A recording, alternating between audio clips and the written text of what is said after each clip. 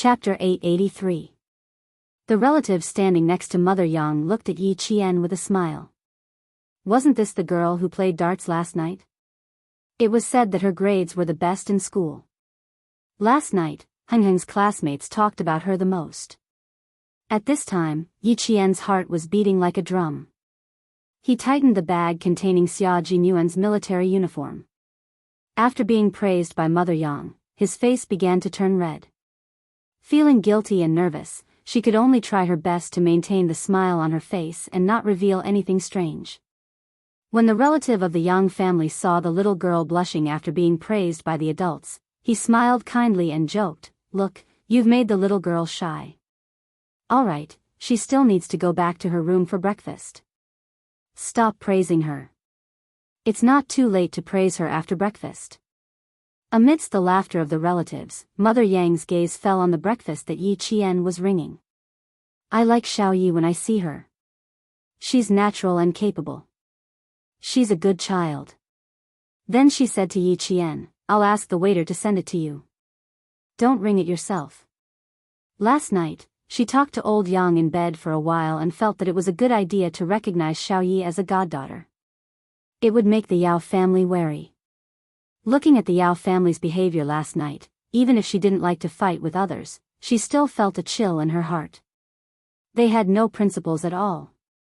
Old Yao and his wife were the main culprits for Xiao Jing's current personality. They were the ones who harmed Xiao Jing, but they didn't even know it. Yi Qian just wanted to leave quickly. He smiled politely and said, "No need, Auntie. There isn't much food." "Thank you.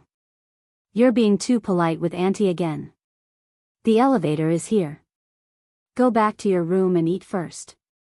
I'll ask Yang Heng to come find you later." Last night, she said that she would let Xiao Yi come to her house for lunch. Now that she had to treat Ting Lan's family, she could only postpone it to tonight. Mother Yang smiled and said. In her heart, she was thinking about inviting Yi Qian to her house for lunch tonight. How could she ask Yang Heng to find her later? Yi Qian quickly said, "Auntie, I have something to do later. I'll leave first. Last night's incident is over. I'm fine here. Thank you for your concern." She glanced at the elevator floor number from the corner of her eyes. There was one more floor. It was a long wait. Leaving so early? Then you go back to your room and have breakfast. Just as the elevator arrived, Mother Yang smiled and said, "Go in quickly. It's late and breakfast is already cold." Watching Yi Qian say goodbye to her as he entered the elevator, Mother Yang's eyes had a warm smile. This child was afraid of troubling her family. In fact, in the end, it was Yang Heng who had implicated this child. That brat Jing saw that she was close to Yang Heng, and that was why she kept picking on Yi Qian. In the end, that brat Jing's heart was rotten to the core. Through the slit of the slowly closing elevator door, Yi Qian saw Mother Yang and the others leave while talking and laughing. The door hadn't closed yet. Yi Qian's whole body leaned against the cold metal surface of the elevator. There was a small amount of sweat on the tip of his nose. When the elevator stopped at the correct floor, Yi Qian stepped out of the elevator. She took a deep breath, and then, she held her breath all the way to her room. She took out her card and swiped the door. She didn't meet any classmates and finally came back smoothly. She wasn't nervous at the scene of the car accident. Returning to the hotel, she was nervous like a thief. Sure enough, as long as it was something related to Captain Xia, she couldn't let go of herself. Her heartstrings were stretched taut. The room was very quiet. There was no sound at all. After gently closing the door, Yi Qian walked in with light footsteps. She finally managed to catch her breath. Her breathing tightened again, and her face inevitably turned red again. Chapter 884. He actually maintained the same posture as when he left a few hours ago. He didn't move an inch and just covered his face with her clothes. What kind of habit was this? He even covered his face with someone else's clothes. After putting away the breakfast, Yi Qian, who had originally wanted to take off his clothes, took 2 steps forward and hesitated. She raised her hand and gently patted her slightly flushed face. She took out his military uniform and walked into the bathroom. He didn't wake up even when she came back. It was obvious that he was really tired. Forget it, let him sleep. When Yi Qian turned on the water, she lowered the volume to the minimum for fear of waking him up. She didn't immediately wash the clothes, but turned on the shower head and washed her hair. Her hair was stained with blood. Other people didn't smell the blood, but she smelled it all the way back. The water flowed out gently, making a slight splash sound. After washing her hair, Yi Qian started washing the hat. She washed the military uniform until there wasn't a trace of mold. Yi Qian used the bath towel to soak up the water again, then began to dry himself with the hair dryer. She dried herself in the bathroom from 7 in the morning to 8:30 in the morning. Only her shirt wasn't dry. She hung the jacket and pants neatly on the hanger, then placed the tie together and hung everything on the hanger. Her movements were light and silent. She didn't wake up Xia Jinyuan, who had been sleeping for 4 days and 4 nights. Xia Jinyuan, who had used Yi Qian's clothes as a blindfold, slept soundly and peacefully. This was because there was a girl beside him. She had stood firmly and fearlessly by his side on a rainy night and said softly, "The relationship between the people and the people is thick in water. Comrades in the military, occasionally, as civilians, we can also be your shield. Protecting us is your unshirkable responsibility, so please allow me to contribute my meager strength to you." She knew to stand up bravely to protect him at such a young age. Now that she was a qualified reservist, he believed that she would protect him. The room was filled with her sweet scent, the bed was filled with the warmth of her body, and the tip of his nose was filled with the faint fragrance that belonged to her. These special effects, medicine, that allowed him to relax made him fall asleep on the bed, unwilling to wake up. He had to give up on sleep as soon as possible. If K7 still couldn't contact his team by today, then he and G3 would return to the battlefield to search for their missing comrades after completing the mission in the southern province. Outside the room, Yang Heng had a good night's sleep. His hair was wet, and he looked as handsome as a model in his blue and white striped uniform. He knocked on the door. "Yi Jian, are you awake?" It was time to go down for breakfast. Breakfast is no longer served after 9 o'clock, so we can only eat outside. There were already students coming and going in the corridor. Some of them were carrying their backpacks and preparing to go home after breakfast. Some of them were still sleeping, like Wang Jin and the others. They had been singing and playing until 2 o'clock in the morning last night. How could they get up now? They were all sleeping soundly. Yang Heng, who had also slept until now, didn't know that his mother had already met up with Yi Qian. Hearing no sound from inside, he knocked on the door again and smiled. "You're still not up yet? Yi Qian, don't sleep anymore. Get up, get up." Yi Qian, who was drying his shirt in the bathroom, heard the knocking on the door. The second knock made Xia Jinyuan, who was sleeping soundly on the bed, frown slightly.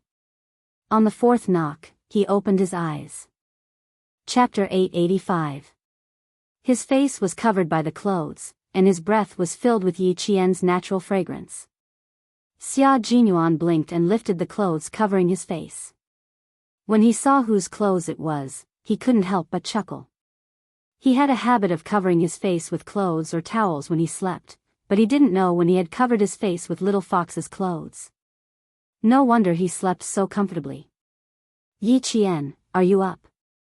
A young boy's voice came from outside. His voice had gone through puberty, but it still had the cleanness of a teenager and the deepness of a young man. From his voice, he felt that the boy outside was quite good-looking. Xia Jinyuan didn't want to move, and he didn't dare to either. He was afraid that Yi Qian would open the door and step out. This was a huge misunderstanding. "Yi Qian isn't up either," a classmate asked Yang Heng as he passed by. Xia Jinyuan heard the boy who knocked on the door laugh and say, "No, I asked her to have breakfast. You don't have to wait for us. Go down and eat first." The bathroom door opened, and Yi Qian walked out with a dry shirt in his hand. When he was hanging it up, he unconsciously leaned into the room to see if he had woken up the man in bed. Just then, he saw Xia Jinyuan lift the blanket and get out of bed. Yi Qian hurriedly hung up the shirt and said softly, "Did I wake you up?" He slept for less than 6 hours. If it was deep sleep, it was enough for a high-intensity special forces soldier. Xia Jinyuan didn't say anything. The moment he opened his eyes, he felt refreshed. His eyes were clear and there wasn't a trace of drowsiness in them. He didn't look like he had slept for a few hours, but more like he had exercised for a few hours. Now, his clear eyes were staring at Yi Qian. They were quiet and deep like an ancient well. As Yi Qian spoke, ripples appeared in the ancient well. Light floated in the depths of the well. Yi Qian was confused by his gaze. Dai Qing frowned. "What are you looking at? You're so strange. What are you looking at?" Xia Jinyuan was naturally looking at Yi Qian. At this moment, he only had eyes for Yi Qian. He knew that his little fox was not bad. No, it was not just not bad. It was just that when he first saw her, he felt that she was a stunning beauty. Her beauty was not just the frivolous beauty of a gorgeous appearance, but a simple beauty that had been accumulated over time. She had a connotation that could withstand the test of time, and even more so, she had the tenacity to withstand tempering. She, who was already so beautiful, suddenly changed out of her blue and white school uniform and wore a long dress with ethnic characteristics. She stood gracefully in front of him. The peony embroidered on the edge of the dress was originally exquisite, but now it only served to set off her beauty. It made her look like a girl who had walked out of a world of purple and brilliant red. She suddenly appeared with an enchanting charm, and in an instant, she had bewitched him for the rest of his life. The dazzling beauty remained in his eyes for a long time. He said, "I'm looking at you. I'm looking at you. When I look at you, I see that there is no one else in your eyes. When I look at you, I see your heart and engrave it in my heart." Xia Jinyuan's gaze slowly moved down from her face to her slender waist. The corners of his mouth lifted slightly. He said, "I see a little fox who has become a spirit. She's so beautiful that my heart is still racing." Xia Jinyuan. His straightforwardness made Yi Qian's white jade-like face turn pink. She glared at the man who had started teasing her the moment he woke up. Yi Qian turned around and prepared to take out the military uniform that he had just hung up. Chapter 886. Knock, knock, knock, the sound of knocking came again. Xia Jinyuan then remembered that there was a boy standing outside the door. He looked at Yi Qian, who was blushing because of his praise, and pointed at the door, then gently made a hand gesture, to tell her that there was a boy outside looking for her. Yi Qian's expression immediately became serious. She pursed her lips and said softly, "Why didn't you say so earlier? I wanted to tell you when I woke up, but I didn't see a little fox suddenly appear, so I forgot." Xia Jinyuan looked at Yi Qian, whose body had stiffened. Not only did the smile on his thin lips not fade, but it also deepened. Last night, she didn't want her classmates to see him, but now, what's going to come will come. Little fox, how do you explain having a grown man in a bathrobe in your room early in the morning? Yi Qian saw that he could still smile and gritted her teeth. Sure enough, she couldn't go on a date with Xia Jinyuan, in a place where she knew many people, and she definitely couldn't leave him to sleep in her room. Now, she was flustered and felt guilty. In her 2 lifetimes, she had never been alone with a man in a hotel. In her 2 lifetimes, she had never had so many classmates come to look for her. Moreover, when they came, there was a man in a bathrobe in her room, revealing a large portion of his muscular chest. "Clothes, put on your clothes properly." Yi Qian pointed at his chest and glared at him with her dark eyes. "You're no different from being naked right now. Fasten the belt of your bathrobe." Captain Xia's complexion was the same as hers. No matter how much the wind blew or the sun shone on him, he was still very fair. The light at the entrance was a spotlight, so she could clearly see the beautiful lines of his chest muscles. His sexy chest muscles were so tight that she could feel the shocking explosive power hidden in his body. I'm in the room, and he's outside. What are you afraid of? Xia Jinyuan looked at her anxious expression, and his thin lips curved even more seductively. He chuckled and said, I'm clearly wearing a bathrobe.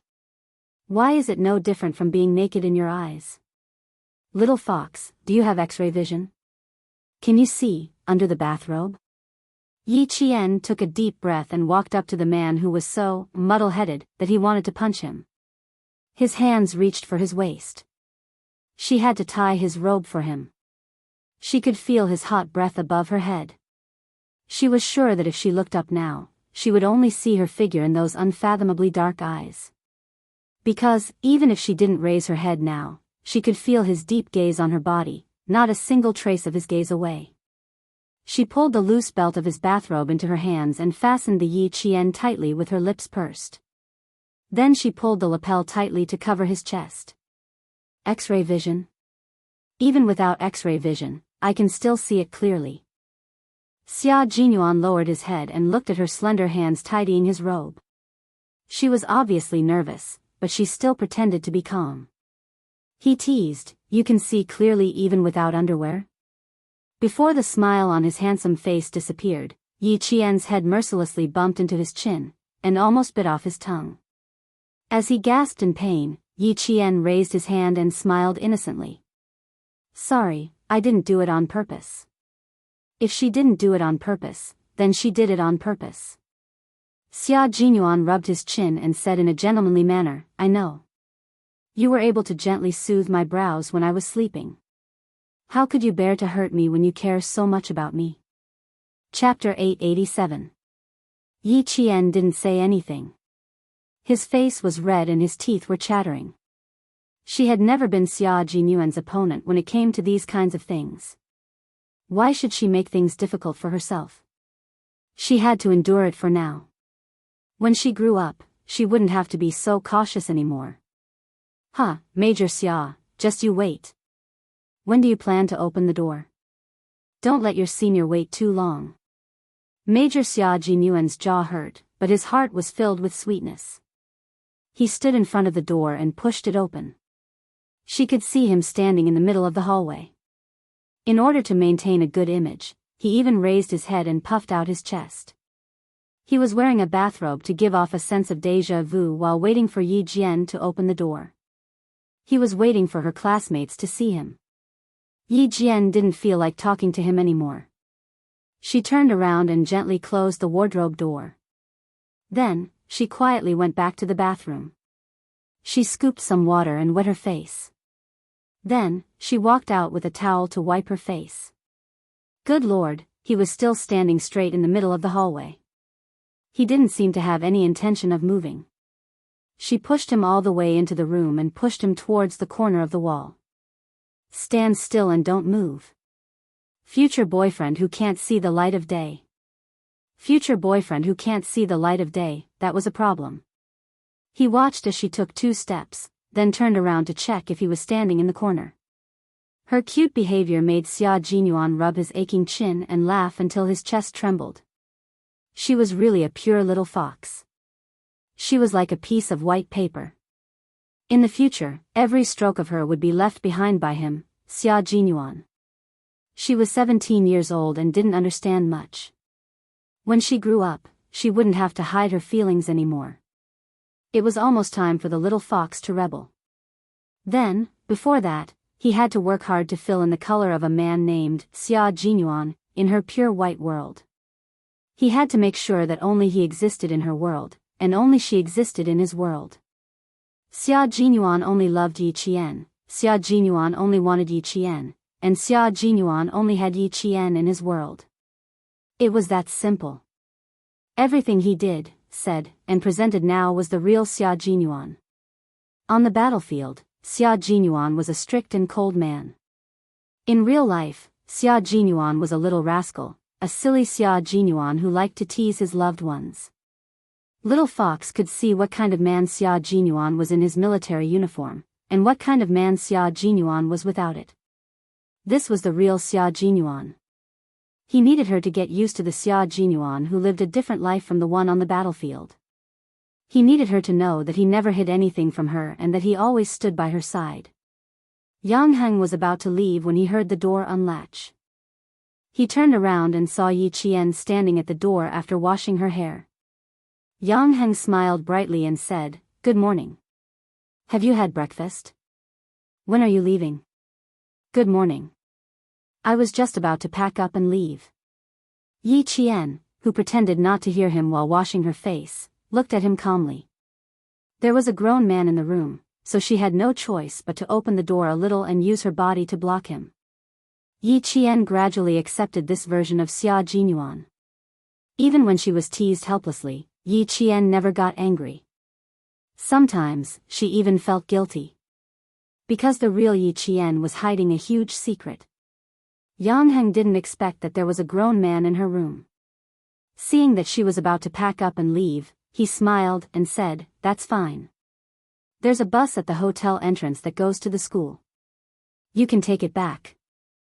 Chapter 888. Also, my mom said yesterday that she would like to invite you over for lunch today, but she has to go back on her word. My cousin is back in the country, so lunch will be a family gathering. If he didn't mention it, Yi Qian wouldn't have taken it to heart. He hurriedly said, it's okay. Your mom is too polite. I can't find you on Saturday and Sunday. You should thank Auntie. We know we can't find you on Saturday and Sunday. I'm going for breakfast. See you on Monday. Yi Qian's calm expression did not arouse Yang Heng's suspicions. After he left, Yi Qian closed the door and leaned against it, letting out a long sigh. She was so nervous that her palms were sweaty. Xia Jinyuan looked at her nervous expression and couldn't suppress the smile on his handsome face. "Don't worry. Even if your classmates come in, I will beat them to it." Before he could finish his sentence, there was another knock on the door.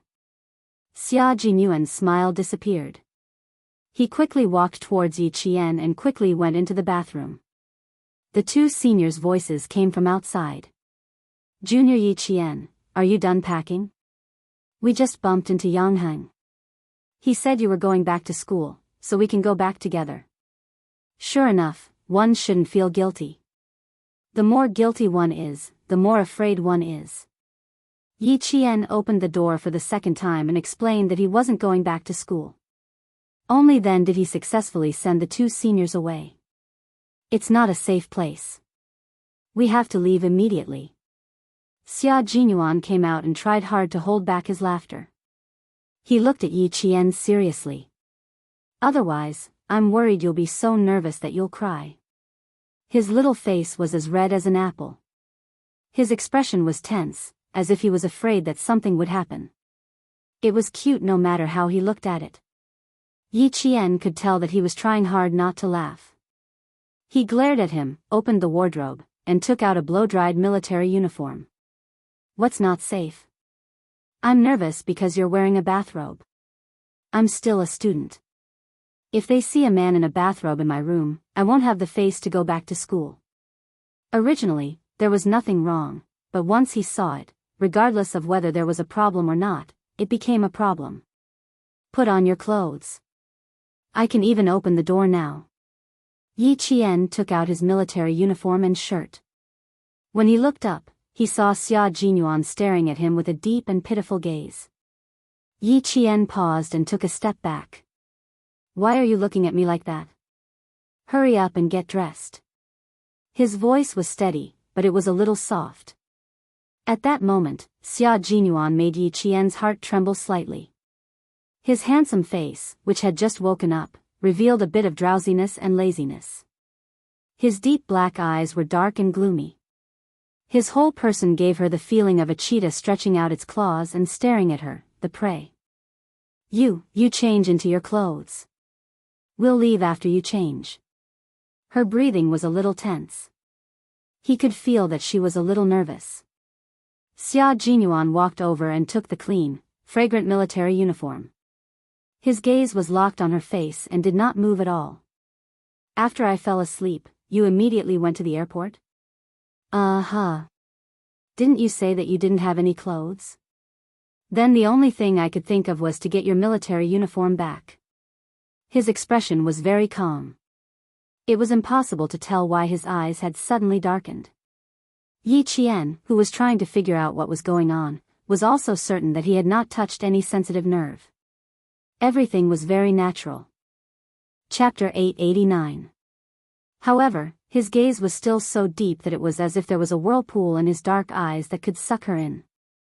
The military uniform was dry and dry. Her slender fingers tightened around the military uniform that she had brought back from half the provincial capital without his knowledge.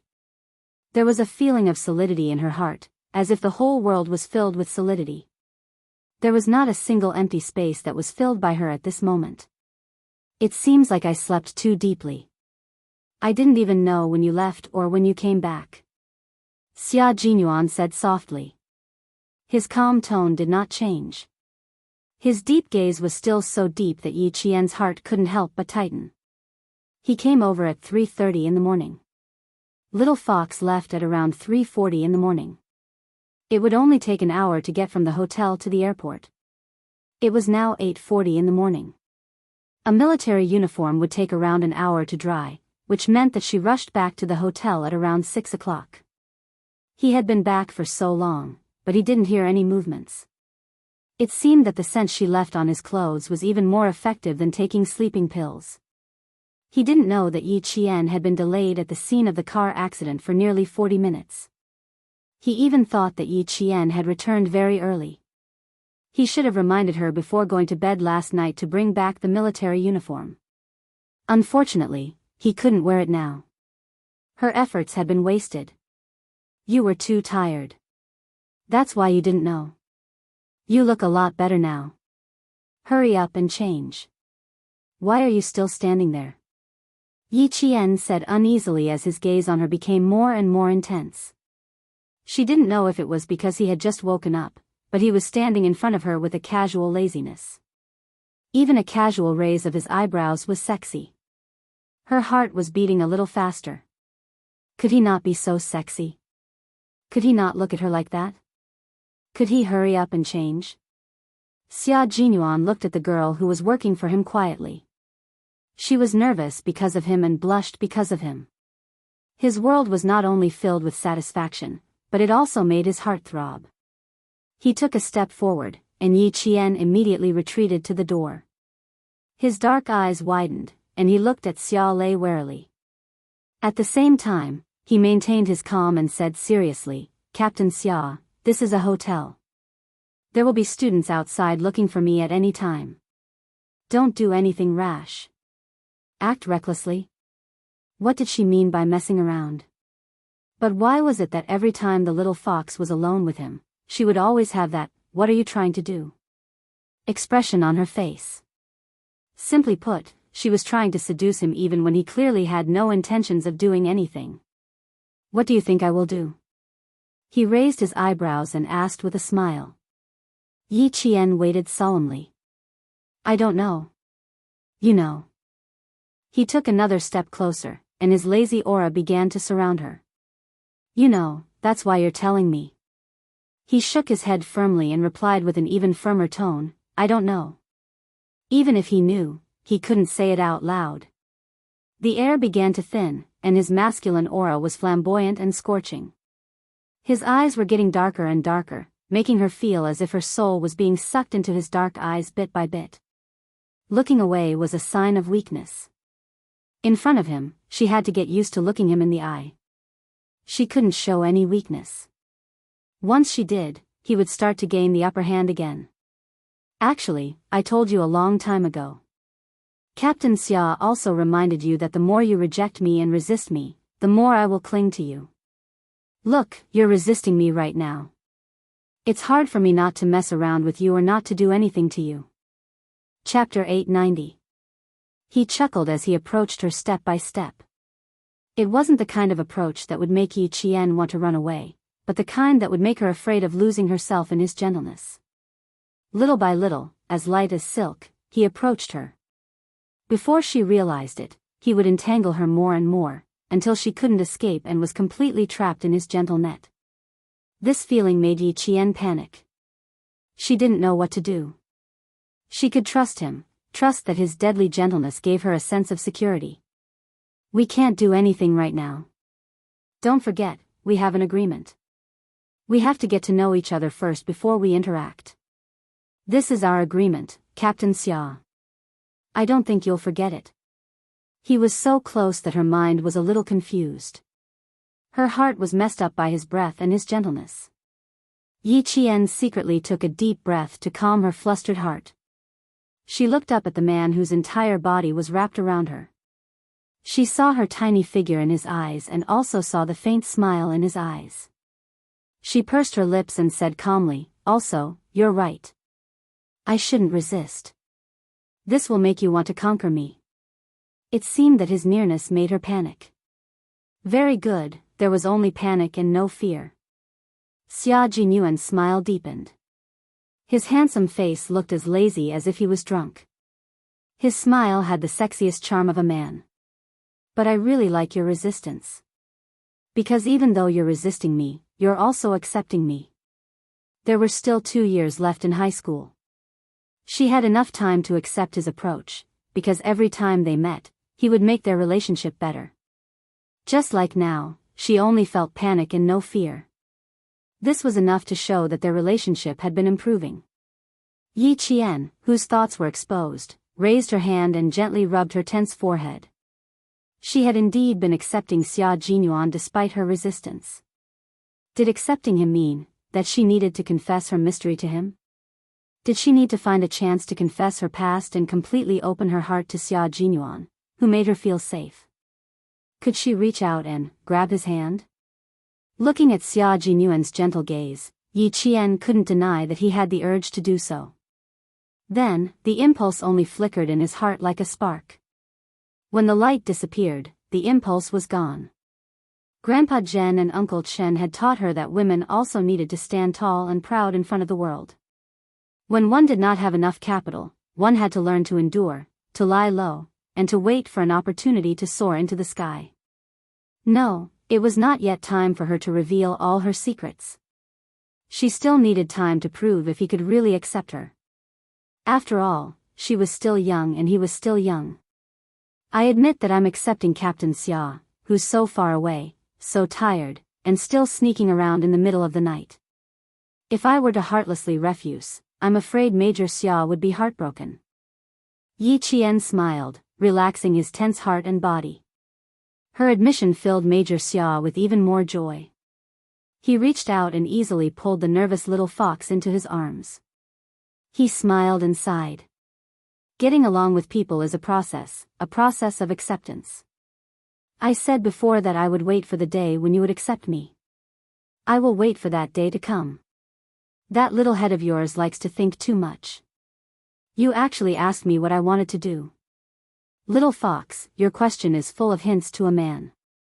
You're hinting at what I can do. Chapter 891. Yi Qian bit his shoulder, but couldn't bear to bite his flesh, so he could only vent his anger by rubbing his bathrobe with his teeth. You always have so many excuses in front of me. You barged into my room in the middle of the night, can't I ask you what you want? She couldn't even bear to bite him. Xia Jinyuan's thin lips curved even higher as he gently hugged Yi Qian, who was gradually relaxing in his arms. He chuckled softly and sighed. Of course you can ask. I like it when you ask me. You went to pick up my military uniform at 3 in the morning. Little fox, you're really good at taking care of people. What should I do, little fox? It's getting harder and harder for me to let go. Yi Qian's expression was extremely unnatural. Hugging and hugging. Ever since they kissed in the army, he had become more and more presumptuous. Xia Jinyuan, I think we should sit down and talk. How about this? She wasn't used to it and felt particularly embarrassed, but she didn't resist his embrace. She wasn't pretentious either.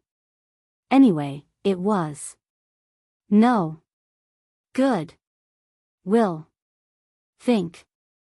Xia Jinyuan hugged her very comfortably. The girl in his arms was delicate and soft, and she even secretly did things for him. He couldn't tell from her expression that she was tired, but she was naturally considerate. That's right, she was considerate. considerate that made him happy. If it's not like this, then what is it? He asked softly. His voice was as deep as the sea, and his breath blew by her ear. Yi Qian gritted his teeth and made a huge decision in his heart. This decision really shocked Xia Jinyuan. She actually hugged his neck and took the initiative to kiss him. She even kissed his lips. He was stunned for half a second, and naturally, he couldn't help but loosen his grip on her. A second ago, he was still in shock, but in the next second, he lost her in his arms along with the kiss. The person in his arms nimbly escaped from his arms and raised her eyebrows proudly. You've hugged me, and kissed me. Captain Xia, can you change your clothes now? I still want to go to the regiment to start training in the afternoon. The injury on my arm has been recuperating for half a month. If I don't train now, my skills will become rusty.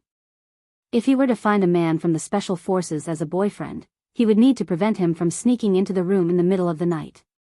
If he were to find a woman from the special forces as a girlfriend, he would also need to prevent her from kissing him. However, she had already nimbly escaped from his embrace.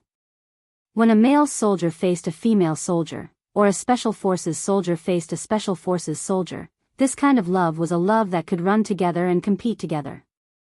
It was a love that was evenly matched. Xia Jinyuan smiled helplessly. I didn't even feel like it was a kiss and it was already over. His slender fingers gently caressed her warm lips as he raised his eyebrows and said meaningfully, why don't we kiss for a while more? Let me feel it again. It wasn't easy for him to escape, so how could he possibly go back? Yi Qian rejected him with a smile and used his eyes to signal him to quickly go into the bathroom to change.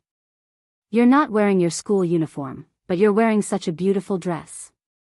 Then, Xia Jinyuan put the military uniform back into the wardrobe and said with a smile, I'm not wearing my military uniform today. I'll wear casual clothes. He glanced at the breakfast on the cabinet in the entryway and said, I'll wash up first. You can watch TV while eating breakfast.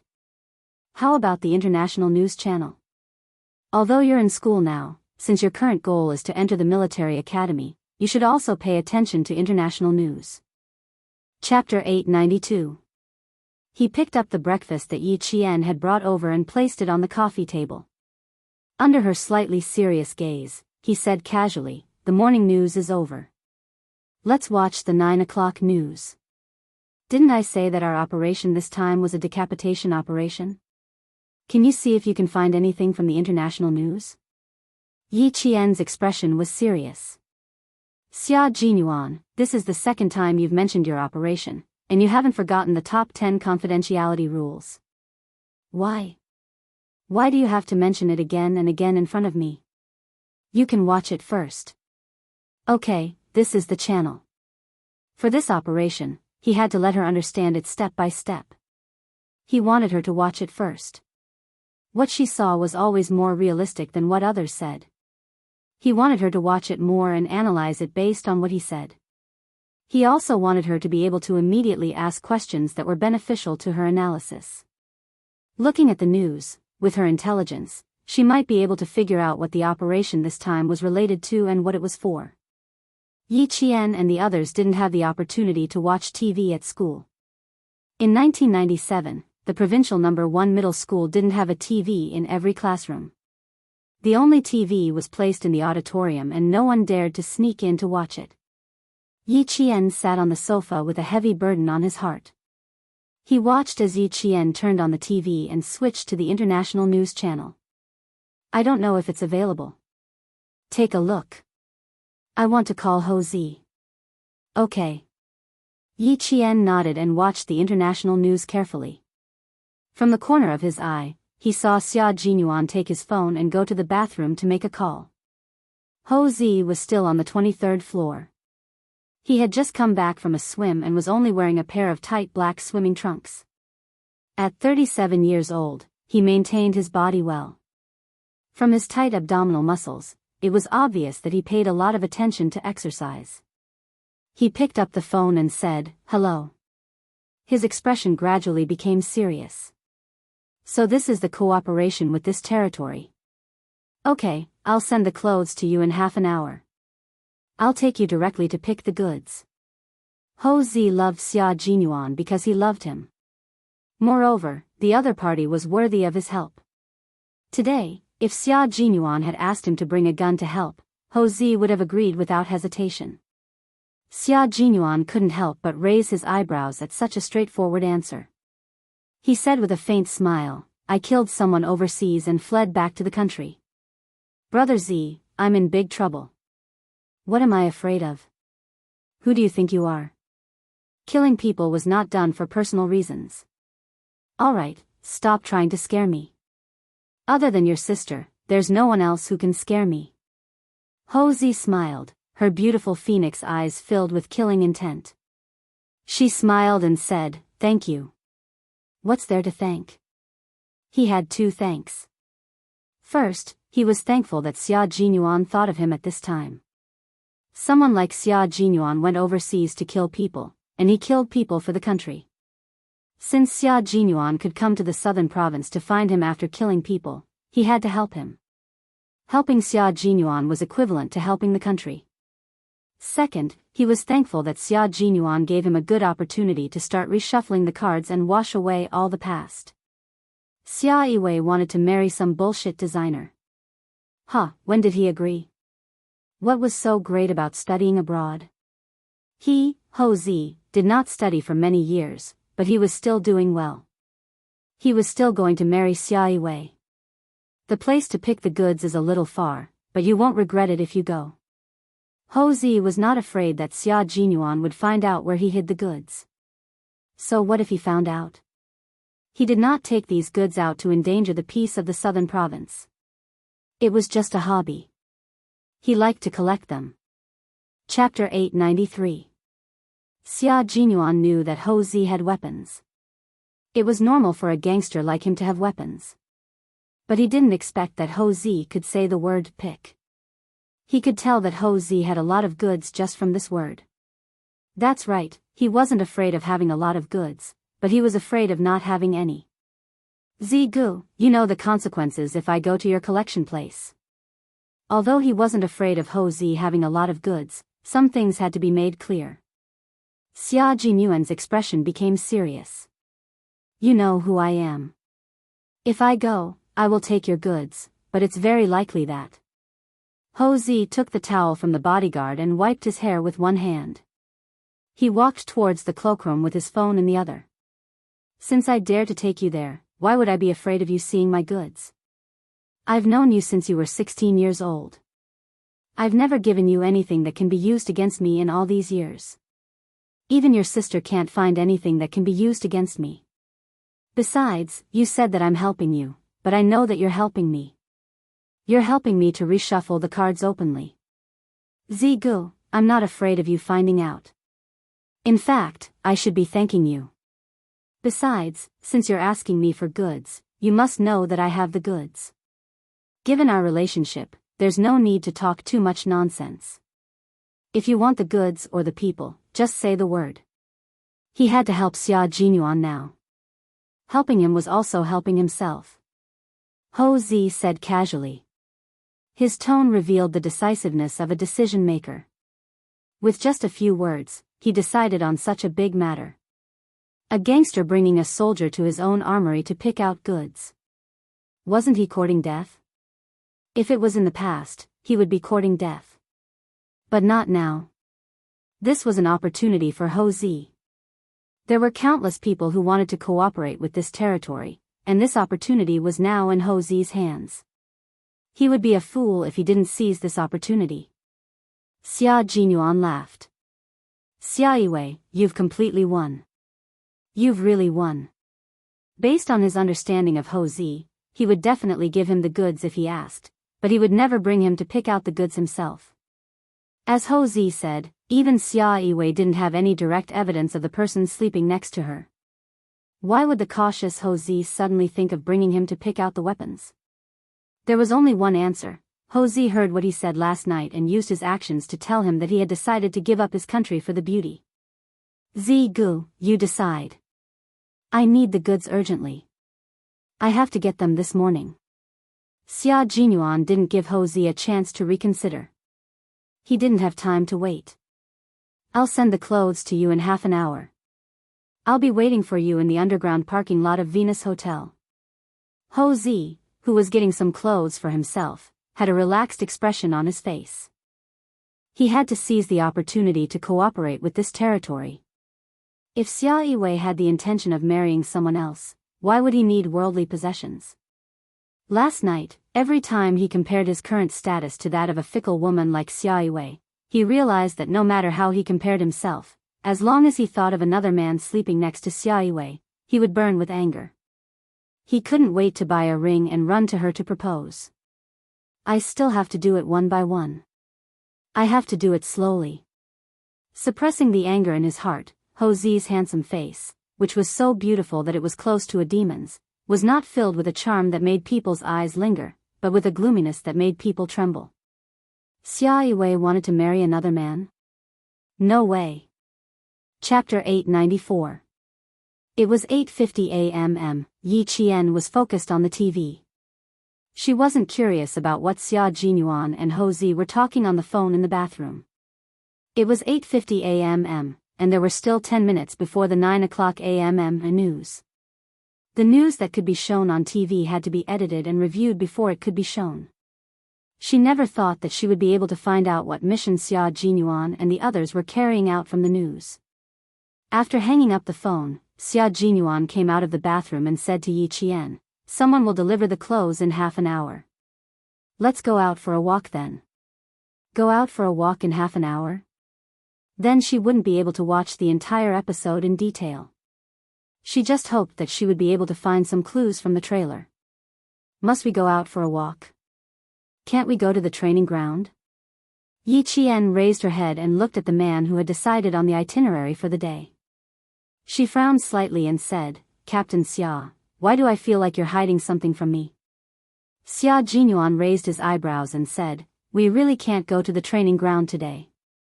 As for what it is, watch the TV first. I have breakfast, right? I'm suddenly a little hungry." He immediately changed the topic, which made Yi Qian even more suspicious. "There's breakfast. You can eat it and tell me why you must go out with me today." Xia Jinyuan smiled at her. His deep eyes were deep and mysterious. "Continue watching the TV. Eat your breakfast slowly. I'll be there soon to accompany you." Little Fox's curiosity was piqued. Hopefully, she wouldn't be so scared that she would cry. That didn't seem likely. How could a strong little fox cry? Less than 10 seconds later, Xia Jinyuan walked out with a cold expression. He was holding Yi Qian's blood-stained school uniform in his hand. "What happened on the way there?" he asked in a low voice. He even sounded a little anxious. "Did you meet any suspicious people? Did you get rid of them directly?" Ever since he entered the country, he had been on the lookout. It was impossible for a snake from outside the country to discover his whereabouts in such a short time. Could it be that he had been too careless? Had someone already made a move to kill the little fox? Yi Qian, who was watching TV intently, looked up and saw his handsome face tensed up as he held the bloodied school uniform she had left in the bathroom. She was a little surprised by his reaction and immediately explained, "I was on my way to the airport when I bumped into a car accident. The blood on my uniform wasn't mine. It was the blood of the injured people in the car when I participated in the rescue." So that was the case. He was really frightened just now. She looked at the school uniform in her hand. Although the dried blood on it did not belong to Yi Qian, her heart sank. He didn't show any strange expression on his face and said with a smile, "So that's how it is. It seems that this car accident is very serious. You participated in the rescue and were stained with so much blood. It's pretty bad. I wonder how the driver is doing now." Yi Qian furrowed his brows when he saw that Yi Qian's brows had loosened after his explanation. Even his expression had relaxed a lot. What exactly happened to their team during this operation? Why were they still so tense when they were back in China? Also, did he just say that he met any suspicious people? Did she get rid of them directly? How could she get rid of anyone directly? No, it wasn't that she could get rid of anyone directly. There was someone who needed to be dealt with directly. Someone followed Xia Jinyuan back to China. Otherwise, why would he burn the clothes he wore that day on his way back? Chapter 895. Yi Qian's pupils constricted. She walked over with an unprecedentedly serious expression. Are you in danger now? Are you in great danger? Someone followed you back to the country. Is that right? Answer me, Xia Jinyuan. Her voice was sharp and urgent, and it carried with it a chill that broke through the ice. Seeing her angry expression, Xia Jinyuan quickly comforted the little fox whose hair was standing on end and whose expression was tense. Don't be too nervous. If this is someone else's car accident and you are just rescuing him, then I am safe in the southern province. I've been covering up my tracks. I won't even wear the clothes I've worn a second time. If someone really followed us, I think we'll find out together and get rid of these little tails together. He stroked her hair and maintained a faint smile. Our profession is special. There will be danger at any time, but in our own country, it's relatively safe. He had been dealing with these people to buy time for the J5 and the others to escape. Now that the military had received text messages saying that his comrades were safe, his plan had succeeded. He had successfully lured all the snakes to himself and allowed his comrades to return safely. He talked about dangerous topics as casually as if he was talking about the aftermath of a movie. Even his expression was indifferent, as if it was not worth mentioning. That smile made Yi Qian a little breathless. The car accident did not scare Yi Qian. It made her lose her cool. Yi Qian's heart sank even more. She looked at him with a determined gaze and said softly, if someone followed us, I will definitely share the danger with you. Her fearless gaze made Xia Jinyuan's eyes ripple. His little fox would not back down just because he was in danger. She would definitely choose to stay by his side and fight side by side with him. I believe in you. If I'm in danger now, you will definitely stand by my side. So, I'm back, and I'm back with danger. Little fox, will you be angry? Yi Qian's brows furrowed more and more as he spoke. Angry? She was not in the mood to be angry. In that case, Xia Jinyuan's return to the country did not mean that the mission was over. Since the mission was not over, why did he come to the southern province? There's one more thing I need to tell you. There's a reason why I can't wear this military uniform. It's because I can't wear the military uniform that represents our country with my current identity. This bastard. Since he couldn't even wear his military uniform, he was 100% sure that he still had a mission to complete. Why didn't he make things clear when he sent her back to the hotel last night? Why did he have to wait until today? Why didn't he tell her in advance that he was coming back with danger? He was sleeping so soundly when she went to the airport. What if the danger came at that time? If she had known that he didn't need to wear his military uniform, she wouldn't have gone to the airport so early in the morning. She couldn't think that way. If she hadn't gone to the airport in the early hours of the morning, Auntie Song might have gotten into a car accident. His words made Yi Qian lose all interest in watching TV. His voice was tense as he asked, why? Why can't I wear it? Because I'm not a Chinese soldier now, but an illegal mercenary. His words made Yi Qian's breath catch in his throat, and his heart instantly tightened. What kind of special force was Xia Jinyuan in? What kind of special forces were they? They could actually change the identity of a Chinese soldier and turn him into a mercenary. Chapter 896. He had become an illegal mercenary without an identity and was not allowed to show his face in any country. Once he was exposed, the Chinese military would not be able to easily protect him. This was because they were no longer Chinese soldiers. Their names were not even in the entire military system. Erasing everything and sending them on a mission was enough to prove that once their identities were exposed, they could only rely on themselves to save themselves. Thinking of this, Yi Qian's heart trembled. Then why did you return to the southern province? Xia Jinyuan, you must have a reason to return to the southern province, right? The southern province is ZGE's territory. Did you think that if something happened, he would not stand by and do nothing? Is that why you returned to the southern province? Is that so? Also, Captain Xia, since you dared to contact Ho Zi while you were still on a mission, you must have other motives. Am I right? Compared to Yi Qian's tense expression, Xia Jinyuan's expression was much more relaxed. Smart, you guessed it so quickly.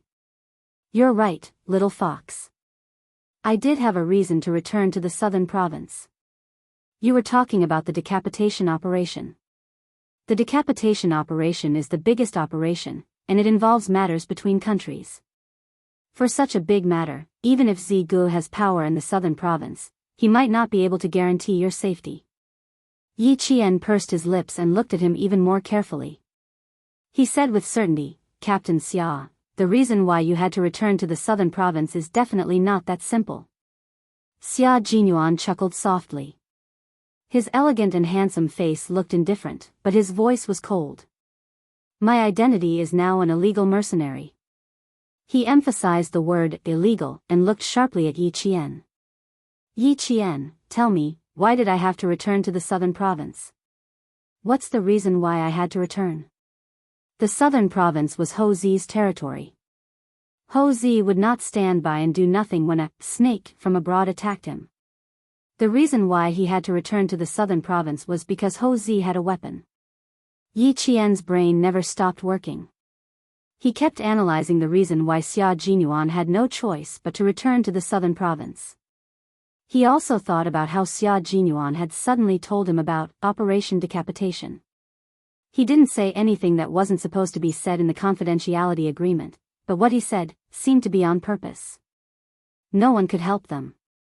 They could only help themselves now. No, she could help him too. If it was as she guessed, Xia Jinyuan deliberately wanted her to know about their operation. It was also the military's intention. Otherwise, as a soldier, how could he tell him about their operation so easily? He only dared to say it after getting the approval of the military. The military knew that he had returned to the southern province, that he had contacted Ho Zi, and that he had contacted her. The military knew everything, but Xia Jinyuan was still an illegal mercenary.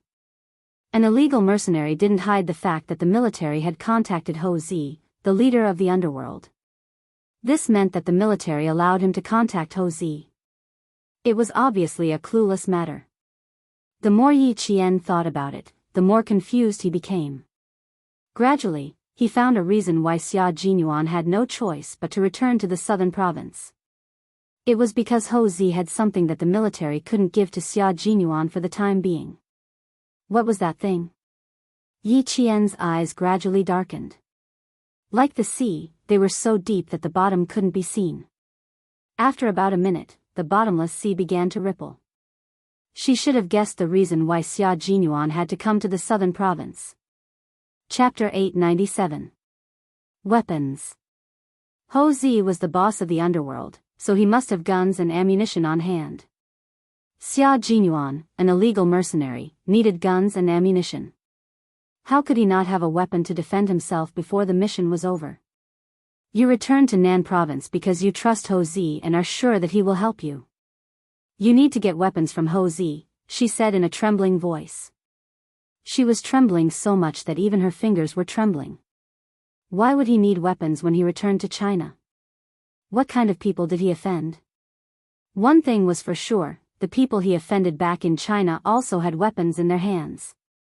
The smile on Xia Jinyuan's face deepened, and so did his eyes. He had guided Yi Qian to understand the dangers of his mission. When he heard her analyze the purpose of his return, he felt a sense of pride. This was his little fox, a brave and strong girl who would never give up easily in the face of difficulties and setbacks. That's right. Also, I'm an illegal mercenary now, so I can't return to the army to get weapons. If I want guns and ammunition, I can only get them from Ho Zi. Returning to Nan province is my best choice. Our mission after returning to China is to lure the snake out of its hole. I'm responsible for leaving clues along the way to lure these foreign snakes to Nan province and give my comrades a chance to escape safely. So, Yi Qian, I came to your side with great danger. Are you afraid? That was what he asked her. It was only 3 words, and his voice was soft, but every word was heavy. Every word was like a mountain pressing down on her.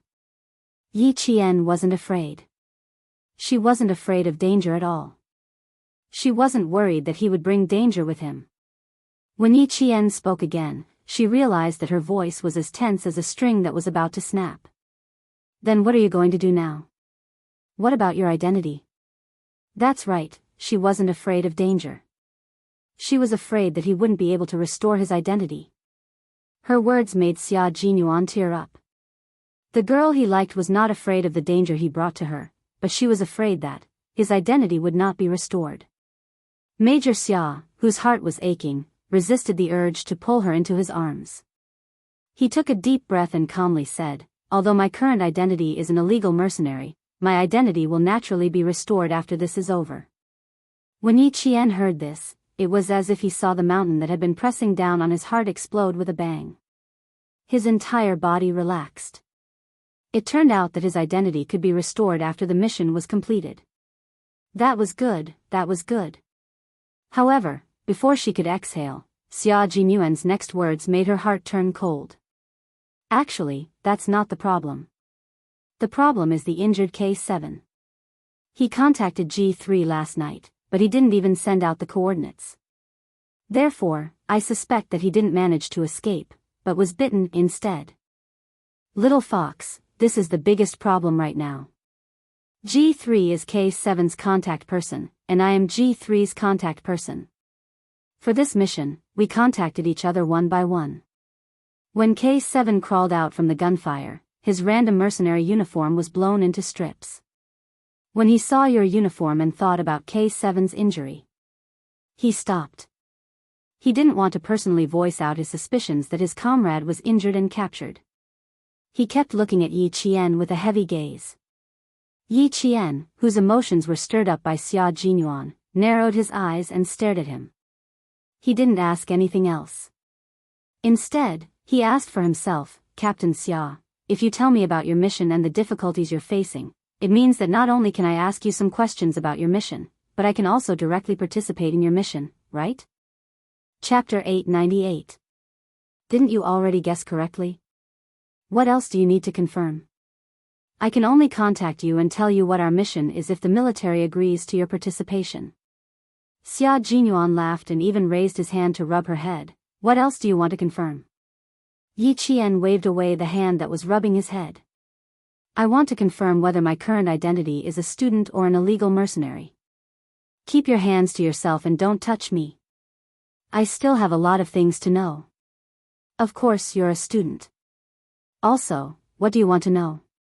Xia Jinyuan laughed out loud. His laughter was low and deep, and even his chest was trembling slightly.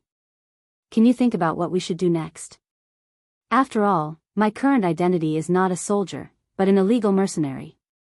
You're a little fox who is so smart that it gives me headaches sometimes. Do you have any ideas on how to restore my identity as soon as possible? He could take her to actual combat, but in actual combat, she had to be able to control the entire situation on her own. She was such a smart girl. She couldn't just be a soldier who followed orders. She had to become a commander who could command soldiers. He hoped that she could become a commander who could command soldiers in battle. Now, she would talk and he would listen. If there was anything wrong, he would point it out to her. He would let her grow up step by step with him. He would watch her grow up and see her become successful. Just thinking about it made him feel proud. You can ask me anything you think of. I can also tell you that after we lure the snakes out of their cave, the mission will be completed in Nan province. We can't do it in the city center. We have to end it in a remote place. He revealed the danger again and let Yi Qian face the danger directly. Yi Qian's gaze gradually darkened. His voice was very soft and filled with a murderous aura.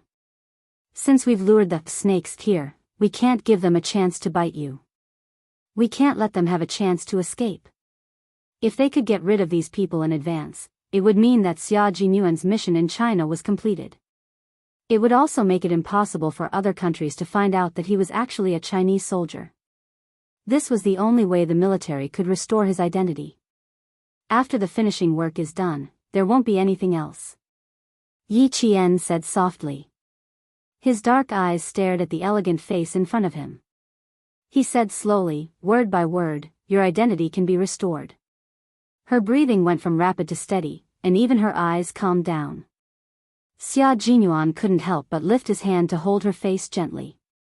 He stroked her face gently with his fingers and said, no, little fox, it's not over. It is good that you are not soft-hearted to your enemies. However, there is still our comrade K7. You still need to consider his current situation. I came to the southern province to divert everyone's attention and ensure the safety of my comrades. But as long as one of my comrades is still alive, my mission will not end, and my identity will not be restored. For this operation, the identities of all the comrades participating in this operation will be changed. As long as one of them is still alive, no one will be able to restore their identities. Xia Jinyuan explained everything to Yi Qian. When he was done, he gently touched Yi Qian's trembling lips with his lips. Little fox, you still need to learn how to control the entire battle. You need to control it from all aspects. Chapter 899. You're not a good soldier if you don't want to be a commander. You have to remember that your goal isn't just to be a soldier. You have to become a soldier who knows how to fight. You have to know how to fight and how to command soldiers to fight before you know what to do. Yi Qian's body was trembling. She stared at him fixedly as he spoke softly. She said, I want to drink water. I want to drink water. She was very thirsty. She was so thirsty that she was panicking. She rushed to the side of the coffee table and covered the teacup with a lid.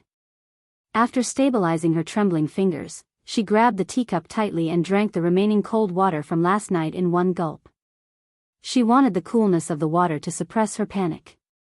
She didn't think that she would be the one to command soldiers in battle. She only knew that they were in danger. There was also K7. The mission couldn't end before K7 was confirmed to be out of danger. They couldn't give up on their comrade, so the mission had to continue. The cold water seemed to suppress the panic in her heart. Yi Qian took a deep breath and turned around. She looked at Xia Jinyuan coldly. You said that K7 and G3 were in contact, but they didn't send their coordinates. So, you suspect that K7 contacted you last night to tell you that he was safe so that you wouldn't have to worry. You also suspect that he had the determination to sacrifice himself so that you wouldn't have to look for him. Comradeship could be so deep that they would exchange their lives for each other's. If K7 was really captured, she didn't doubt that he had the determination to sacrifice himself so that his comrade wouldn't come back to save him. K7's thin but handsome face flashed through her mind. He was a young soldier who didn't speak much, but every word he said was precious. Yi Qian clenched her fists. Her voice was bloodthirsty. You have to go back and look for K7 after you finish the mission in Nan province. This is something you have to do. I support your decision to go back. What I want to ask is, what about the other comrades? Do they also have to go back? But you guys are illegal now. What about your weapons? What about your weapons? The weapons that Ho Zi provided at most are guns. If it's life-saving grenades, you have to prepare them.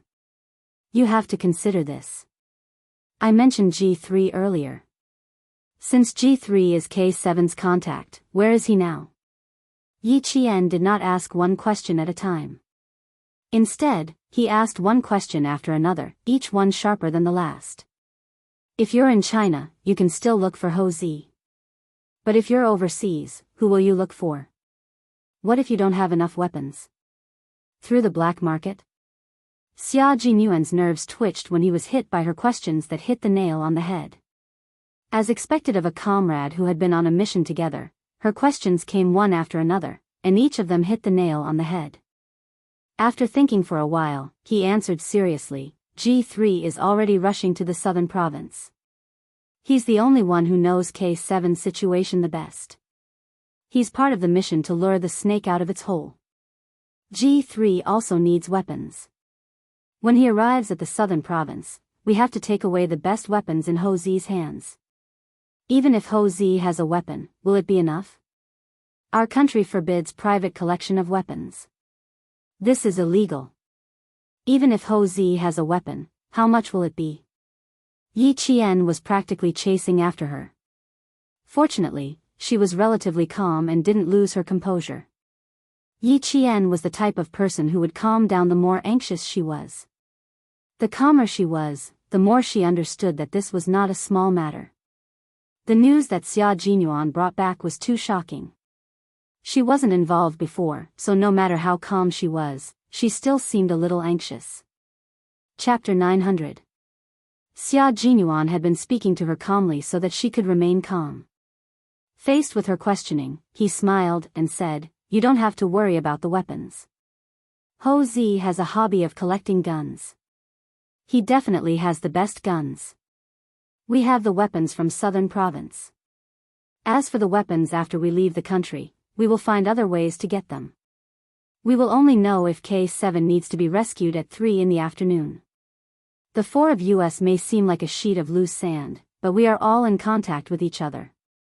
For example, G3 hasn't contacted me, which means that K7 hasn't contacted him either. If one person didn't contact them, it meant that none of them could contact them. No one wanted their comrades to be sacrificed, and no one wanted their comrades to be worried about them. Therefore, everyone would try to contact their comrades to reassure them. This method of contact was simple and straightforward. Everyone followed the simple rules of contact. They had all developed the habit of reporting their situation to their comrades at all times so that they wouldn't forget to contact them. What we should do now is to get rid of the snake that you lured to Southern Province. Then, you guys should hurry back to find K7. Yi Qian summarized everything in one sentence. The last sentence was the most important. They were comrades who had sworn to each other that they would live and die together and never give up. This was their oath, and it was engraved in their hearts forever. With G3 around, the two of them could take care of each other and return to the battlefield together. She felt a little more at ease. Yi Qian glanced at the wardrobe. She thought about how he couldn't wear the military uniform that she had brought back. Her eyes instantly turned red. She turned her head, and tears welled up in the corners of her eyes. That military uniform. I'll take care of it. When you come back, wear it again. Wear it openly. She was sad. It wasn't the kind of sadness that came from crying. It was the kind of sadness that came from suppressing her trembling heart. She was sad because of his identity. Xia Jinyuan smiled gently and hugged her with his right arm. His warm and broad palm gently stroked her arm to comfort her. Silly fox, it will be over soon. Everything will be fine. You have to believe in us, believe in our country. We will not give up on ourselves, and our country will not give up on us. A country can't stand without defense, and the people can't be at ease without soldiers. We are defense, but we are also soldiers. No one will abandon us as soldiers. His embrace still made her feel at ease. The faint scent of mint flowed into her body bit by bit. His presence and his scent were comforting her, allowing her to calm down. Yi Qian forced his tears back. He raised his head and looked at him with determination. I've always believed in you. I'll take care of the uniform for you. I just want to take good care of it for you. Because I was the one who brought it back from the airport. I was the one who cleaned it. Only I can keep it. She was so serious that Xia Jinyuan's heart palpitated. He had wanted to comfort her, but now he wanted to love her dearly.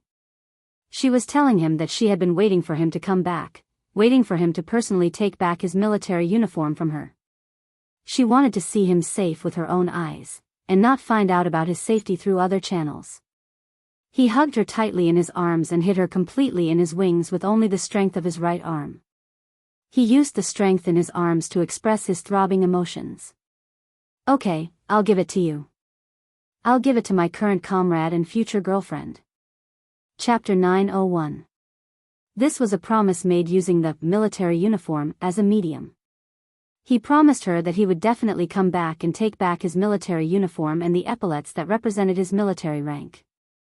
He also promised Yi Qian that his identity would never change.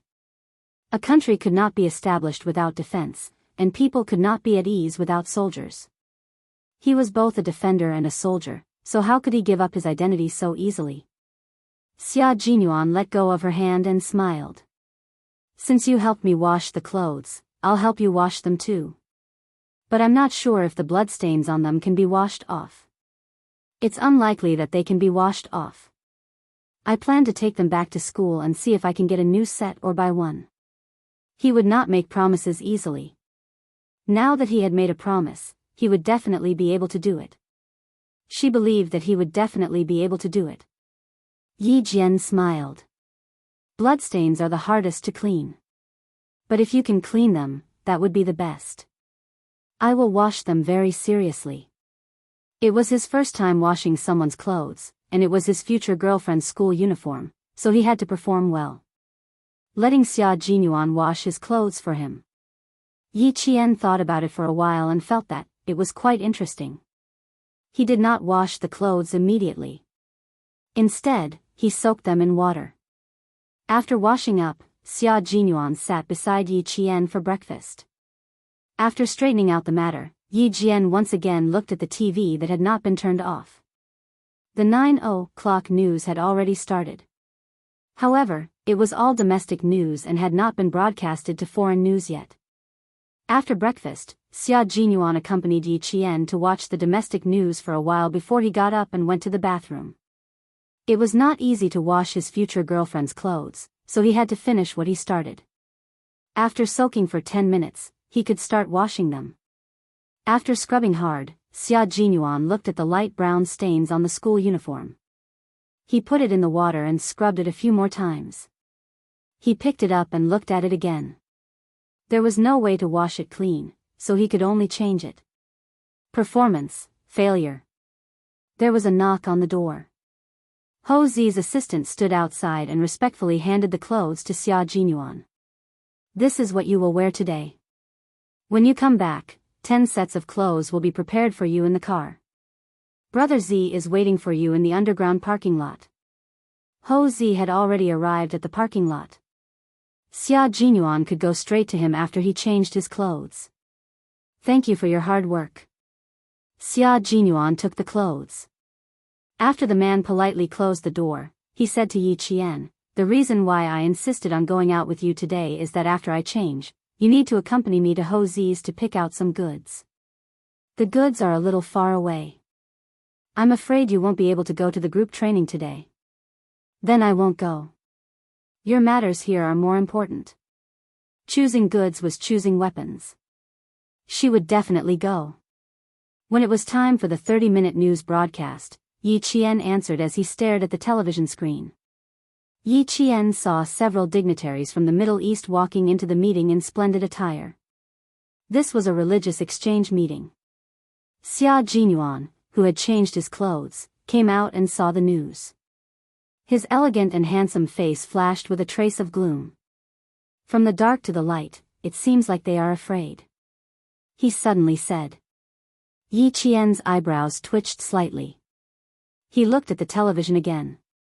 Religious exchange meeting? Did their beheading operation have anything to do with religion? The television screen flickered. Xia Jinyuan turned off the television. There shouldn't be any problems if it's on the domestic news. One of the people involved is a weapons expert. Chapter 902. The television screen flickered and Xia Jinyuan switched it off. He said calmly, there shouldn't be any problems if it's on the national news. One of them is a weapons expert. A weapons expert? A religious exchange meeting? Since it's a religious exchange meeting, the people who appear should be related to religion. Why is there a weapons expert? When religion and weapons are involved, it loses the meaning of religion and becomes a little bloody. Operation Decapitation, they were carrying out Operation Decapitation. A religious exchange meeting, a weapons expert. Yi Qian held his breath. This time, the target of the operation was someone from the religious exchange meeting. What they had taken care of was a person who had been secretly causing trouble for the Chinese side under the pretext of religious exchange. Such a person seemed sanctimonious, like a savior who promoted religion, but in fact, he was the real creator of blood and violence. Xia Jinyuan looked at the expression on her little face and understood. It seemed that his little fox knew who the decapitation leader was. As he buttoned his suit, his thin lips curled up slightly as he brought up a past incident. In the no man's land, there was an active soldier in the mercenary group that we dealt with together. This active soldier followed the person who used the name of Religious Exchange to enter Tibet. He came from China's borders as a believer and stole military intelligence from China's borders. He secretly spread bad ideas and tried to cause chaos at China's borders. Little fox, our country is at war everywhere. It seems peaceful, but there are many countries eyeing our country covetously. They want to take the opportunity to stir up trouble and weaken our country's strength to achieve their unspeakable goals. What we need to do is to eliminate these people who are secretly stirring up trouble. While warning other countries, we also need to maintain the stability of our country's borders.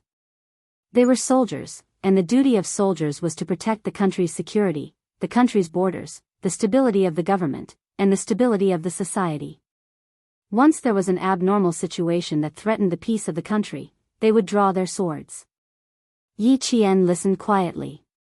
When he looked up, he saw Xia Jinyuan in a black suit standing in front of him. In the blink of an eye, he had changed from a powerful soldier to a calm and reserved businessman.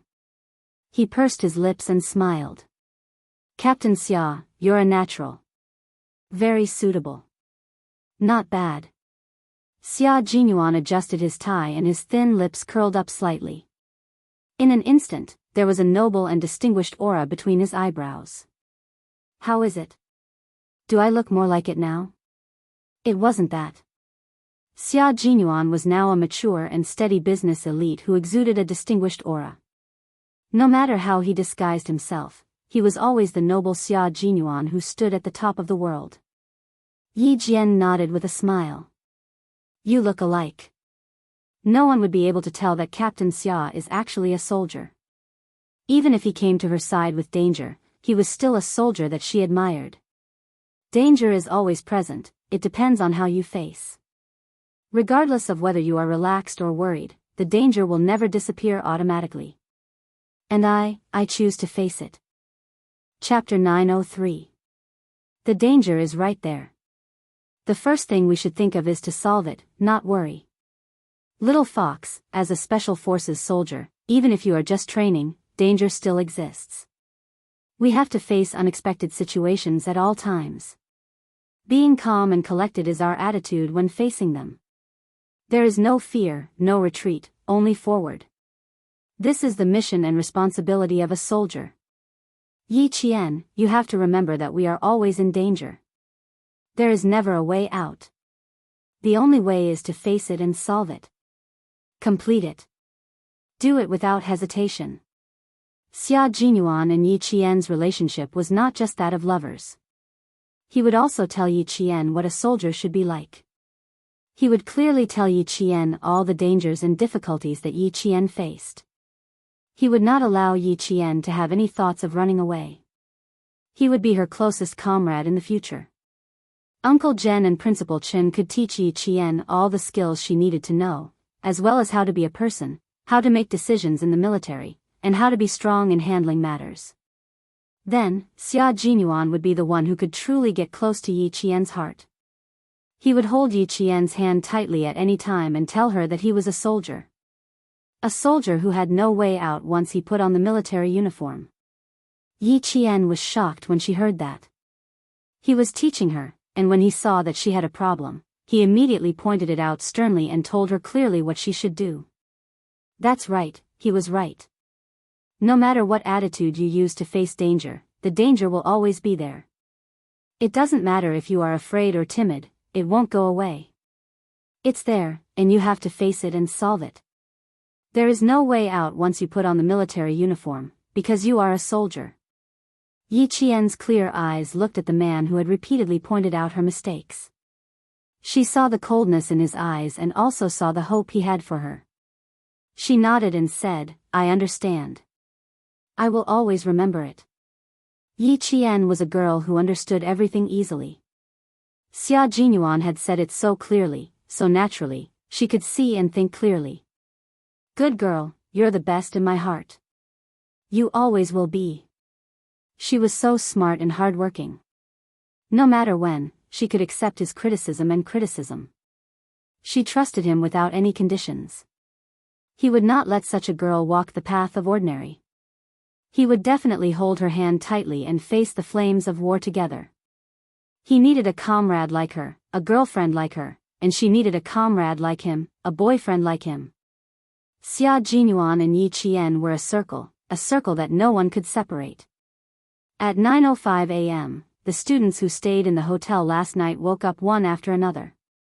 Yi Qian and Xia Jinyuan walked out of their rooms. Wang Jin, who slept on the same floor as them, yawned and opened the door. I'm not eating breakfast. I have to go to my grandma's house for lunch. You guys go ahead.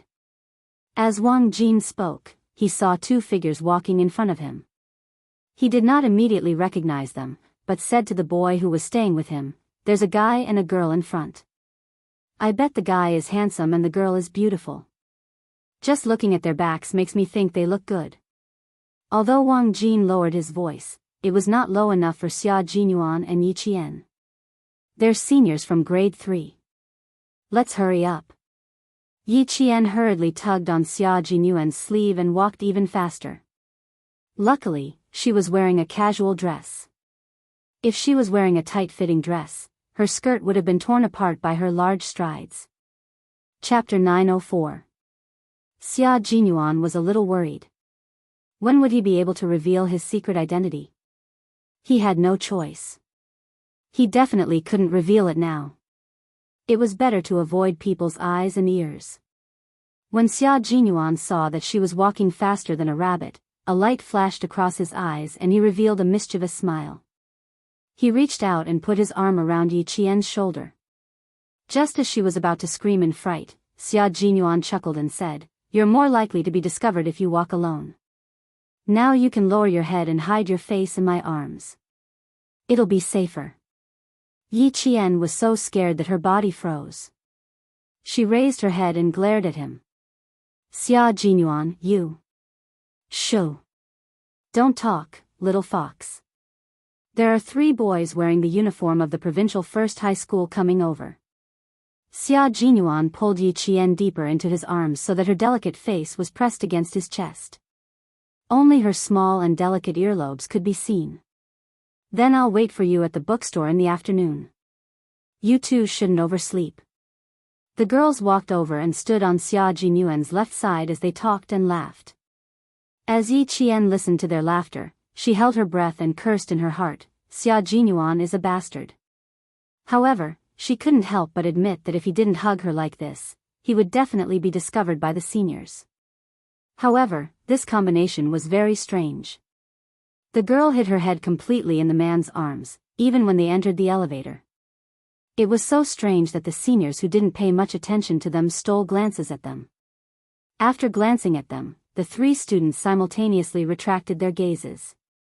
Then, the 3 of them secretly looked at each other and all of them pursed their lips and smiled embarrassedly. This guy was even more handsome than Yang Heng. However, he was a little cold, so they didn't dare to look at him for too long. In the elevator, Yi Qian's hands were tightly gripping onto Xia Jinyuan's clothes. Wang Jin, who was walking slowly upstairs, suddenly turned back after passing a row of rooms. He stared at the room number that he saw the girl and the guy walk out of. Wasn't this Yi Qian's room? That man and woman had walked out of Yi Qian's room. Holy shit! Was that woman's back view Yi Qian? Who was that man? It couldn't be Yang Heng. Yang Heng was tall, but he wasn't as tall as the man just now. The most important thing was his temperament. Yang Heng didn't have the temperament of the man just now. Fuck. Yang Heng, you have a love rival. Your love rival even came to your aunt's hotel to kidnap Yi Qian. The other party is very strong. You're in big trouble. I have to find Yang Heng. Something big has happened. Wang Jin threw his backpack and ran toward the elevator. As a brother, he had to tell Yang Heng about it. Wang Jin, who needed to go home immediately, ran straight to the restaurant and found Yang Heng. He said, "You have a love rival." Love rival? What nonsense are you talking about? Yang Heng had already finished his breakfast. Being blocked by Wang Jin, Yang Heng laughed and patted his friend's shoulder. Even though Wang Jin had purposely come to tell him about Yi Jian, Yang Heng's expression was obviously gloating. Yang Heng laughed and said, "Brother, you've really misjudged her. I don't have any feelings for Yi Jian, unlike you guys who were green with envy when she got into the car." Wang Jin didn't believe him. He looked at him with a look that said, "Stop pretending. Who would believe that you don't like Yi Jian?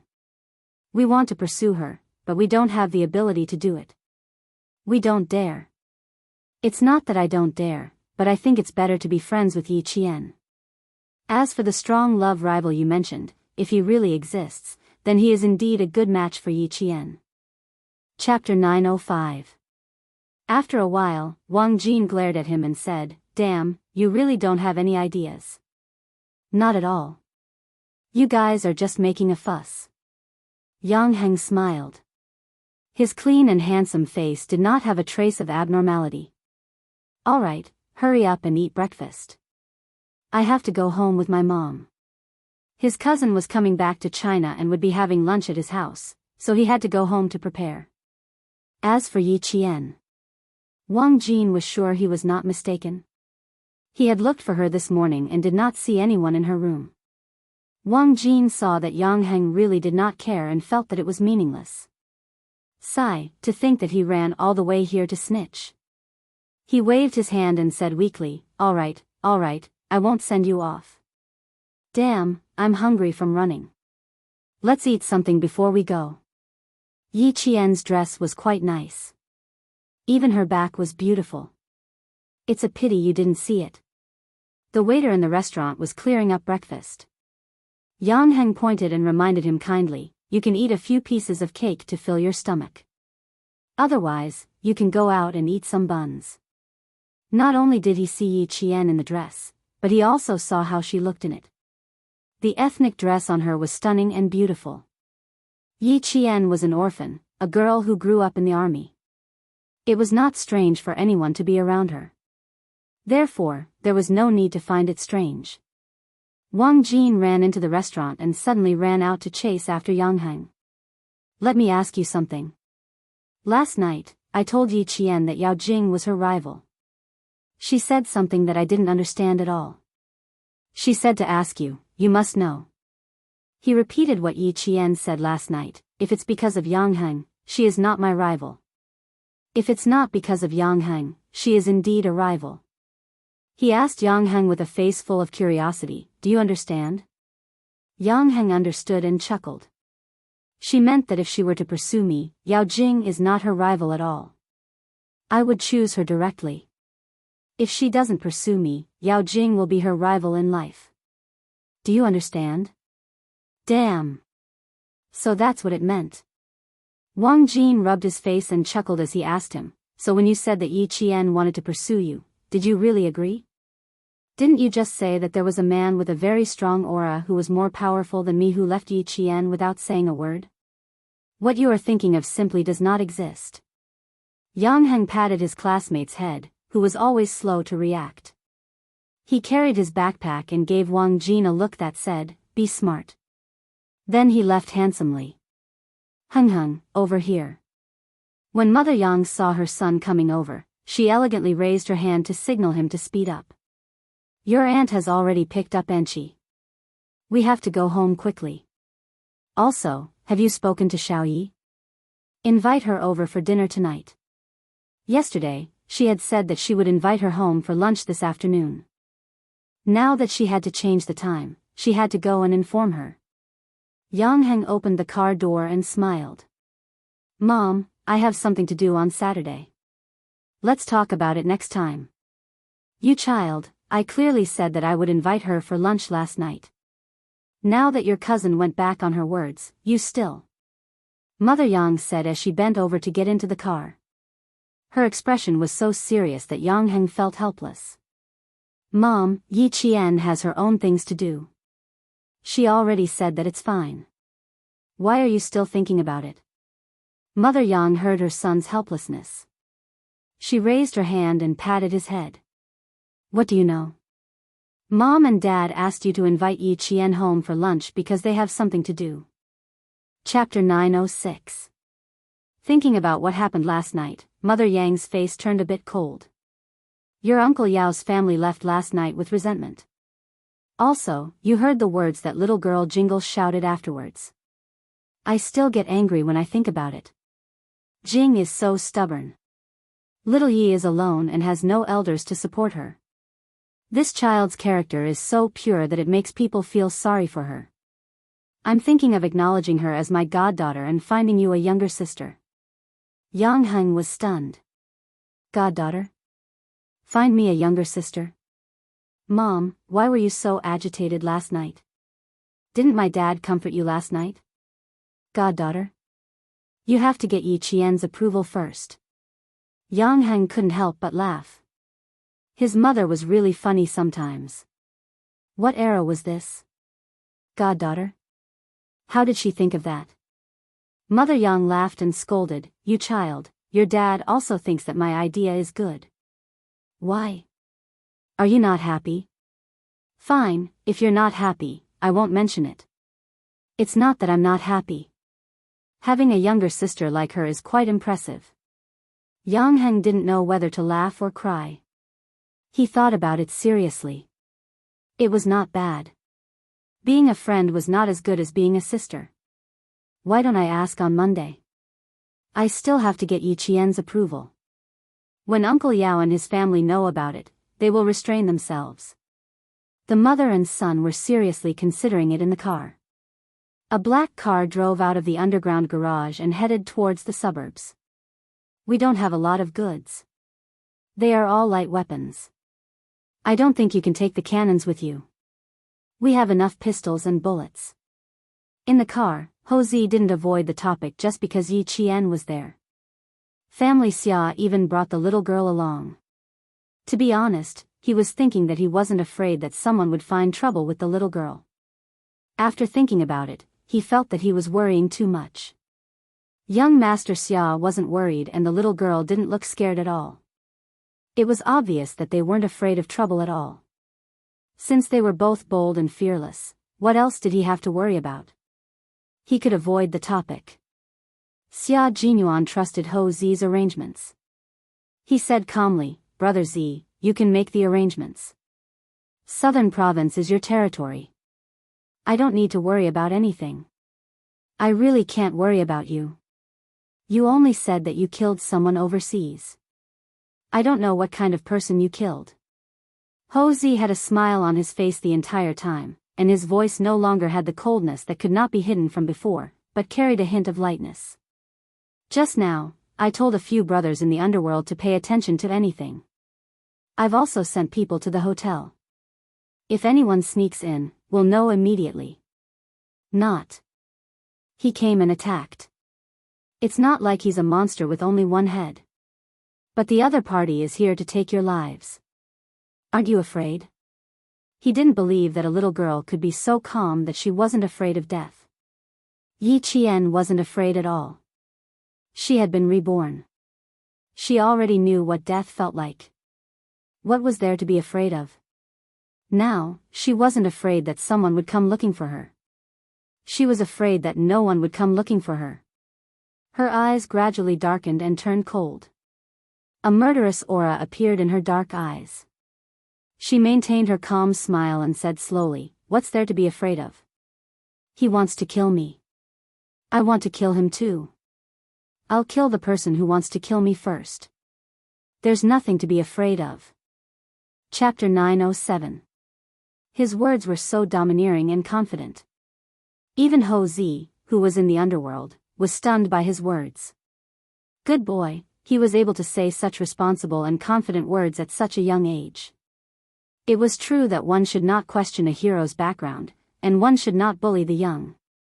After a while, Ho Zi couldn't help but applaud. Old Six, you're very lucky to be able to say such words. Zigu supports your decision. Even if you're young, you have to act in advance. Kill the person who wants to kill me in advance. That was what he thought back then, and that was how he got to where he was today. You're not afraid of anyone, but you're afraid of yourself. You're the one who destroyed your own hope and lost your own life. It was a bit far from the Venus Hotel to the place where the goods were hidden. It took more than 2 hours to drive. The place where the goods were hidden was a scenic area developed by Ho Zi, the Dalong Mountain Scenic Area. This was a scenic area developed by Ho Zi and the government in cooperation. It was filled with the latest foreign resources and had everything you wanted to do. There was also a very large golf course and a shooting range. Just these 2 projects alone were enough to attract countless rich people to come and visit. At the end of October, the maple leaves on Dalong Mountain were all red. There were also many tourists who came to enjoy the scenery. Yi Qian sat in the car and also enjoyed the beautiful scenery along the way. Ho Zi's personal phone calls were very few. There were only 2 calls in 2 hours. One of them happened to be someone who invited him to play golf at Dalong Mountain. The other party even brought his own client. You 2 go back to the villa and wait for me. This person has some background in the underworld in the north. I'll come over after I say hello. The car entered the scenic area at around 11:00 in the afternoon. Ho Zi gave a few instructions to the driver before getting out of the car and leaving. On the way, Xia Jinyuan spoke very little. Yi Qian noticed that his hand was in his trouser pocket. He was holding his phone and waiting for his comrade to call. He was waiting patiently. There was no trace of impatience on his handsome face. His gaze was as calm as a city in the sky. Occasionally, he would even raise his eyes to look at the beautiful scenery and point it out to her. From this, Yi Jianjian could see the distance between him and her. The car drove all the way to the villa's parking lot. Xia Jinyuan did not ask the chauffeur to get out of the car and open the door. Instead, he pulled Yi Qian out of the car and said, "You go in first. I'll come over later." He gently squeezed Yi Qian's palm, indicating for Yi Qian to be more careful. Although Ho Zi was someone he trusted, Yi Qian was a comrade he trusted enough to put his life in her hands. After the early autumn, the weather became cooler day by day. When they reached the mountains, the temperature dropped even lower. Yi Qian got out of the car in a dress. The wind in the mountains blew, and she couldn't help but shrink her shoulders slightly. "Put on your clothes and go in quickly." Xia Jinyuan's suit jacket was draped over Yi Qian's shoulders. Under the faint sunlight, the man who was looking down at her had exquisite facial features. When the sunlight shone on his face, it made her feel at ease. Yi Qian adjusted her clothes and followed the chauffeur into the villa. The signal in the mountains was not very good. Xia Jinyuan walked for about a kilometer before he stopped. Looking at the pitiful 3 bars of signal on his phone, Xia Jinyuan smiled slightly. His slender fingers quickly typed a set of numbers and sent it out without any punctuation. The mountain road was not easy to drive on, and the car they were in was quite old. However, the G3 never doubted that this car, which came from a small county, would be scrapped. Chapter 908. The phone in his trouser pocket vibrated slightly. As it was shaking, G3 turned his body and took out his phone. He took a good look at it. It was a set of numbers. He could not look at it in reverse. The first set of numbers was the geographical coordinates of the city limits, the second set was the district coordinates, the third set was the county coordinates, and the fourth set was the specific coordinates. After reading the message, G3 immediately erased the message and restored the phone to the factory settings. This was the most direct and safest way. It was simple and fast.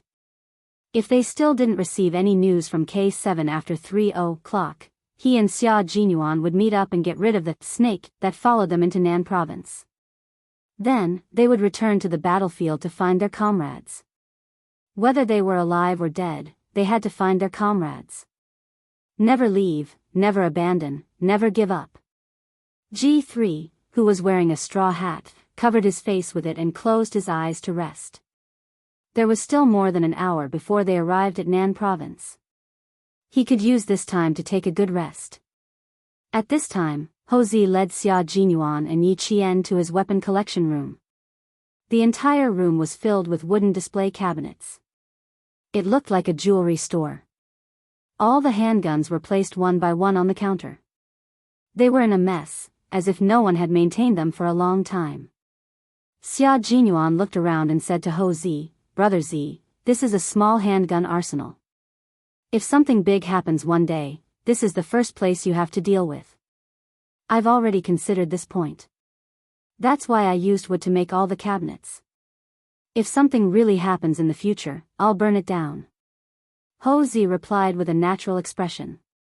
Her red phoenix eyes, which were so beautiful that they looked like they were drawn by a painter bit by bit, revealed a trace of coldness that seeped into her bones. A dangerous person who possesses the most dangerous thing is protection. It is also the most direct evidence of a crime. I have a hobby of collecting guns. I know that it's forbidden in our country. After I get them back through some means, I just put them on display. There was no one around Houzi. Even his personal bodyguards were outside the villa, which showed how cautious he was when it came to such matters. Houzi picked up a shotgun and smiled at Yi Qian. "It has a 6-round capacity. Doesn't it look like a shotgun?" He didn't want to continue on this topic. Xia Jinyuan didn't talk about it anymore. He turned around and picked out a gun for himself. This gun used to be called a shotgun or a musket. Now, it's sometimes called a shotgun. Brother Z, it's not about whether it looks like a shotgun or not. This is a 1995 Benelli M1. Yi Jian took the shotgun made by the Benelli company from his hand and gently stroked the barrel with her finger. Under Houzi's surprised expression, she said indifferently, "This is developed for the military and the police. It uses the automatic recoil mechanism. This series of guns uses aluminum alloy magazines, which are light, sturdy, and durable." Unfortunately, it wasn't suitable for him and Xia Jinyuan. It had a 6-round capacity. Even if it had great lethality, it wasn't convenient to carry around. Houzi's impression of Yi Qian changed drastically. "You even know about this? Yi Qian, are you really just a high school student? Are you really not hiding your age? Are you sure you're a student?" While Yi Qian was talking, Xia Jinyuan picked up a Colt M200 pistol. Chapter 909. The Colt M2000 pistol fired 9mm labellum bullets. The gun was only 195mm and weighed only 0.82 kilograms. However, the magazine had a capacity of 15 bullets and an effective range of 50 meters. Yi Qian put the shotgun back in its original position and glanced at the pistol he had picked. His gaze swept over all the guns and locked onto the Colt M2000 pistol. "There are 3 in total. You can pick all of them." She walked to the display cabinet and picked up the other 2 Colt M2000 pistols from 2 different places. The shooting accuracy is very good. The power index is also very high. The ergonomics index is also not bad. You can bring all 3. Isn't that right, Brother Z? She asked him if he was right after she finished picking. Houzi raised his eyebrows and looked at the 2 pistols she had picked up in just a few seconds. He looked at Yi Qian thoughtfully and smiled. "You know more about guns than I do. If you say it's right, then it's definitely right. Then we won't hold back. Also, Brother Z, you separated the guns and bullets. Where do you keep the magazines?" Yi Qian waved the 2 Colt M2000 pistols in his hands.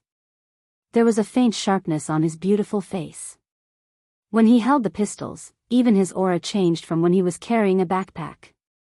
When he saw Yi Qian holding the pistols, Houzi, the boss of the underworld, couldn't help but think to himself, what kind of girl did Xia Jinyuan find? Why is she so strange that it makes me feel a little guilty? There were no less than 200 guns in his small weapons room. He liked to collect them. After he collected them, he would play with them for a while and then put them aside. After a long time, he didn't even know where the pistols were kept. He also couldn't remember if he kept one or a few of the same type of guns.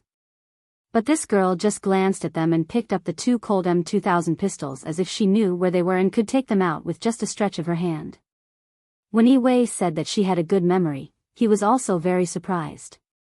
However, it was far from being surprised to the point where he felt guilty. There were only two people who had made Ho Zi feel guilty.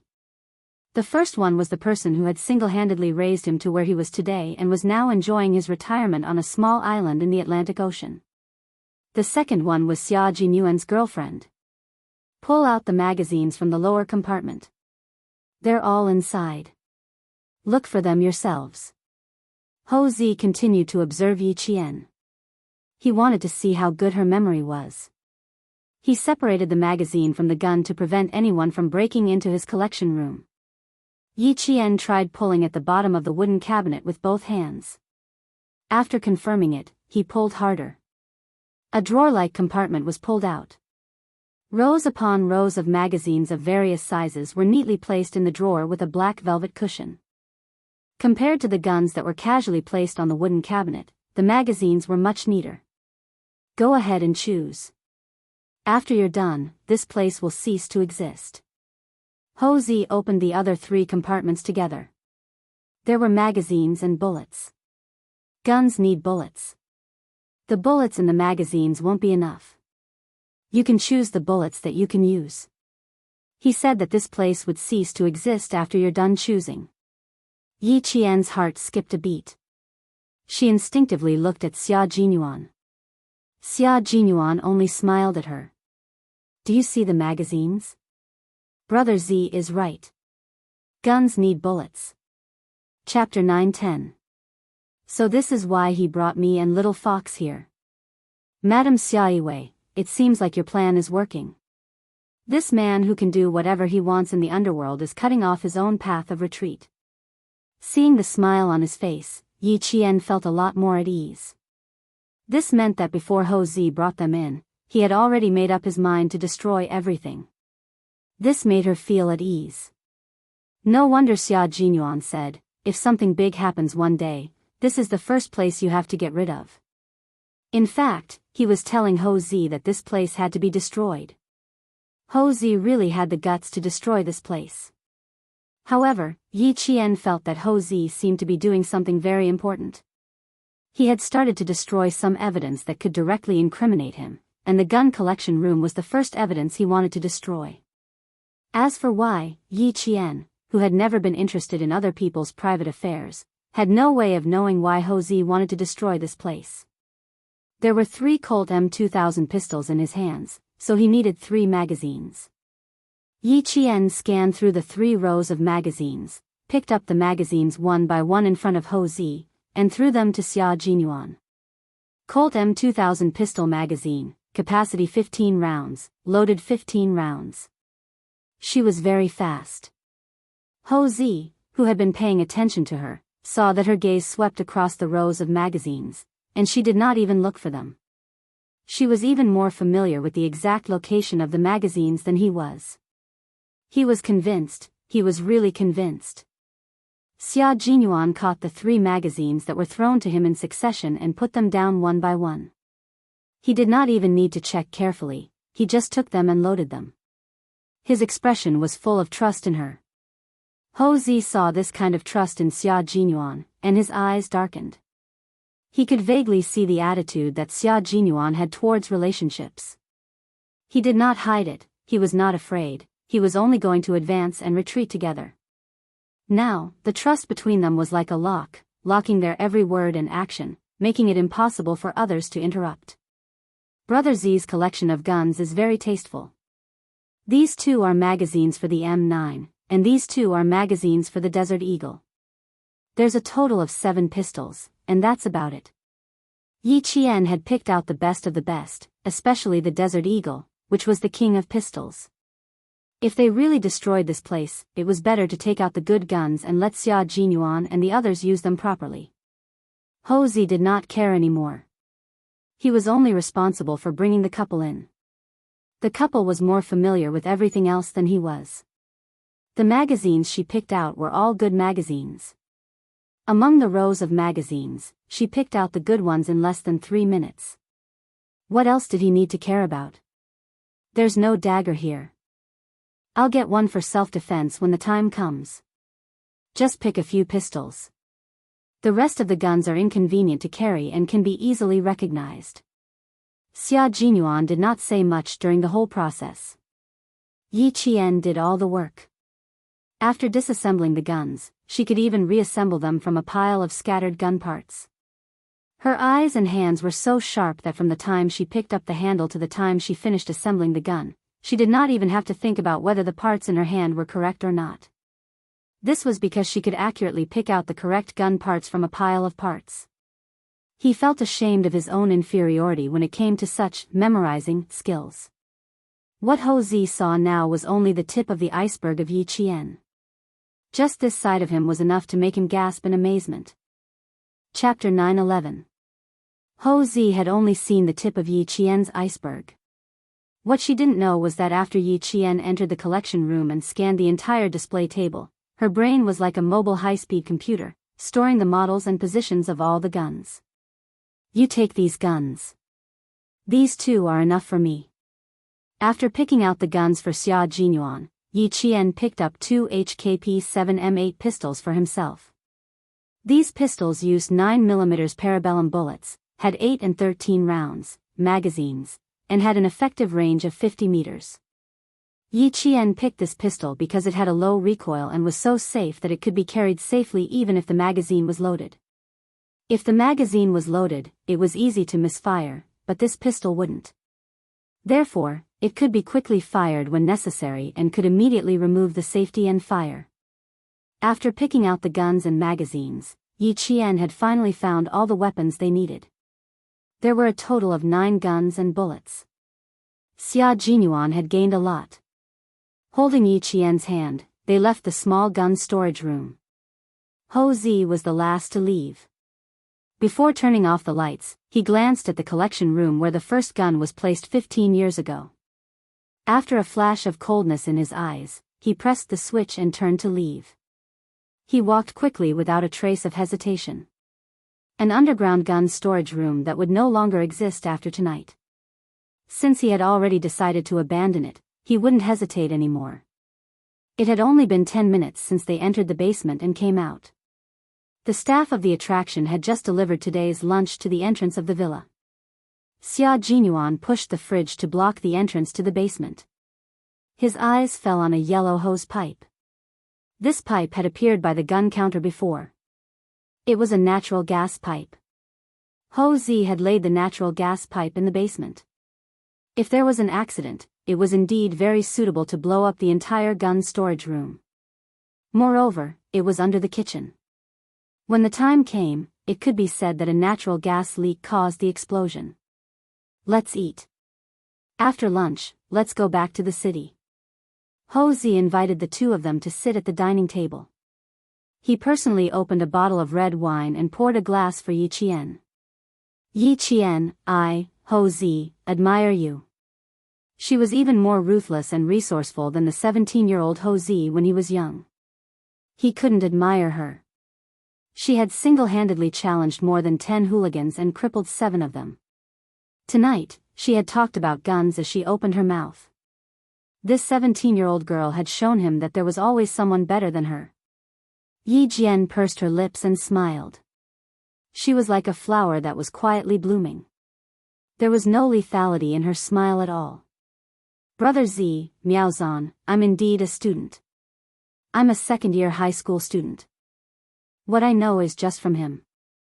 He glanced at Xia Jinyuan, who had started eating gracefully, and continued with a smile, I learned from him. That's all I know. Ho Zi laughed. The girl was quite wary of him. He said to Xia Jinyuan, who acted as if it had nothing to do with him, you're really lucky to have such a good girl. Come, Brother Z, I'll toast you for your unique taste. Also, to your reminder.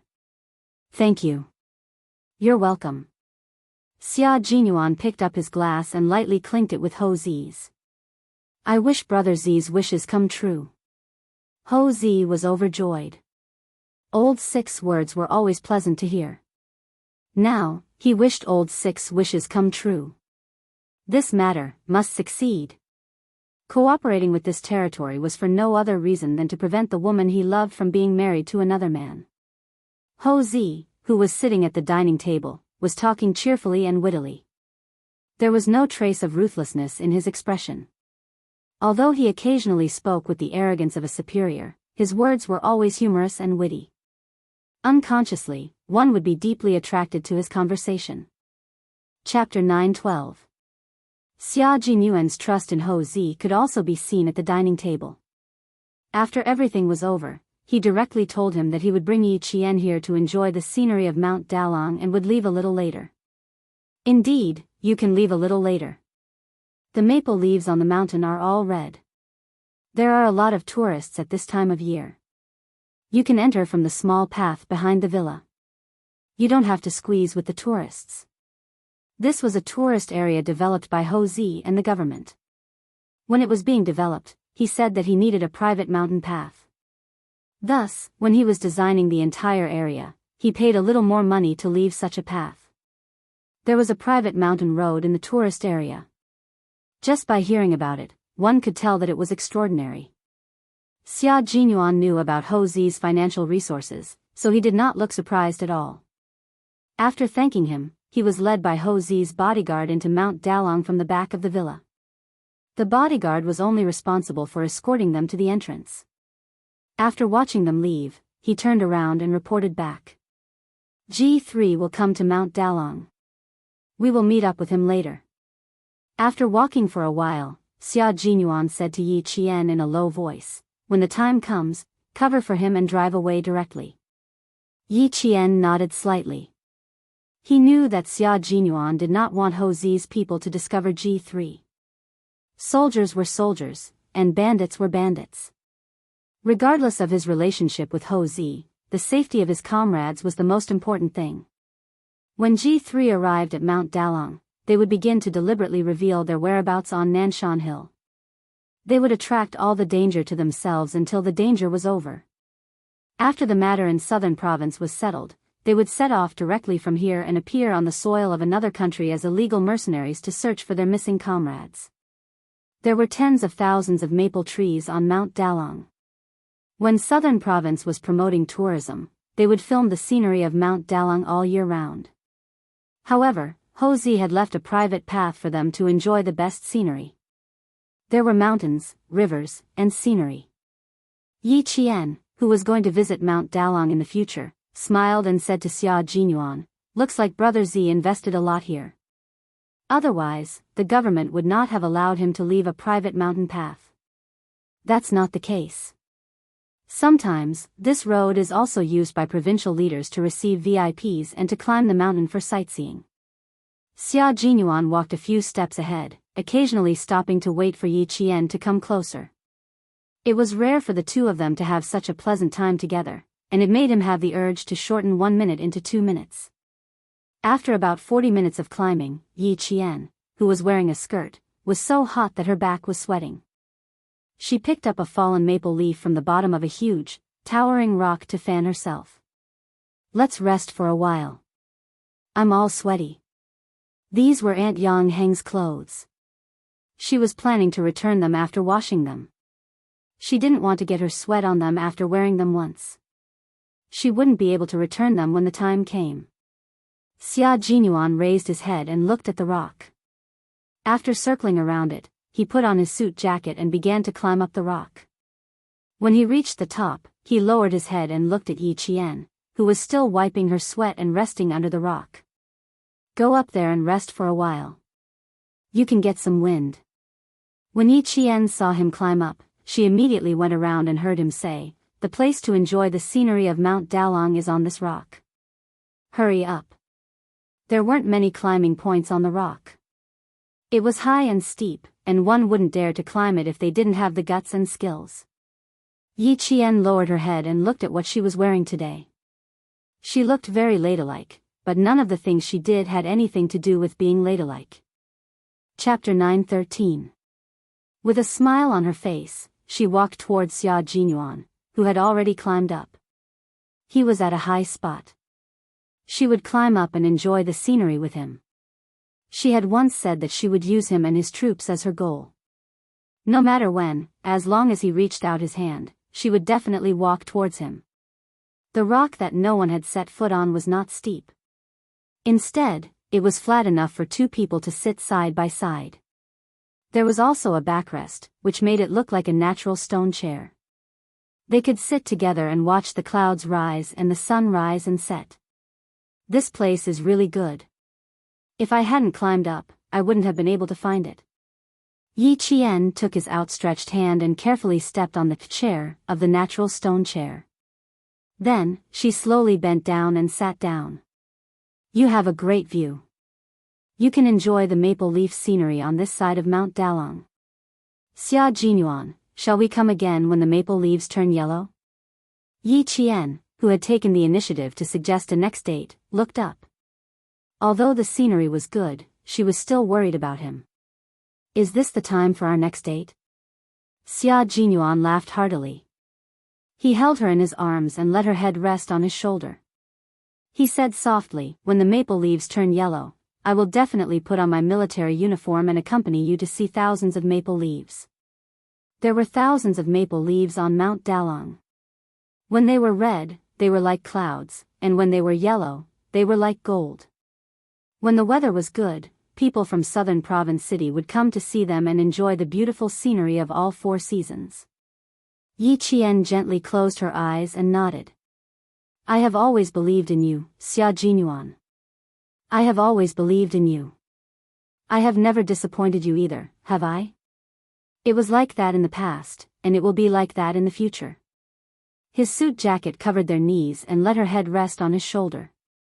This was the most peaceful and beautiful time for the two of them to be together. Even the indifferent little fox beside him took the initiative to approach him. Xia Jinyuan thought to himself, if the first time doesn't work, I have to at least try a few more times. Xia Jinyuan glanced at the bottom of the rock and saw a small, square, and colorful aluminum foil bag. With his good eyesight, he took a casual glance and saw the English words on the aluminum foil bag clearly. Xia Jinyuan, who had originally planned to bring Yi Qian back to the hotel next time, wanted to get up and leave immediately after seeing an imported brand aluminum foil bag in a place like this. But the little fox seemed to like this place. Xia Jinyuan sighed softly and whispered, let me tell you something. The story of Xia Yiwei and Ho Zi. Why are you suddenly talking about them? Yi Qian immediately raised her head and looked at him with a puzzled expression. She frowned and said, did you discover something? His gun collection? Ho Zi brought us here to look at the goods. I'm guessing that he's starting to pull back. He kept hundreds of guns in his villa. These are direct evidence of his crimes. He started to destroy these things before marrying Xia Yiwei. Since she mentioned the gun collection, he decided to start from there. Xia Yiwei likes maple leaves very much. The second time she met Ho Zi was in Xiangshan. In order to take the most beautiful maple leaf scene, she was only 17 years old at the time and forced herself to a dead end. It was Ho Zi who risked his life to save her. This should be the place where the two of them watched the maple leaves together. Most people wouldn't notice. I think the two of us will have to choose a new place next time. Xia Jinyuan smiled faintly and pointed at the bottom of the rock. And this place is where the two of them do some private things. Why don't we go somewhere else now? Chapter 9:14. Yi Qian wanted to ask how he knew this was the place where Xia Yiwei and the others were meeting, but when he saw Yi Qian pointing at the bottom of the rock, he looked down. After he finished looking, Yi Qian looked up and said seriously, we should leave immediately. This is their bed. We're sitting on their bed. So bold. They're doing intimate things on the rock. Aren't they afraid of falling? Aren't they afraid of being seen doing intimate things on the rock while admiring the beautiful scenery? Yi Qian didn't even dare to think about it. He grabbed the rock with both hands and stood up. He showed his toughness from training and quickly flipped over the rock without Xia Jinyuan's help. Xia Jinyuan was too embarrassed to say anything when it came to this. He had never used condoms before. Yi Qian didn't even need to say anything. He had never used condoms in his 2 lifetimes and had never even tried to understand them. Let's go to the main mountain path. The coordinates are clear, so G3 will be able to find us easily. Xia Jinyuan saw her awkward expression and laughed in his heart. He restrained his expression and said, he should be here soon. We'll wait for him at the top of the mountain. If they met in a crowded place, they wouldn't attract attention even if they went down the mountain one after the other. There were metal fences on both sides of the private mountain path to prevent tourists from entering. After about 400 meters of the rock, they saw people guarding the end of the metal fences. When they saw the two of them, they immediately opened the fences. Hello, Brother Xia. Z said that the car you want is parked in the villa's garage. You can go down and get the car keys from the security guard. The people guarding here were all Ho Zi's own people, so one could imagine how cautious he was. Xia Jinyuan nodded and thanked him. Then he held Yi Qian's hand and walked towards the main mountain path. Ho Zi is invincible in southern province. You can see his personal ability from a small matter. I even asked you to cover for me, but he already guessed that my comrades would come to the scenic area. It's good that we're friends. If we're enemies, he's definitely a terrifying opponent. Ho Zi doesn't seem like a person who can't differentiate between good and evil. He should be a person who will kill anyone who stands in his way. I don't think he would casually make a move if you don't intentionally hinder him. Although he had only met Ho Zi twice, Yi Qian's intuition told him that Ho Zi was a very principled person in the underworld. That was indeed the case. Otherwise, Xia Yiwei would not have been willing to give up the opportunity to return to the capital and choose to stay in the southern province after following him for 17 years. Walking to the main mountain road, because it was Saturday afternoon, there were more tourists coming to the mountain to see the maple leaves. Tourists came and went everywhere. There were also couples holding hands, laughing as they climbed to the top of the mountain. Let's hold hands too. Seeing the fourth couple pass by, Xia Jinyuan stretched out his hand and smiled at Yi Qian. Let's climb up together, shall we? He only stretched out his hand, but he did not directly hold her hand. Yi Qian's fingertips twitched slightly. Then she calmly stretched out her left hand and placed it in his slender and strong hand. She did not even look at Xia Jinyuan's expression and hurriedly looked up the mountain. It will take more than an hour to climb up. Do you have time? Yes, we have a lot of time. An hour is also our time. She stretched out her hand and Xia Jinyuan immediately held it tightly. We have a lot of time. This was the first time she held hands in public. It was also the first time she stood under the sun with a man. How did it feel? Chapter 9:15. It felt like the warm sun in winter, so warm that it chased away the cold. It felt like the morning breeze in spring, blowing away the dampness of the rainy season. It felt really good. I'm Yi Qian's boyfriend. Yi Qian, who are you to Xia Jinyuan? He held her hand and interlocked his fingers with hers. His deep voice was filled with joy as he smiled and asked her, who are you to Xia Jinyuan? Finally, he was able to hold her hand in public like an ordinary couple. They were able to walk hand in hand intimately, letting others know at a glance that they were a couple. Xia Jinyuan felt like he had walked halfway through a long journey and finally saw the light of dawn waiting for him. In the face of the insatiable man, Yi Jian glanced at him and said calmly, who can I be to you? Captain Xia, don't think too much. I just don't want people to keep looking at me from time to time. He lifted his chin slightly and looked up. He chuckled softly and said, I just don't want the people upstairs to keep looking at me.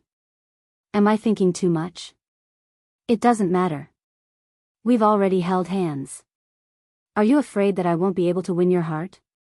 Xia Jinyuan smiled until his dark eyes sparkled. He looked up calmly and swept his gaze across the faces of the single men in front of him. The moment his gaze landed on them, his indifferent eyes turned cold and ruthless. He immediately retreated with his gaze and looked at the men of Yi Qian repeatedly. Little Fox was dressed beautifully today. Even without her school uniform, she looked much more mature. Although she looked young and inexperienced, she had a calm temperament and did not look like a high school student. She looked more like a college student. She looked like a college student. Little girl, that's why she dared to hold hands with me. Yi Qian watched as he used his gaze to scare away the men who kept looking at her. He lowered his head and pursed his lips into a smile.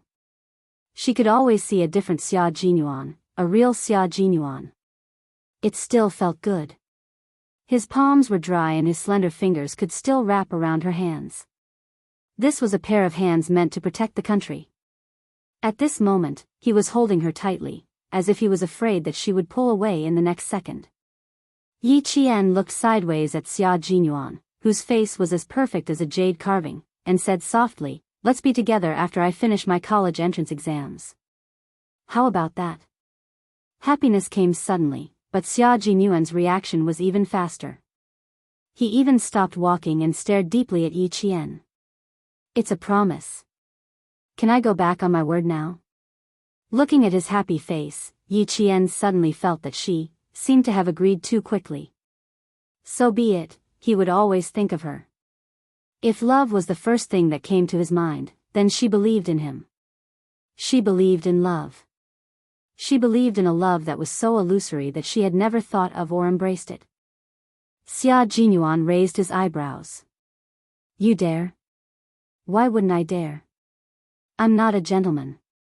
Under the urging of the passers-by behind, Yi Qian's eyes were filled with sweetness. He laughed and said, "I'm going back on my word now." "What can you do to me?" What else could he do to her? That might not necessarily be the case. There were many ways to do so. Being able to stand side by side sweetly in action, this kind of love was too difficult to come by. He had thought of what he wanted to do to her 1,000,000 times in his heart. 1,000,000 times in his heart. Just thinking about it made his heart beat faster. Xia Jinyuan, whose smile was much more restrained, looked meaningfully at the smirking little fox. Later, he would find a deserted place and kiss her properly. Chapter 9:16. Previously in the hotel, she only touched him lightly. How was that enough? She couldn't do anything else, but kissing was still fine. A 17-year-old kiss was pure and innocent. Having her at the age of 17 was the luckiest thing for the 23-year-old Xia Jinyuan. Xia Jinyuan kept holding Yi Qian's hand as he pondered. When they passed by a stone tablet with a simple mountaineering map, he glanced at it and saw a green path labeled Lover's Path. Lover's Path. It's time to walk it. They were still climbing the main path with stone stairs. One step after another was enough to make one's knees weak. Some elderly people who were tired would rest in the stone pavilions. Ho Zi had put in a lot of effort to develop this scenic area. No wonder so many elderly people came to climb on Saturdays. There were many elderly and middle-aged people. There are a lot of people up ahead. Let's go this way. After walking for about 100 meters, Xia Jinyuan held Yi Qian's hand and entered a small path. He was so fast that Yi Qian, who was focused on climbing, didn't see a wooden sign with the words Lover's Path on it. Lover's Path was a path for young people. It wasn't paved with stone slabs. It was a mountain path made by stepping on foot. If the trees on both sides were trimmed slightly, it would be a winding path suitable for lovers to climb. It's too steep here. Let's go out, okay? Aya, it's too hard. My feet hurt. A woman's coquettish voice came from up ahead. A man coaxed softly, "It's not steep. It'll be fine after we get past here. How about I carry you?" After the sweet conversation, a woman's soft voice came from behind. Yi Qian stopped in his tracks and whispered to Xia Jinyuan, "Let's go later. Don't disturb them. This is a lover's path. It's a path for lovers. We can do what lovers do and not disturb each other." Xia Jinyuan was a man who was good at seizing opportunities. When she stopped, he pulled her into his arms and said, "Let's do a lover's thing." He didn't give Yi Qian a chance to escape.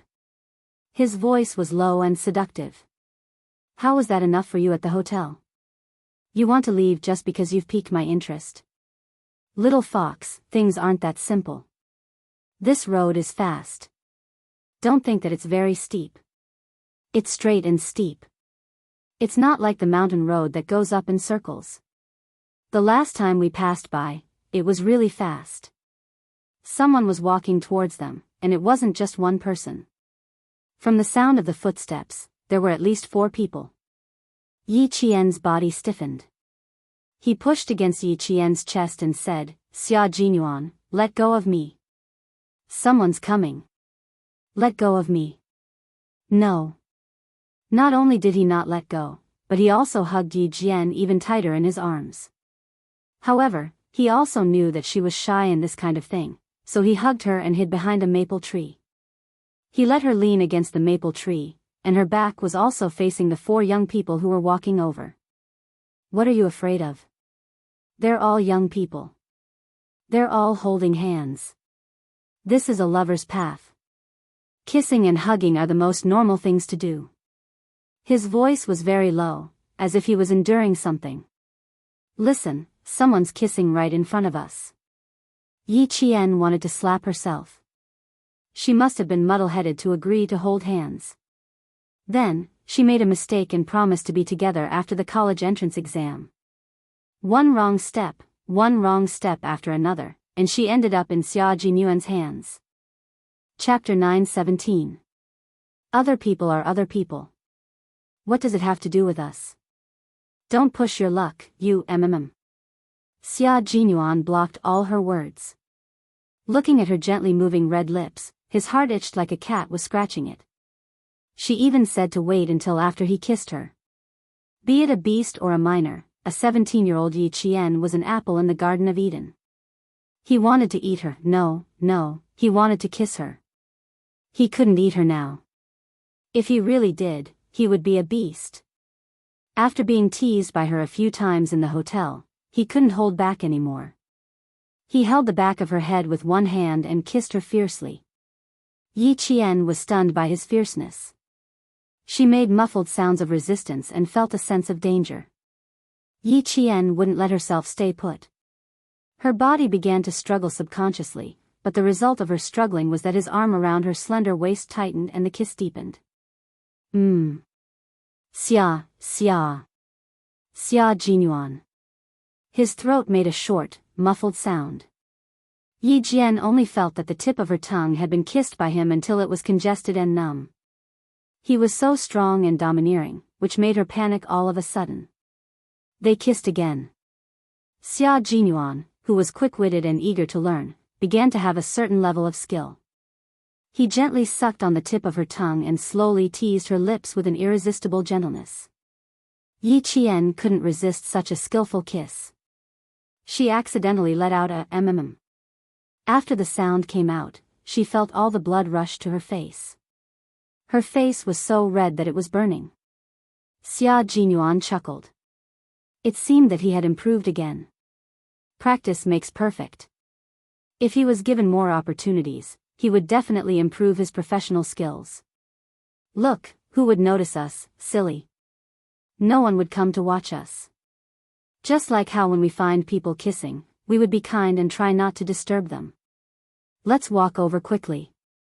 His voice became more mellow and hoarse. The ambiguity in his tone became more obvious. How is it? Did I improve? Yi Qian closed her eyes. That voice just now made her shy to speak. That voice was very unfamiliar to her. It didn't sound like her voice at all. It was delicate and soft, as if water could drip from it. Yet, it was his own voice. She kept her eyes closed. She was so shy that even her eyelashes were trembling slightly. Xia Jinyuan couldn't help but lower his head and place a gentle kiss on the lips. How can you be so shy? We are lovers, we will have intimate contact. What we do is a normal process for a man and a woman. Little fox, are you shy? Or are you resisting? Why don't we give it another try? He lowered his head as he spoke, and his hot breath blew on her face. Yi Qian was so shocked that she quickly opened her eyes. However, she didn't look at him first. Instead, she looked around guiltily. Then, she gritted her teeth and said, Xia Jinyuan, do you want to see how old the girls kissing are? I'm still young. How dare you kiss in public? Aren't you afraid of being discovered? Also, your identity, your identity. Oh, so she wasn't resisting. She just couldn't kiss in public. Xia Jinyuan had an epiphany. He smiled and said, well, let's find a place where there is no one around next time. A place where no one will see or discover us. For example, in a room. What do you think?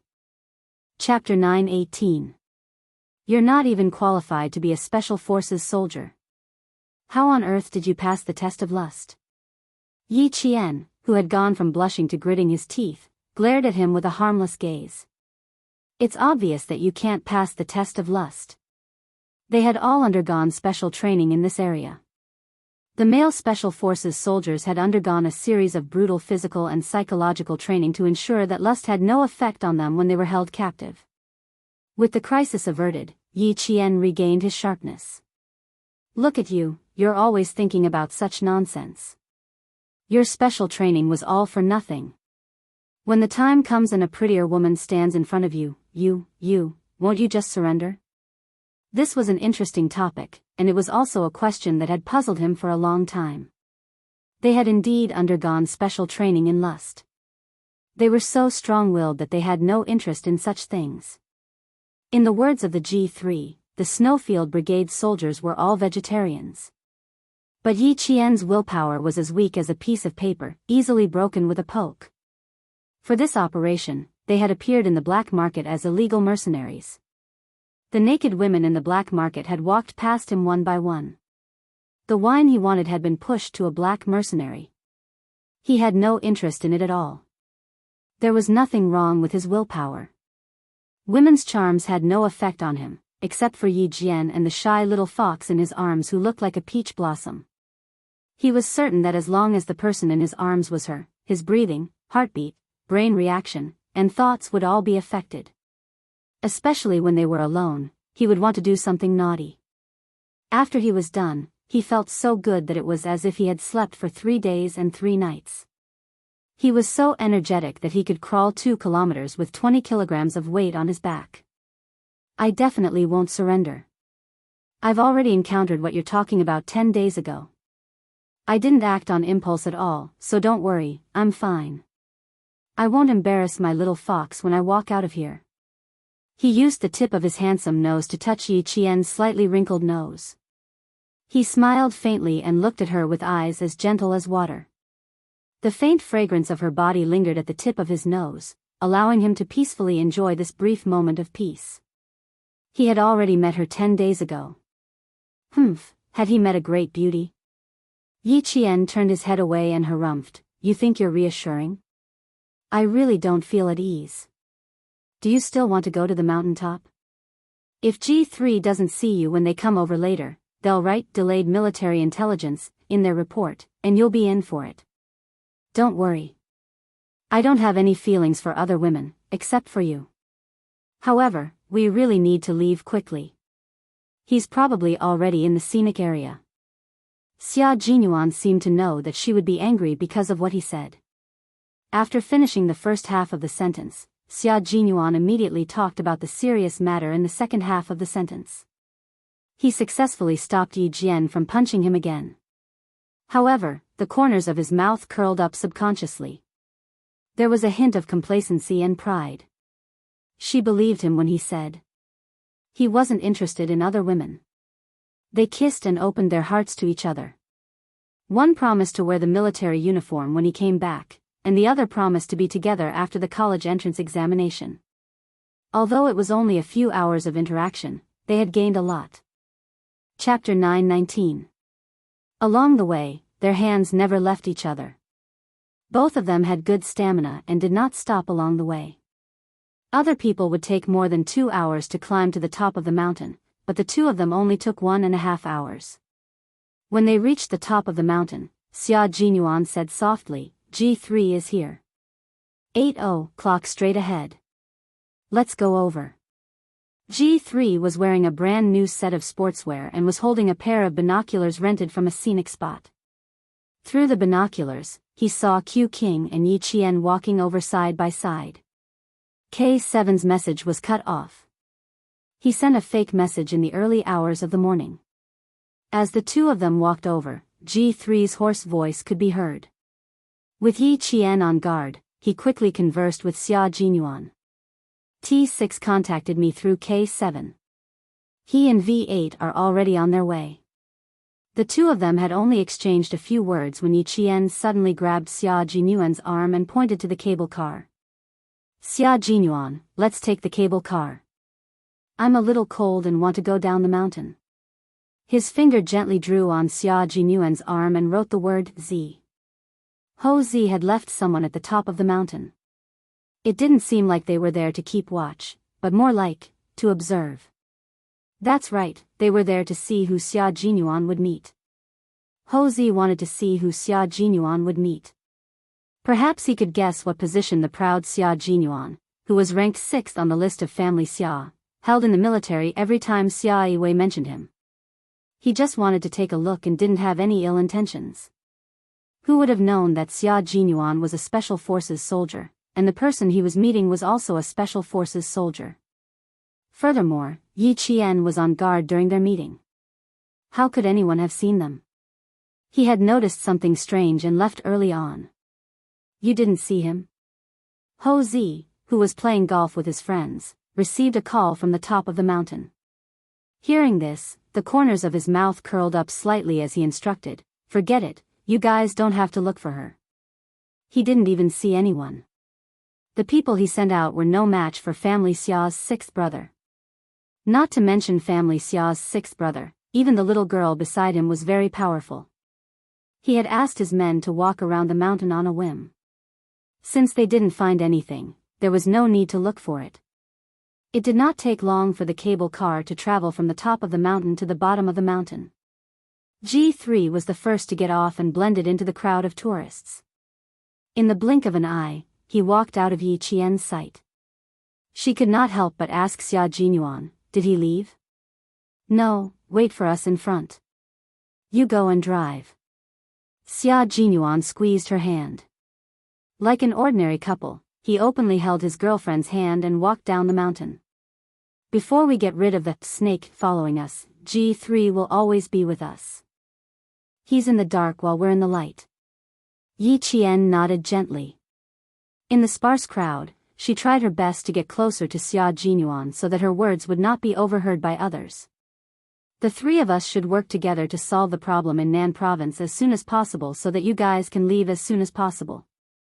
Okay, no later than tomorrow night. So, little fox, from now until tomorrow morning, you'll have to stay by my side for about 48 hours. Let me see if you've regressed within 48 hours. You haven't trained for more than 10 days since you came back from Bafang." It was easy for her to become rusty if she did not train for more than 10 days after her hand was grazed by a bullet. She did not train with the soldiers, but she had been training under Principal Chen's arrangement all this time. She raised her eyebrows and her beautiful chin slightly. "It's just that I didn't increase the amount of training. My daily basic training is 365 days, and it won't be interrupted no matter what." Chapter 920. Not even on special days? Looking at her smiling face that was like a flower and her eyebrows that were filled with sunshine, Major Xia inadvertently started to become energetic again. This energy was like the tip of a bamboo shoot that emerged from the spring soil. It could not be broken even if one pinched it, and it grew day by day. Yi Qian unceremoniously elbowed him in the chest, causing Major Xia to clutch his chest and twist slightly. "I was wrong, I was wrong, I was wrong." Despite the pain, he quickly grabbed her hand and did not let go. He softly begged for mercy, "I was really wrong, I deserved to be hit. But I didn't mean anything else, I was just concerned. Don't all girls have special days? You're still growing, you can be harsh on yourself, but on special days, you really don't have to. Xia Jinyuan, I want to tape your mouth shut." Yi Qian forcefully shook off his hand, her pink face flushed red, as if she was angry. But in her anger, her frown and smile made passers-by think that she was an angry girlfriend acting coquettishly with her boyfriend. Xia Jinyuan's voice became softer and warmer. "It's not too late for you to seal it when we're back in the room. Now is not the time. G3 is in front. He'll laugh at me if he sees it. Laugh at you for what? Yi Qian snorted and glared at him coquettishly. Does he dare to laugh at you? It was a good sign that she was already protecting him before they were even together. Xia Jinyuan's smile deepened. He did not realize that in his deep eyes, there was an almost unconditional affection for her. Yes, he doesn't dare to laugh. If he dares to laugh, your fists won't let him off. That's not what I meant. I meant that he doesn't dare to laugh at you because of your status. Yi Qian was angered by his twisted logic. Just you wait, there will be a good day for him. Don't talk about things that make me embarrassed. If you do, I'll remember it. Sooner or later, I'll settle the score with you. This threat was big enough. Xia Jinyuan, who understood the situation, immediately shut up and naturally changed the topic. Silly, no matter what our status is, he won't laugh. He'll only give us his blessings. Although her chest was still aching, it could not beat the sweetness in her heart. It was so sweet that her heart felt as if it had brewed honey from 100 flowers, fragrant and sweet. Holding her hand tightly, he strode forward and said in a low and deep voice, as if he was making an oath, "We'll make them give us their blessings and never let go of each other's hands. You are my lover and my comrade. Yes, you are my lover and my comrade. I have to thank you for holding my hand throughout the journey, teaching me step by step. Xia Jinyuan, I'm really grateful to you." Holding his slender and broad hand, Yi Jian walked out with her head held high. She was as cold as the young major beside her. She hoped that they would continue to walk together like this, through all the hardships, and never leave each other. At this moment, she was indeed hoping for that. Unknowingly, they caught up with G3 again. The three of them walked at a moderate pace and even communicated secretly when no one was paying attention. When they reached the foot of the mountain, Yi Qian said to Xia Jinyuan, "I'll get the car. Wait for me." G3 also knew that she could drive. After Yi Qian left, G3, who was standing under a tree, said to Xia Jinyuan, who was standing in front of him with his hands in his pockets, "Yi Qian seems to know something. Did you tell her?" Chapter 921. She doesn't know who we killed, but she knows everything. Xia Jinyuan looked at the end of the decapitation operation and quickly separated from his comrades. He raised his fist and smiled. "Congratulations." G3 extended his fist. After the two men's fists lightly bumped, G3 understood. "The fact that the military agreed to let Yi Jian join must have something to do with you. Otherwise, they wouldn't let her join such a dangerous mission." "That's right, but I really didn't tell her before." Xia Jinyuan tapped his head, and the smile in his eyes was brighter than the blue sky. "She's very smart. I only told her that I was changing my clothes along the way, but she suddenly reacted so quickly that I almost told her everything." G3 was speechless. Why did he sound like he was showing off? After a moment of silence, he said, "J5 is recuperating. This time, the team suffered a heavy loss. After this is over, think of a way to get someone to write the 10,000-word report. Let K7 do it. Although he's a forensic doctor, he's very logical. Let him write it." He hadn't found anyone yet, but he had already agreed to let him write the report. Of course, he also hoped that his comrade could return safely. There were some words that couldn't be said while crying like a girl. Saying it in a different way would make him feel much better. We're all waiting for him to come back and write it. The car is here. There's good stuff in it. Get in the car and check it out. Yi Qian picked them up for us. She finished picking them out in 5 minutes. The sound of a car engine came from afar. A white imported Mercedes-Benz was driven over by Yi Qian. An old man crossed the road. Xia Jinyuan saw that she stopped steadily and gave way to the old man out of courtesy. G3's gaze landed on Yi Qian, who was sitting in the car. A faint smile appeared on his face. "She's very strong and used to our life. Q King, it was the right choice to take action against a girl like her. Other girls can't accept our life, but Yi Qian can. Moreover, she will work hard to integrate herself into our lives. If I meet such a girl, even if she has a boyfriend, I will snatch her away. Xia Jinyuan chuckled softly and said, after the matter in southern province is settled, we have to prepare some masks for our trip to the desert. Last time, I inhaled a little too much dust and sand. I can still cough out sand after 2 days back. After settling the domestic affairs, Xia Jinyuan needed to go to a country near the desert where there was little rain. The city's plumbing was well designed, but it was a little too short, which made them feel a little uncomfortable. If you don't find it tiring to carry me, that's totally fine. After G3 finished speaking, he saw the car drive over again. After seeing the brand of the car clearly, he couldn't help but raise his eyebrows. What kind of friend did you make? How generous. If nothing goes wrong, we'll start racing tonight. We need a good car. Xia Jinyuan didn't even let Yi Qian get out of the driver's seat. He opened the back door and bent over to get in. G3 followed behind him. Ho Zi's people only appeared at the top of the mountain. When Yi Qian took the car keys, Ho Zi's most valued assistant said, Brother Z said that he didn't mean any harm. He just wanted to take a look.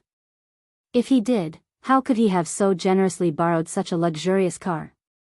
Please tell Brother Z that Lao Lu and I believe in him. Yi Qian's reply was so straightforward that Ho Zi, who was playing shooting with his friends, burst out laughing when he heard his assistant's message. Chapter 922. Interesting, this young lady is indeed interesting.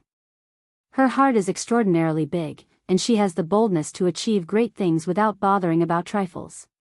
This young lady does not have a family background, but in terms of character, she is definitely worthy of Xia Jinyuan. After getting into the car, Yi Qian relayed the message from Ho Zi to Xia Jinyuan. It seems like Brother Z is starting to make preparations. I wonder if there are any movements in the city. Do you want to contact him? No, he will confirm if there are any movements. He will contact me after he confirms. After getting into the car, Xia Jinyuan was no longer Xia Jinyuan's boyfriend, but a soldier who fought for the country. His gaze was piercingly cold and carried a murderous intent. There are some goods in the travel bag in the back. G3, take a look. The travel bag containing the guns was placed in the back seat. G3 unzipped it, and his eyes lit up. Good heavens, there are a total of 9 pistols. 2 Desert Eagles, 2 M9s, 3 Colt M2000 pistols, and 2 HKP 7M8s. They were all top-notch pistols. They are all good stuff. Q King, your friend has good taste, but there is also a big problem. Illegal possession and illegal possession of firearms and ammunition is a violation of firearms regulations. A prison term of 3 to 7 years is inevitable. G3's voice sounded like gravel grinding on gravel from the back seat, and there was a hint of coldness in his voice. Xia Jinyuan turned around and looked at G3, who obviously had "very satisfied" written on his face and was secretly warning him. He smiled and said, it is indeed a big problem for him to risk his life to get the guns for the 3 of us. Even the military knows about it. I don't care if the military knows about it or not. I only care about you. G3 fiddled with each gun before putting them back into the travel bag. He stared coldly at Xia Jinyuan. I only care about you. I don't care about anyone else. I only care about you because you are my comrade. Knowing but not reporting is also a crime. Yi Qian tightened her grip on the steering wheel. What was G3 worried about? She had been worried about it before. Knowing and not reporting it was also a crime. Xia Jinyuan knew that Ho Zi had a gun, but he concealed it. This was a crime. The few tails that I left in Hongkou City yesterday should have already entered the southern province. Check their tracks first. You can have a good rest now. I will take care of things that have nothing to do with our mission. Xia Jinyuan knew what his comrade was worried about. He did not need to deal with these things. Ho Zi would naturally take care of it. Yi Jian straightened back, gradually relaxed. She knew that Ho Zi would deal with it, but she was afraid that G3 would mention in the report that they were carrying out a mission in the southern province and the source of the guns and ammunition. Xia Jinyuan would definitely be brought in for questioning. Now that even the military knew about it, there was no such thing as Xia Jinyuan. G3, who was no longer worried about the source of the guns, got into the car and closed his eyes. The tracks are easy to check. Check the provincial records. I will take a nap. Looking at King Q's refreshed appearance, it was obvious that he had slept soundly last night. But he didn't. Last night, he had walked for half the night before sitting in the county minibus that was still making clanking sounds. He had to take a nap to recover his energy. Yi Qian glanced at him. G3's skin was a healthy wheat color. The dark circles under his eyes were not as obvious as Xia Jinyuan's, but the tiredness on his face was obvious after he got into the car. Just like Xia Jinyuan, he did not have a good rest. Go to sleep. Yi Qian and I will watch over you. K7 was missing and J5 was recovering. Although the mission was successful, they had paid a high price. Chapter 923. The Snowfield Brigade members who were scattered all over the country reported their situation after their conditions stabilized. The military also received their reports and knew that there was a problem with K7's whereabouts. But the military did not take any action because they could not take any action. The foreign snake had entered the country, and there were also people monitoring the movements of the military. The spies operating underground could also appear at any time. For the sake of caution, the military decided to wait and see. With the Shuiyu regiment, a sharp sword that could both attack and defend, the Central Army believed in their abilities. This special unit was responsible for all the special forces. They were the country's shield and spear. If there was an accident, they had enough ability to deal with it. Yi Qian drove towards the city center. Bureau Chief Yang, who had been looking for her, had sent a few groups of people to look for her. The school had sent people to every place Yi Qian usually went to, such as the library, etc. They even sent people to the single-player arcade on the streets to look for her. Yang Heng, see where else she goes. Go and look for her personally. Bureau Chief Yang had already called home to look for Yi Qian. He needed her to go to the Transportation Bureau again. Yang Heng, who was helping Mother Yang prepare dinner at home, frowned. He thought for a while and said, Dad, Yi Jian and I see each other most often in school. Our relationship is not as deep as you think. I really can't tell you. His son did not know. Bureau Chief Yang immediately hung up the phone and called Principal Chow. He could only ask the principal if he could find Yi Qian. Yang Heng hung up the phone and looked up. He saw his aunt frowning and looking at him with a serious expression. Aunt, what happened to you? What happened? Isn't she still not awake? Angie, President Song's daughter, had been suffering from jet lag since she got off the plane. She couldn't take it anymore and fell asleep after lunch. Why is your dad looking for Yi Qian? Is it a good thing or a bad thing? Yi Qian is my savior now. I have to protect her. President Song was still afraid that his brother-in-law would call to make trouble. As he spoke, he picked up the phone and was about to call back. Yang Heng quickly hung up the phone and said with a smile, No, the Bureau is facing a problem and they need Yi Qian to help them. She has a good memory and my dad knows that. Even if they ask her for help, there won't be any trouble. The Yang family and the Song family all found out that Yi Qian had saved President Song's life. Yang Heng's grandmother patted her chest, her heart racing. She took her daughter's hand and said, He's your lucky star. He saved you from disaster. Ting Lan, you have to thank him properly. You have to thank him properly, okay? Old people tended to be a little superstitious. Yi Qian had snatched the steering wheel and saved CEO Song. The old man thought that he was his daughter's lucky star and their family's lucky star. You're not lying to me, are you? Why would your father need Yi Qian's help? What could she do to help? This won't do. I have to call your father. President Song was a man of his word. He was used to being a man of his word. If he was worried, he could not just listen to others. He had to find out for himself. Yang Heng knew his aunt's temper. He took his hand away from the phone and said, "Go ahead. But the line might be busy." Chapter 924.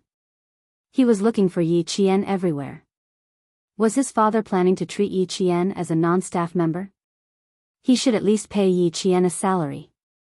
He couldn't let Yi Qian work for him for free. "Auntie, can you tell my father that he always asks Yi Qian to do things for him and ask him to pay her a salary?" Director Song, who was on the other end of the call, immediately smiled. "You really know how to help your classmate. Okay, I'll pass the message to you." He dialed back. Just as Yang Heng said, the line was busy. Director Song could only call back later. Director Yang was on the phone with Principal Chow. After explaining his intentions, Principal Chow laughed heartily. "You can only look for me if you want to find Yi Qian. Otherwise, you might not be able to find her even if you turn the entire southern province upside down." He had sent a few groups of people to look for her, but all the hotel receptionists said they didn't see her. Yi Qian hadn't checked out of her room either. There were still people guarding her room to see if she would return to the hotel. Finding Yi Qian was harder than finding the governor, mayor, or principal. There was no other way. She didn't have a communication device with her and was always elusive. It was indeed difficult. Principal Chow couldn't find Yi Qian directly either. He just knew how to find Yi Qian. It wasn't until 4 p.m. that Yi Qian found out from Regiment Commander Lu that Principal Chen was looking for her. She had promised Regiment Commander Lu that she would go for training this afternoon, but she didn't go. She should at least give him a call. From Principal Chow to Uncle Chen to Regiment Commander Lu, Yi Qian finally called Director Yang. "Xiao Yi, can you come to the Transportation Bureau right now? There's an emergency and I need your help. A car accident isn't a simple one. I'm afraid the driver saw someone he shouldn't have seen." Director Yang was still worried that Yi Qian would have to think twice before coming over. He simply told Yi Qian the results of the investigation so that she could be prepared. Yi Qian looked at Xia Jinyuan, who was taking off his suit jacket and putting it on the coat rack. She raised her eyebrows and whispered, "How's old Guan? Did you get any confirmation from him? He stopped breathing when he was rescued. His wife also fainted. She hasn't woken up yet." None of old Guan's friends dared to call old Guan's parents back in Hunan. They only called old Guan's 2 brothers and his eldest daughter who is still in high school. Speaking of old Guan, Director Yang's tone became heavier. "We'll deal with it when his family comes. The most important thing now is to find out if it's a man-made disaster. We didn't find the silver gray car, so we wanted you to come over and confirm it." Yi Qian would definitely not let it go if it was just a simple car accident. Now that it had become a man-made accident, Yi Qian only muttered to himself for a moment before saying, "All right, I'll come over now." "What's so urgent that you need to go out now?" Xia Jinyuan, who had taken off his coat, was about to put it back on.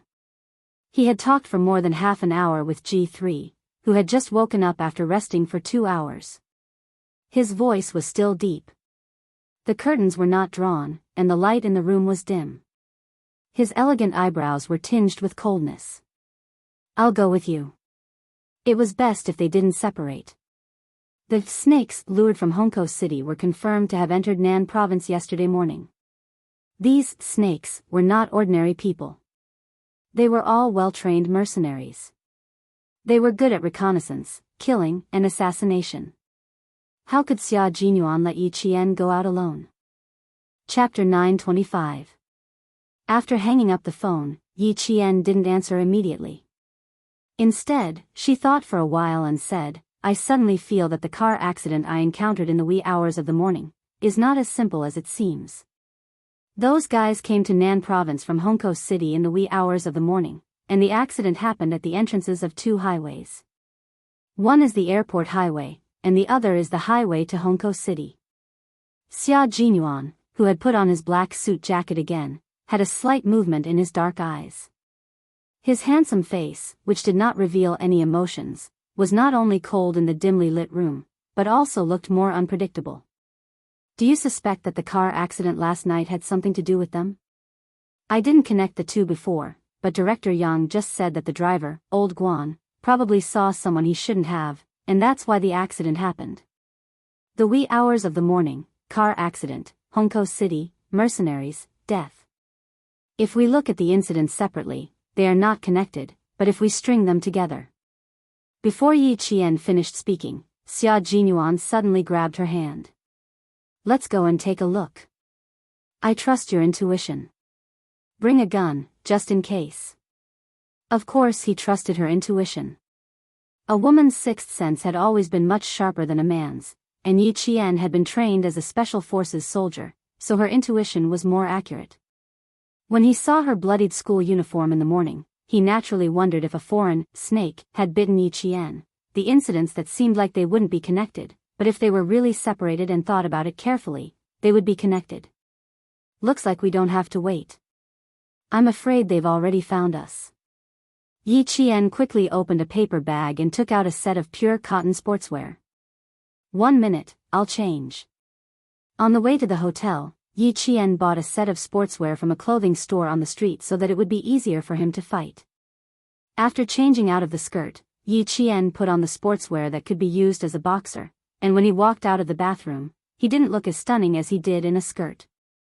Instead, he looked clean and valiant. Compared to wearing a skirt, Yi Qian preferred the sportswear that was convenient for him to move around. G3 was also staying at the Caesar Hotel. He, who was in the dark, did not need to go over for the time being. Instead, he rested in the hotel first and took a hot bath. Now that Ho Zi would not come up to the 23rd floor of the Caesar Hotel, Xia Jinyuan had the final say. G3 said to the two of them, "Be careful." Without saying anything else, he turned around to take care of his personal hygiene. From the hotel to the traffic bureau, it only took about 40 minutes. In 1997, the southern province's provincial capital was not as busy as it would be 10 years later. There were very few private cars, and the roads were mostly filled with motorcycles and bicycles. There was no need to worry about traffic jams, and they soon arrived at the traffic bureau. Chief Yang was already waiting at the guard booth. When he saw a white car stop in front of the police station, he saw Yi Qian get out of the car. Chief Yang immediately went over to greet him personally. "Someone from the Public Security Bureau is here too. You've seen him before. It was all from last time. Isn't this Secretary Xia's brother? Xiao Yi, you too. How did you meet each other?" Xia Jinyuan, who got out of the car one step later, smiled at the chief of the traffic bureau who recognized him and said, "Hello, Chief Yang. I'm Secretary Xia's cousin. I know you.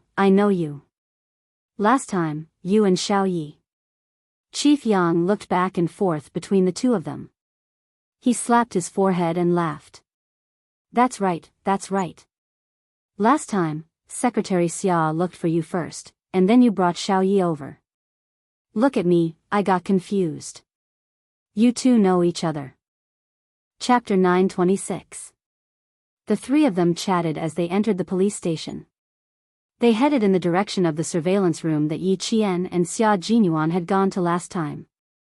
Yi Qian said that he saw a silver-gray car, but there was no silver-gray car on the highway or at any of the intersections where the accident happened.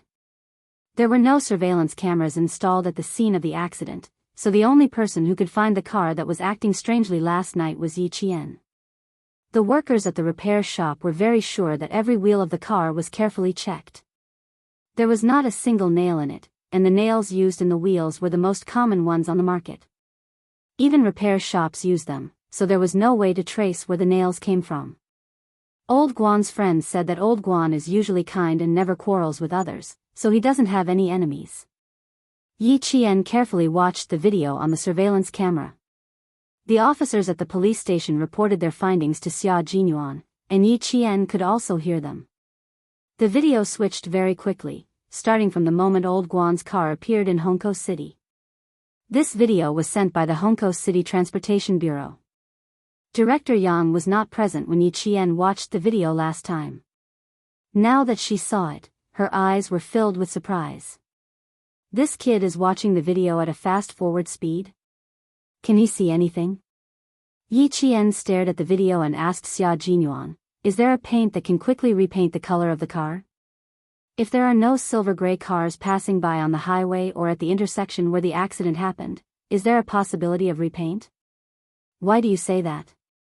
Xia Jinyuan looked up at Yi Qian, who had been staring at the screen. The video played very quickly, and all he could see was the light flashing on her face. The cold light on the screen made her expression look hostile.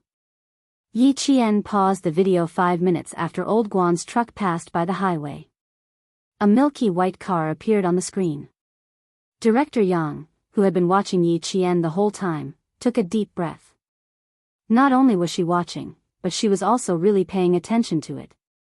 She even remembered the time when each image appeared very clearly. That was why she could freeze the image and enter the time accurately to the second. This wasn't called having a strong memory. It was more like having a super strong memory and reaction time. Yi Qian didn't notice Bureau Chief Yang's reaction.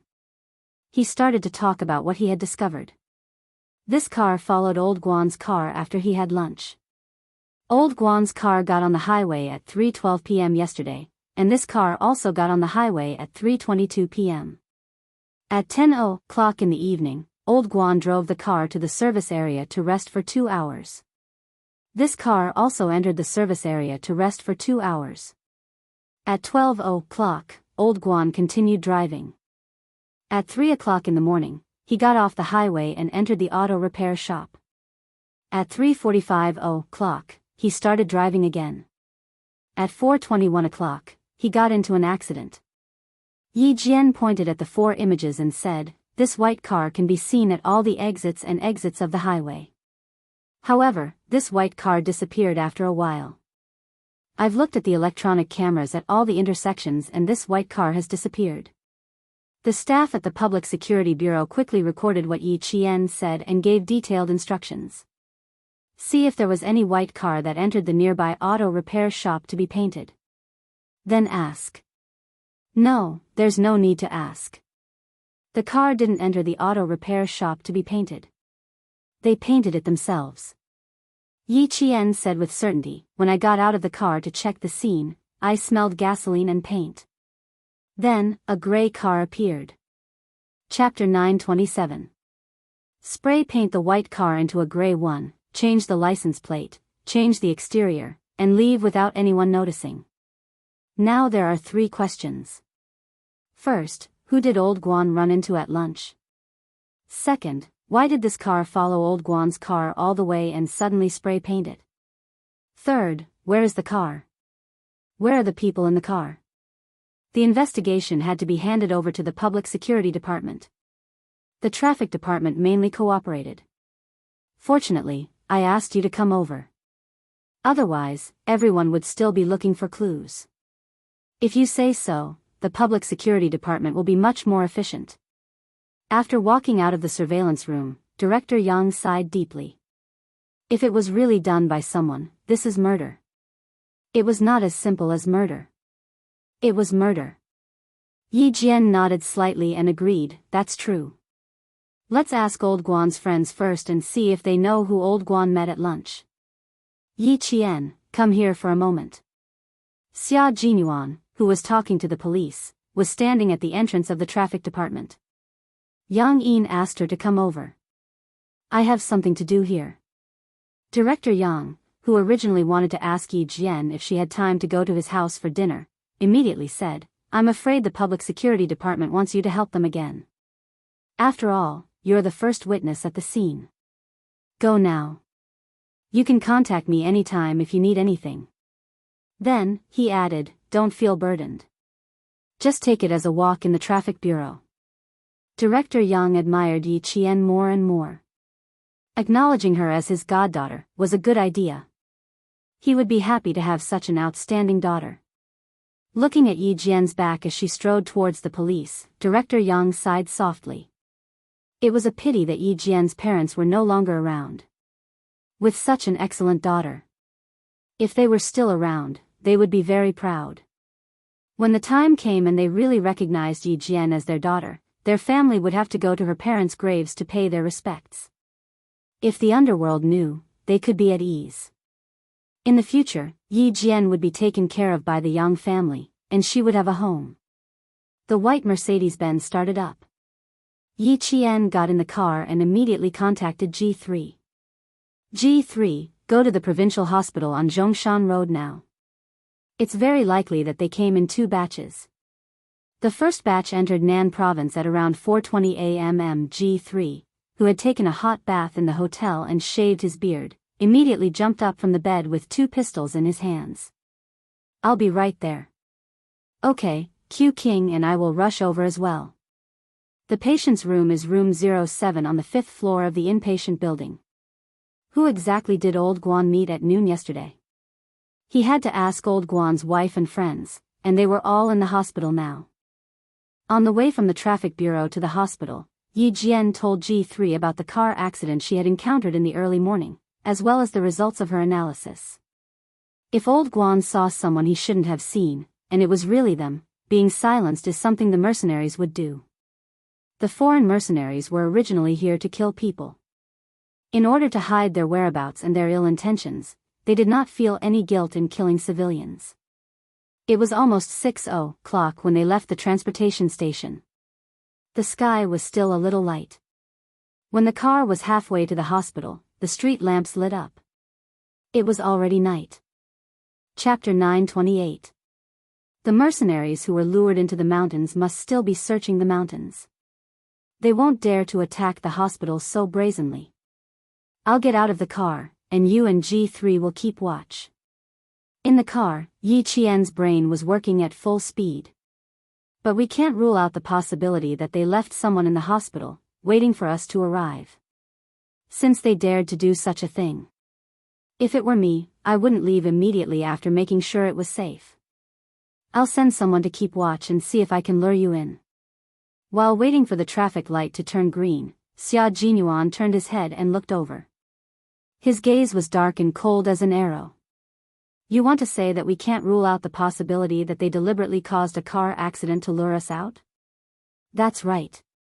He lowered his eyebrows. The sharpness in his handsome face was just like the Xia Jinyuan that Yi Qian first saw in the depths of the mountains.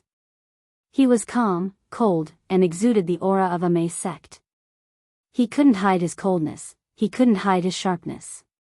When he looked up, there was an overwhelming murderous intent. That's right, it's possible. They're mercenaries, real mercenaries, mercenaries who work for the government. We can't rule out such an arrangement. He really didn't think of this possibility, but after her reminder, the possibility of it being true was very high. The police car arrived at the hospital a few minutes before Yi Qian and his men. After Yi Qian entered the hospital with them, Xia Jinyuan got out of the car. G3 waited in the hospital for 5 minutes. Did anything happen? Stepping into the hospital, Xia Jinyuan stood in the corridor and contacted G3. He hid in the darkness and adjusted his breathing and voice to be inaudible. Yi Qian is here. G3 was downstairs in the inpatient department. Yi Qian's figure came into sight with 2 police officers. Yes, I saw him. I didn't find anything on my side. Look at Yi. Before he could finish speaking, he saw G3's eyes turn cold. There's a situation. Someone is following Yi Qian. Someone is following Yi Qian. They're quite smart. Keep an eye out for a few. I'll go into the inpatient department and block them. There was nothing unusual at the entrance of the hospital. The inpatient department only had a front door and a back door. The front door faced the main entrance of the hospital, and the back door faced the street. It was very likely that they escaped through the back door. Xia Jinyuan observed the situation outside. His long slender legs, dressed in a suit and leather shoes, walked elegantly into the hospital. At night, the hospital seemed to be almost the same as during the day. It was noisy, but it was much better after they came out of the outpatient department. When they arrived at the inpatient department, it was quiet and they could still hear the crickets chirping. She was wearing a hospital nurse's tail. However, she had only taken a few steps when a cold light flashed in Yi Jian's dark eyes. She had already sensed that someone was following her. After the interrogation, there's nothing else to do. There's no need to go to the bureau. Are you hungry? Do you want me to pack some fast food for you? There were 2 police officers accompanying Yi Qian. The police officer on her right was about 34 or 35 years old. He was thin, but had a pair of sharp eyes. He spoke at a fast pace and had a strong sense of rhythm. He was the team leader of this operation. He was the first person they met at the traffic station. Having worked together before, they felt less unfamiliar. The team leader who spoke to Yi Qian was very polite. When he spoke, it was as if he was negotiating with her. He didn't mean what he said. This was the charm of Yi Qian's personality. In her previous life, Yi Qian suddenly woke up from her muddle-headed days. She endured the hardships life gave her and gritted her teeth to survive. She was like a tenacious cattail. No matter how tough the environment was, she would live on with determination. Chapter 929. After a long time, even if her face was beautiful, it wasn't dazzling and resplendent. Instead, it was like a flower blooming in the morning dew, swaying with the wind, causing people to feel relaxed and happy. The charm left behind in her previous life settled in the charm of this life. In this life, she lived a colorful life, with the dazzling splendor to compete with the world. The 2 different kinds of charm poured out at different times, and the result was completely different. Just like now, her calm and leisurely aura made the police officers around her feel her calmness. They would be infected by her calmness and involuntarily put her in an equal position. They would discuss, and treat her as one of their own. Captain Feng, you're too polite. I'll go to the restaurant after I'm done with the questioning. Yi Qian quietly walked closer to the captain who was talking to her and said, don't look back. Someone is behind you. Think of a way to contact the higher-ups to protect old Guan's wife and friends. Captain Feng's gaze suddenly stopped. He said to his colleague beside him, I'll go over and pay for their hospitalization fees. You go up with her first. Why is it still our side paying? We paid 5,000 during the rescue, and now we're paying again. The other police officer did not notice and said helplessly, okay. Go. It's a matter of life and death. Don't talk about money. The family members should be here soon. We still need to arrange for the manpower. Yi Qian listened to the 2 police officers talk and did not say anything. She did not need to say anything. She just quietly followed them. The inpatient building was not high. It was only 10 floors. There were 2 elevators, and they moved slowly. She said to the police officer, it's too slow. Uncle, let's take the stairs. Taking the stairs was more convenient to deal with Tail, who was wearing the hospital's uniform. These foreign mercenaries were really patient. They waited for her in the hospital. Not only were they patient, but they were also very cautious. They would not let go of anyone or anything that was disadvantageous to them. Yi Qian was not surprised that a Tail had appeared in the hospital. The reason why he paid attention to her was probably because he was the first one who rushed to the driver when the accident happened. They were afraid that the driver would say something wrong, so they were so cautious that they would rather kill 1,000 innocent people than let one person go. The younger policeman was very patient with Yi Qian. When he heard that, he even smiled and said, sometimes, it's indeed faster to climb the stairs than to take the elevator. But the stairs in the hospital are dark, and some of the lights are not on yet. You have to be careful when you walk. Don't bump into anything. The little girl had really helped them. She had made the whole case progress very quickly. Later, as long as they could ask old Guan's friends about who old Guan had met at noon and whether he had noticed the white car, the whole case could be considered to have made real progress. The Tail behind them obviously understood Chinese. As Yi Qian and the others walked towards the stairs, the Tail quietly followed them with a lunchbox in her hand. There were not many people in the inpatient building, and there were even fewer people climbing the stairs at night. When they entered the stairwell, their vision suddenly turned dark. Yi Qian, who had deliberately walked behind them, immediately closed the fire door. She said to the police officer who sensed something strange about Yi Qian, "Someone is following me. Be careful of guns. Go upstairs and guard. Don't come down." These words really made one's scalp tense. They were not afraid of knives, but they were afraid of guns. The closed door opened less than 3 seconds after Yi Qian finished speaking. A black shadow followed closely behind. The shadow quickly reached out to the wall, trying to turn on the lights in the corridor. Chapter 930. Yi Qian, who had been hiding in the dark and concealing her presence, immediately made her move when the man raised his hand to close the door. The moment the door was closed, the light reflected off the door reflected a trace of coldness in her eyes. Her target was the gun in the man's right hand. His right hand, which had been holding the lunchbox, was now holding the gun. A gun was not a good thing. It was a dangerous and bad thing in the hands of the enemy. She had to either snatch it or kick it away. Yi Qian did not intend to snatch the gun. She intended to kick it away. Kicking a gun away was a boxing skill. She would fight with whatever she could win until her opponent was dead. Yi Qian could be so ruthless when facing her enemies. These mercenaries who had chased Xia Jinyuan back to China would not be able to get anything out of them. And Xia Jinyuan did not expect to get anything out of them either. She was not joking when she said she would kill without mercy. She had to do it. The silver wire in her hand was like an agile snake. It wrapped around the man's right wrist at lightning speed. The man had been very vigilant, but no matter how vigilant he was, he did not expect someone to suddenly attack him from behind the fire door. "You're asking for death." The South Asian man spoke in stiff Chinese. He gave up on turning on the lights and raised his right hand, which was bound by the silver wire, in an attempt to break the thing around his wrist. As soon as he exerted force, the South Asian man felt a sharp pain in his right wrist. He realized that the thing around his wrist could not be broken, and he did not need to exert force. If he exerted force, the thing would cut into his flesh even faster, as if it could break his wrist. The pain made him involuntarily release the strength in his right arm.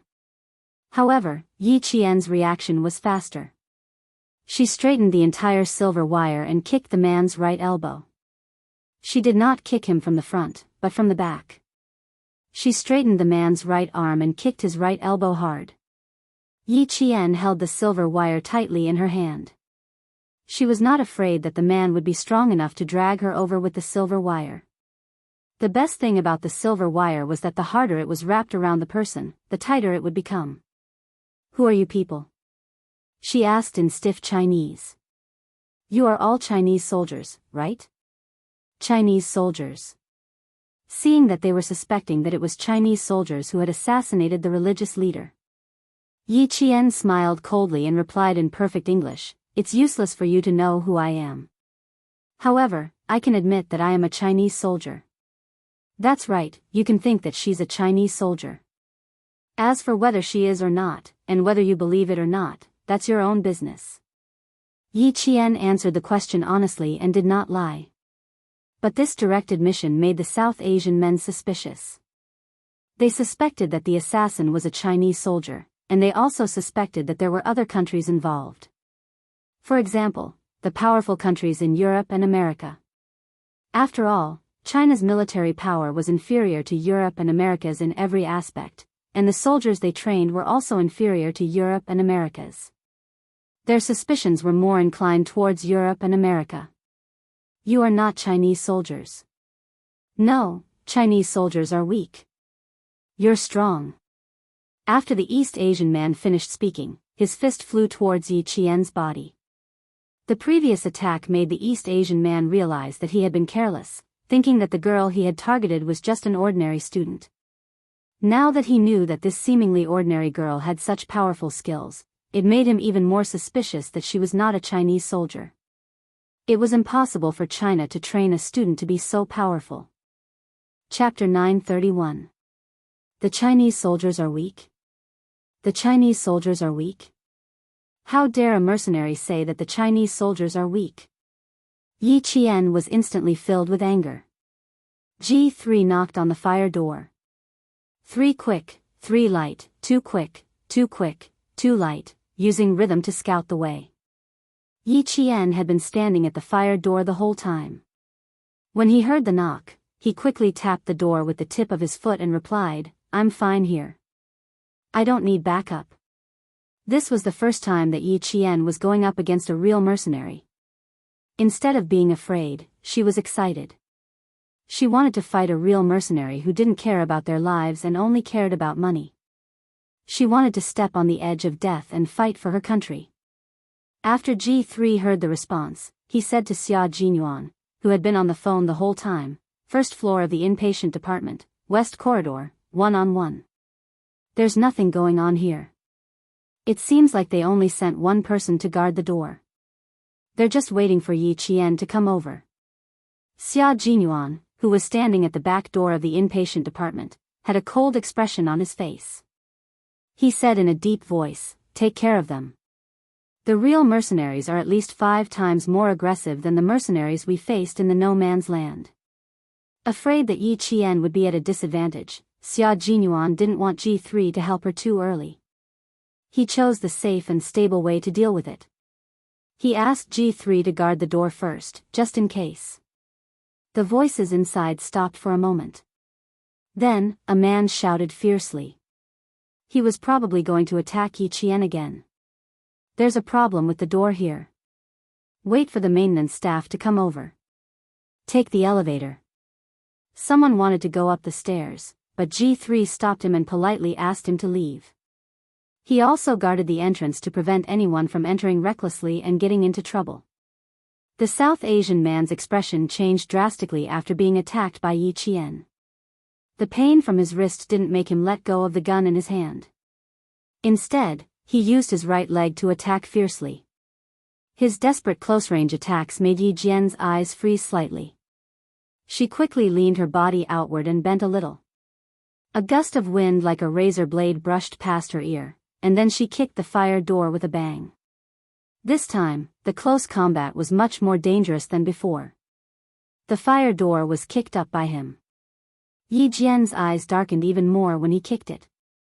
Yi Jian, who had dodged twice in a row, clasped the opponent's ankle with both hands and twisted it fiercely as if she was twisting a fried dough twist. The South Asian man groaned in pain in the dark. A strong gust of wind came from the darkness. The South Asian man endured the immense pain and lifted his left leg to kick Yi Jian in the chest. He seemed to have pressed one hand against the wall. The mercenaries sent from overseas to infiltrate the Chinese side were all quite skilled. They had rich combat experience and were very capable. They were also paid to do things, so they fought with a fight-or-die mentality. The South Asian man's right leg was twisted so hard by Yi Qian that it felt like it was going to break. He quickly made a move to win.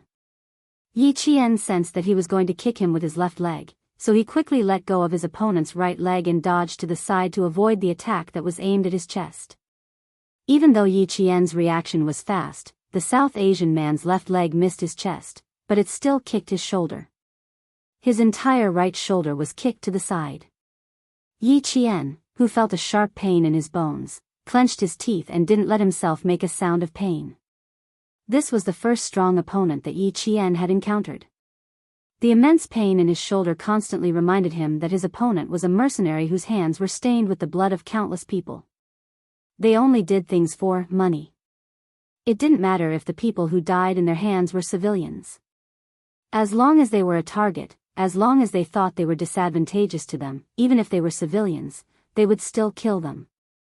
Chapter 932. Yi Qian's muffled voice could be heard clearly in the narrow stairwell. This kick did not make the other party relax. When his left leg was clasped by Yi Qian's hands again, the South Asian man's expression was like that of a ferocious beast that wanted to eat people. His expression was cruel and cold.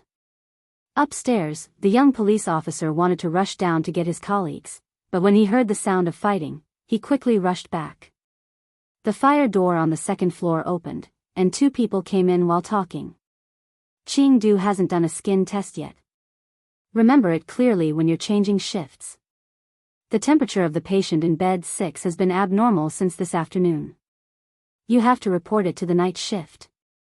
These two nurses were preparing to change shifts. The young police officer who rushed down the stairs had no choice but to turn back.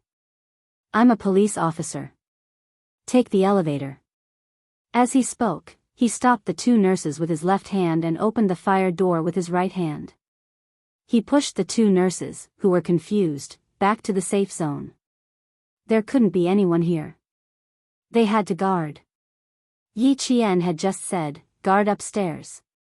Guard upstairs for no other reason than to be afraid that someone would enter or leave. They were afraid of being accidentally injured. The other party was a dangerous person with a gun. The young police officer heard the sound of fighting and wanted to rush down several times, but because the fire door was not bolted, he had no choice but to stay and wait. He did not have a pager with him, so he could not ask his colleagues for help. He could only wait anxiously. Interesting. You're not from the Chinese side. You've been following us, but you can understand Chinese. Stiff Chinese came out of the other party's mouth. It was ruthless, cold, and playful. Yi Qian smiled thinly and said in fluent Chinese, I said I'm Chinese. Of course, Chinese citizens can understand what you're saying. Ha ha ha, Chinese citizen? Me too. The South Asian man wiped away the blood on his face that had been cut by something. He stared at the figure that blended into the darkness with a playful smile. The other party's fists and legs did not stop attacking even when he was talking. He could not shoot. Yi Qian did not give him a chance to shoot. In a battle of life and death, whoever had the upper hand would survive. Using words to distract her was really a useless method. The iron railing of the stairs clanged. Yi Qian used the silver wire to cut the man's wrist again. He then grabbed the man's left leg and slammed it against the railing. Then Yi Qian heard the sound of the gun's safety being released. The other party was planning to shoot. There was a soft sound. Yi Qian did not have the chance to think at all. She grabbed the man's left leg tightly with both hands and twisted it in the opposite direction. She raised her leg and attacked the South Asian man's crotch. She could not give him a chance to shoot. For any man, the crotch was the most sensitive part of his nerve endings. Even if the man was as strong as King Kong, he was still kicked by Yi Qian. His facial features were all twisted, and the safety of his pistol was off. It was so painful that his fingertips reacted half a beat slower. Bang! The sound of a balloon exploding in a sealed box came from the dark corridor. After the first sound, there was a second sound. He aimed at the man's right hand. Based on the sound of the man pulling the safety bolt, he knew where he was going to shoot. Chapter 933. With the second shot, based on the man's groaning in pain, the second shot accurately hit the man's head. The smell of blood gradually filled the air. Yi Qian didn't leave immediately. Instead, he pressed his body against the wall of the staircase. His breathing went from ragged to stiff as he pressed down. I told you, I'm Chinese. Unfortunately, you didn't believe me. You're in my country, so why would I lie to you? Amidst the ragged breathing, Yi Qian smiled faintly and told the mercenary in all seriousness, our country won't allow you to enter like this. Since you're here, naturally, you won't be allowed to leave. What's the harm in telling you that I'm Chinese? Do I need to lie? Do I need to be afraid of you? Do I need to change my identity? No. I don't need to lie. I'm a Chinese citizen. I don't need to be afraid of you. The country you're standing on is Chinese territory. I don't need to change my identity. You won't leave my country alive. The mercenary on the ground had his eyes wide open. He had been shot in the head, but his central nervous system hadn't been completely cut off. His heart was still beating slightly. As for whether he could hear Yi Qian's words, it was unknown. The police officers upstairs were about to come down when they heard the gunshot. The unbolted fire door on the second floor was suddenly pushed open. Another nurse rushed in with hurried steps. The police officers, who had already taken 2 steps down, had no choice but to go back for the second time. Without another word, they pushed the nurse out. The police are working on a case. Go back. As he warned in a low voice, a second gunshot rang out. The nurse was somewhat displeased. What are you doing? Why are you working on a case in the dark? Are you playing with balloons? Yi Qian's KP-7M8 was equipped with a silencer. The sound it made was indeed similar to the sound of a balloon exploding. The young police officer's expression changed when he heard the nurse's dissatisfied mutterings. He glared at her and warned, "Don't come this way again. Take the elevator down." Because the elevator was too slow, the nurse who took the stairs wanted to say a few words. However, when she saw that the policeman in uniform had a very cold expression, she couldn't help but panic. She muttered, "Why are you so fierce?" Then, she turned around and went into the hall on the second floor. After the fire escape door closed, the second floor returned to normal. Yi Qian closed his eyes slightly and took a long breath before he said to the police upstairs, "Turn on the lights upstairs." It's been resolved. The smell of blood permeated the corridor. The body of the fallen mercenary was still twitching at first, but now it was completely motionless. The dim lights came on. Yi Qian glanced at the wall and turned on the corridor lights on the first floor. In the dim light, the South Asian man who was leaning on the stairs was hit in the forehead by a 9mm parabellum bullet. The bullet pierced through his brain, causing blood to continuously flow out from the back of his head. There was the sound of hurried footsteps coming down from above. When the young police officer saw this, he gasped softly. He then jerked his head up to look at Yi Qian. His eyes were filled with shock. This scene was completely unexpected to the police officer. When he heard the gunshot, his expression changed drastically. However, because of the nurse's appearance, he had no choice but to turn back. When he heard the second gunshot, his heart sank. He thought Yi Qian had been shot. Yi Qian looked up and saw the young police officer who was standing there in shock. He smiled and said, "The local police won't be involved here. Someone will come and take care of it. You go back first. Don't worry about this." Chapter 934. He raised his hand and knocked on the fire door to inform them that the cleanup was complete. A second later, G3 pushed the door open and entered. He lowered his head and came in. When he saw the scene in front of him, he raised his hand and gave Yi Qian a thumbs up. "Well done. You flatter me. Think of a way to clean it up first." Yi Qian gently twisted his right shoulder that was in pain from the kick. Fortunately, other than the dull pain, there wasn't any severe pain. He could move his joints flexibly, so there was no problem with a fracture. G3 didn't even look at the young policeman standing above. He nodded and said, "Just throw him into the crematorium. It's not a big deal." Just throw him into the crematorium? It's not a big deal. How can it not be a big deal? Murder. This is murder. Murder, and it's not a big deal? How big of a deal is that? Ching Ching, how's the situation? Someone on the third floor asked in a low voice. Captain Feng, who was in charge of the car accident case, had brought his men over. They didn't realize how dangerous it was to follow Yi Qian, so they came down with their guns close to the wall. Ching Ching, the young policeman who had been at the scene, heard this and immediately said in a low voice, "Someone died. Captain, come down quickly." When Captain Feng and his colleagues heard Ching Ching's words, they quickly ran down the stairs. "When do you plan to show your face?"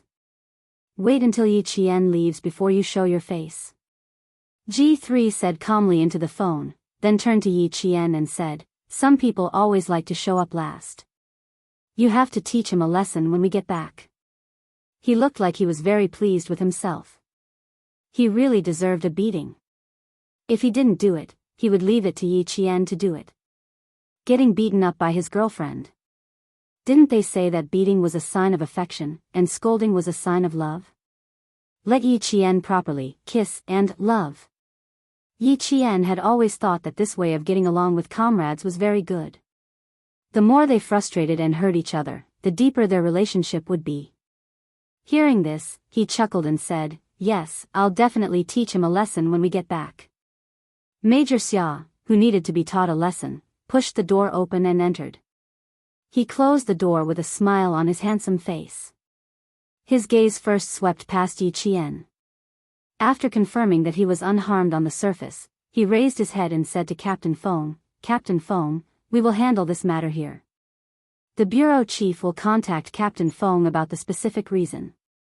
Can I trouble Captain Feng to bring Yi Qian to the ward first? I'll come over later."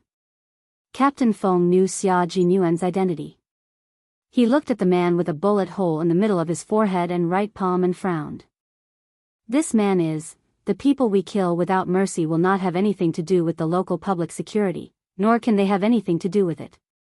Xia Jinyuan interrupted him calmly and added in a firm tone, "Only we can handle this.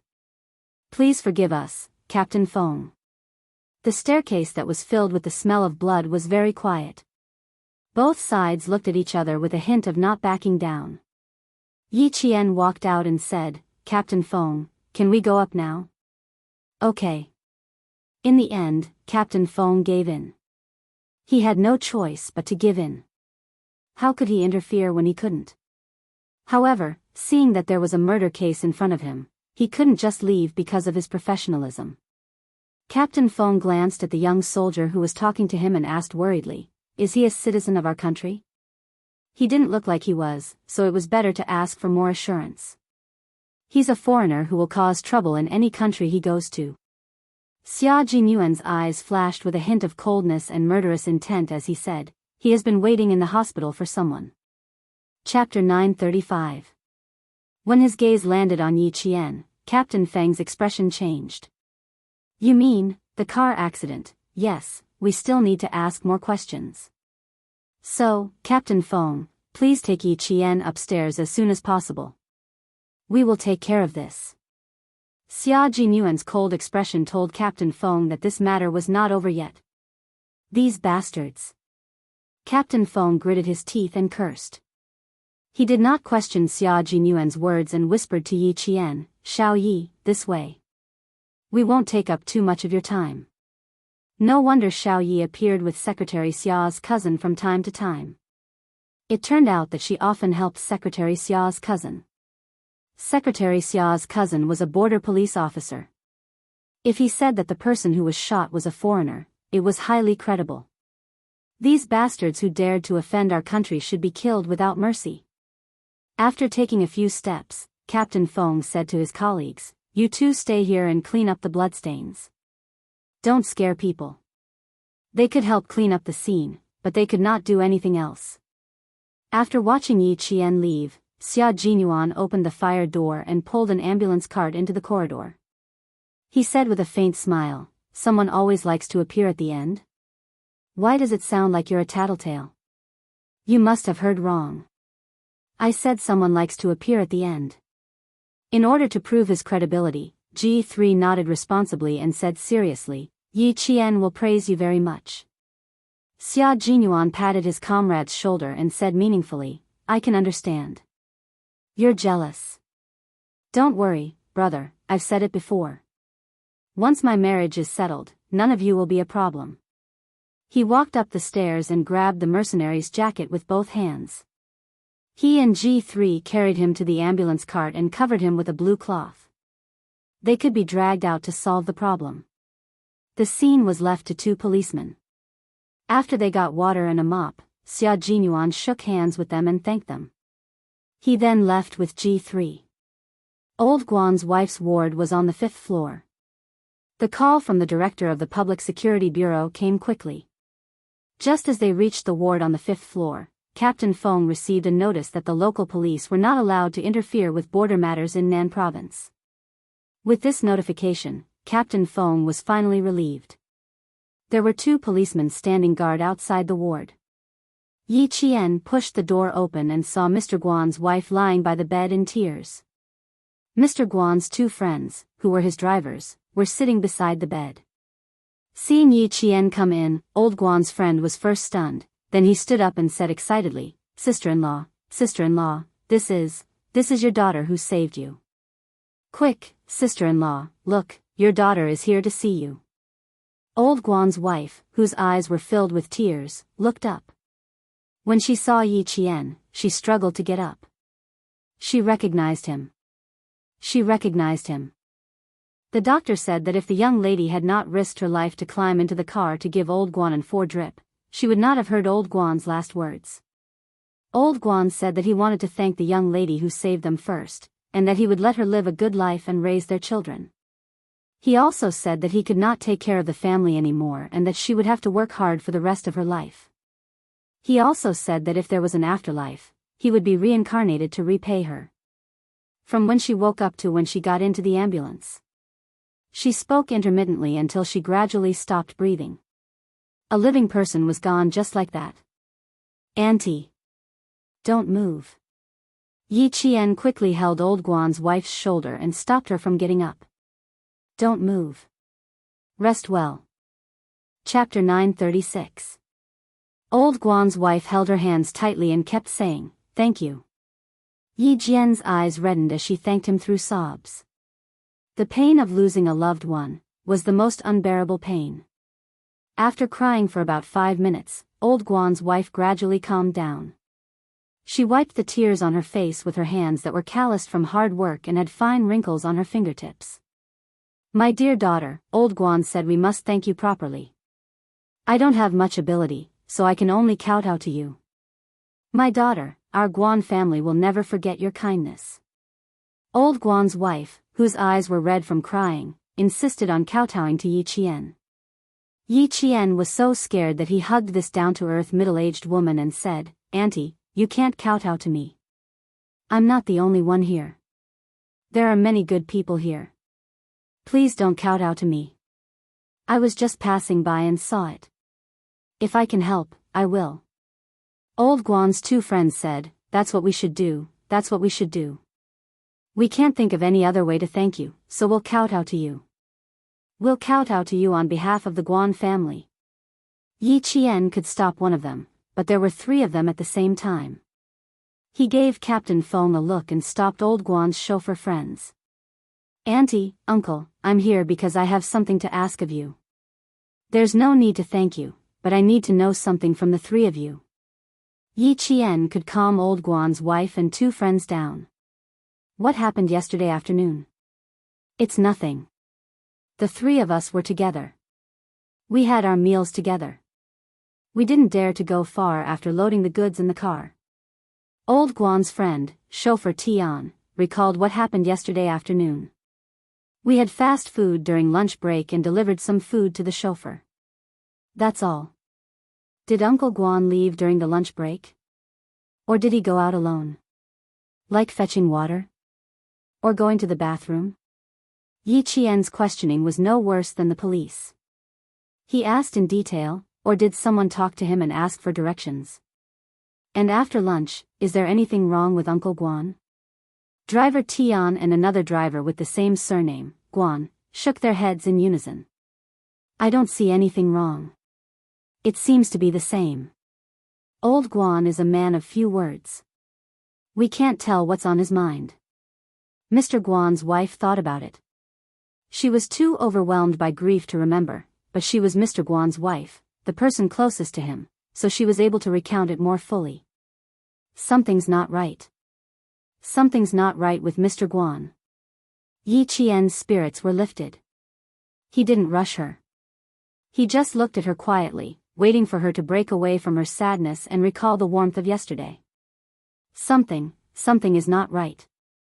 Old Guan came out of the bathroom and pulled me into the car. Old Guan's wife tried to recall what had happened the day before and how she had spent time with her husband. Then, he recalled that something was wrong with Old Guan. He came out of the bathroom and dragged me into the car. I didn't even finish my mantou or take a jar of pickled vegetables before he dragged me into the car.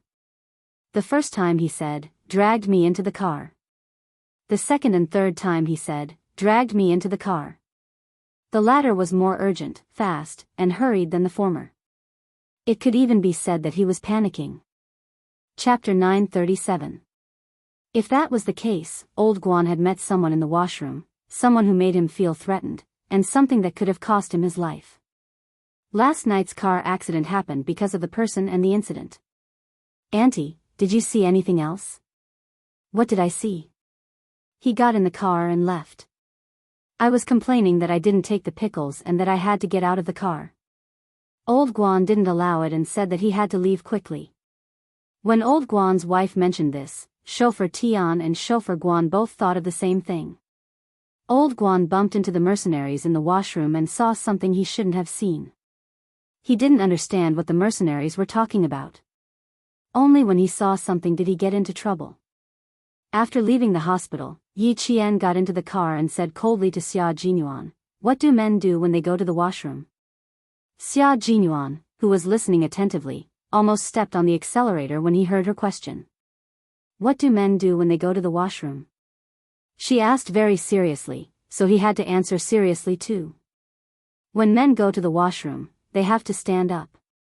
Everything else is the same as you guys. They have to stand up and take off their pants. Yi Qian analyzed seriously. What else did they have to do after taking off their pants?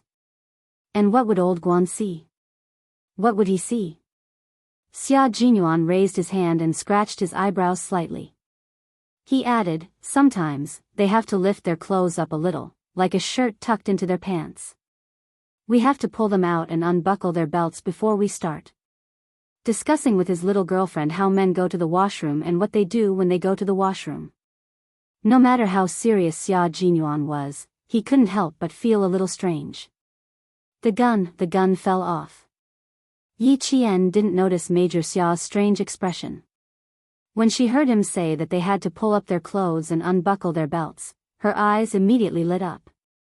Her eyes lit up so much that Xia Jinyuan, who was driving and looking at her from the corner of his eye, held his breath and exhaled gently.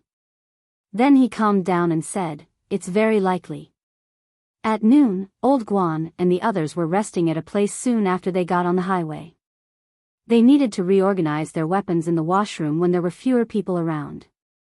Old Guan suddenly barged in. This is also possible. However, the possibility of the gun falling out is high.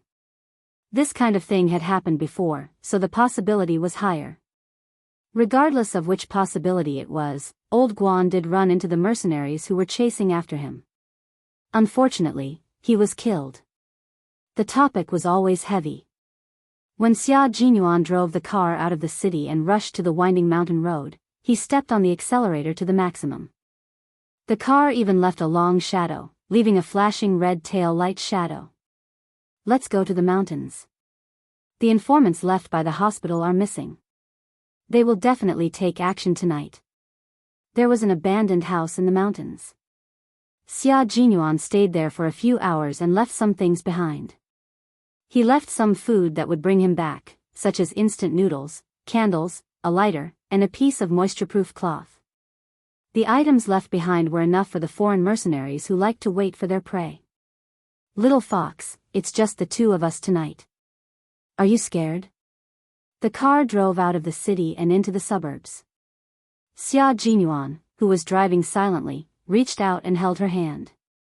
He whispered, "I don't plan to ask G3 for help. Stay in the hospital." G3 had to stay in the hospital just in case. They would not allow foreign mercenaries to hurt their citizens again. They would not let another tragedy happen. G3 had to stay in the hospital. Chapter 938. Yi Qian had always agreed with Xia Jinyuan's arrangements. Even G3 had agreed, so what else could she say? His arrangements were indeed very good. Protecting Old Guan's wife was also what she wanted. After the intimacy during the day, Yi Qian slowly let go of the shackles in her heart. She held his slender and strong hand and smiled lightly. "Don't be afraid. We have guns and people. This is still our country. I'm not afraid. With you by my side, I really don't have to be afraid. From what I know, there are about 6 of them. After eliminating one in the hospital, there are still about 5 left. Our chances of winning against 5 are very high." Xia Jinyuan talked about the situation on his side and G3's side. The 5 of them don't have any heavy weapons. Like us, they mainly use pistols. We're used to fighting at night, and so are they. Little fox, the real battle is about to begin. Yi Qian raised his eyebrows. After the battle, his hot-blooded personality had already been stimulated. His raised eyebrows carried the coldness of a soldier. Even the words that came out of his mouth were tainted with gunpowder. I'm looking forward to it. I want to get rid of them even more. They harmed our country's citizens. If the lives that they lost couldn't be redeemed, then their blood would be used as a sacrifice for the lives that they lost. The mountains at night were exceptionally quiet. Even the flapping of the night bird's wings was a sign of peace. The car didn't drive into the mountains. Instead, it stopped at a spot that Xia Jinyuan had already chosen to hide the car. As the car turned off, Xia Jinyuan's phone vibrated loudly. He glanced at the caller ID and immediately picked it up. Brother Z. We've dealt with them. We cremated them and scattered their ashes in the river to feed the fish. Ho Zi was in the villa on Mount Daliang. She was playing with a lighter in her hand. Lao Lu, Brother Z is really going to leave with you this time. You have to come back on your own. Xia Jinyuan's eyes narrowed slightly. He said calmly, Xia Yiwei is waiting for you, Brother Z. You should be able to go and snatch her back now. The location is at the usual place by the river. But Brother Z, if you're still in Mount Daliang, I wonder if you can make it in time? There was only a beeping sound from the phone. When Xia Jinyuan followed Yi Jian into the night, there was a huge explosion in the kitchen of Ho Zi's villa in Dalong Mountain. Not only was the kitchen destroyed, but there was also a huge pit under the kitchen. Half of the villa was destroyed. The huge shock caused the ground to tremble. The birds in Mount Dalong were so shocked that they flew away. The entire Mount Dalong seemed to have woken up in the middle of the night. The birds that were returning to their nests would flap their wings and fly away at the slightest movement. The pheasants in the bushes would also be disturbed by the slightest movement and would immediately make a goo-goo sound and flee. Yi Qian, who did not follow the mountain path, crouched down and followed Xia Jinyuan to the abandoned houses in the mountains. After 2 hours of climbing, they were only 2 kilometers away from their destination. The sky was dim, and the crows were cawing. Yi Jian stopped in the dark. She smelled the scent of a third person in the night. It had rained a few days ago, and it was autumn. The dense forest was filled with the smell of decaying vegetation. Yi Qian had been smelling this scent all along the way, so she was very sensitive to the sudden intrusion of a foreign scent. She gently tugged at Xia Jinyuan's clothes and gestured to him, who immediately turned around and pointed in their direction. She told him that there was someone in their direction. At 11:00 in the evening, the two of them exchanged hand signals and silently passed through the bushes. They stepped on the leaves as if they were stepping on a sponge. There was no sound at all. Not even the leaves and twigs made a sound. Their figures were like shadows that swept in 4 directions. Chapter 939. Yi Qian was in charge of security, and Xia Jinyuan was in charge of eliminating the targets. At this moment, Xia Jinyuan was no longer as gentle as he was during the day. He was like a beast patrolling the mountains, and he began his assassination. Seeing Xia Jinyuan's actions again, Yi Qian couldn't help but applaud his skills. His tall and slender figure arched his back, and he attacked with the grace and ferocity of a cat. He didn't have a gun in his hand, and he didn't even have a dagger as he went around to the back of the target. His movements seemed to be very light, but the speed at which he solved the problem was very fast. Like a gust of wind, Yi Jian heard the rustling sound of leaves touching each other. Only a few seconds later, everything returned to normal. Xia Jinyuan liked the simplest solution. He clasped the target's head with both hands and twisted it hard. After a click, the target's neck was bent at a strange angle, and not a single drop of blood was left on the scene. The elimination was complete. They all like to eliminate their targets in this way during the assassination at night. Yi Qian was the same. She also preferred the method of twisting the neck so that no blood would be left on the scene, and the smell of blood would not be detected. Continue, Xia Jinyuan said softly as he returned to her side. His voice was gentle and calm. Yi Qian looked at the location where the targets were eliminated, and her eyes narrowed slightly. There may be more than 5. Don't worry, they won't leave here alive. Xia Jinyuan lowered his head and kissed Yi Qian's cheek. He encouraged her in an intimate way. If you and I work together, we won't be afraid of how many there are. They're not outside the borders, they're in our territory. They should be the ones worried, not us. Yi Qian took a deep breath. She was indeed worried. There were only Xia Jinyuan and her now, and there were no other reinforcements. There were more than 5 of them, and they were all mercenaries sent by the government. They were as fierce as professional soldiers, so it was normal for her to be worried that they wouldn't be eliminated in one go. With his kiss and his calm voice, the worry in her heart gradually dissipated. She looked at him and said firmly, "We can definitely do it, we definitely can. Captain Xia, if you say it's possible, then it's definitely possible." She was such a good girl. She believed him so much. "That's right, we can definitely do it. Little fox, if you say we can, then we definitely won't have a problem." His deep eyes were darker than the night as he gazed at her gently. "I'll protect you and you'll protect me. We won't have any problems." How could there be a problem? We are stepping on our own land, and the foreign mercenaries are like rats hiding in the dark. As soon as they appear, they will only be beaten and killed. Candlelight flickered in the dilapidated house, and the mountain breeze carried with it the fragrance of instant noodles. Yi Qian's eyes flashed with hostility as he held his gun tightly and sneaked into the house with Xia Jinyuan. She was in charge of sneaking in while Xia Jinyuan was in charge of eliminating the 2 whistles outside. The house was built with mud bricks from the 60s or 70s. It had been abandoned for a long time, and with a candle lit in the dense trees, it looked like a haunted house described in a novel. It was eerie and eerie.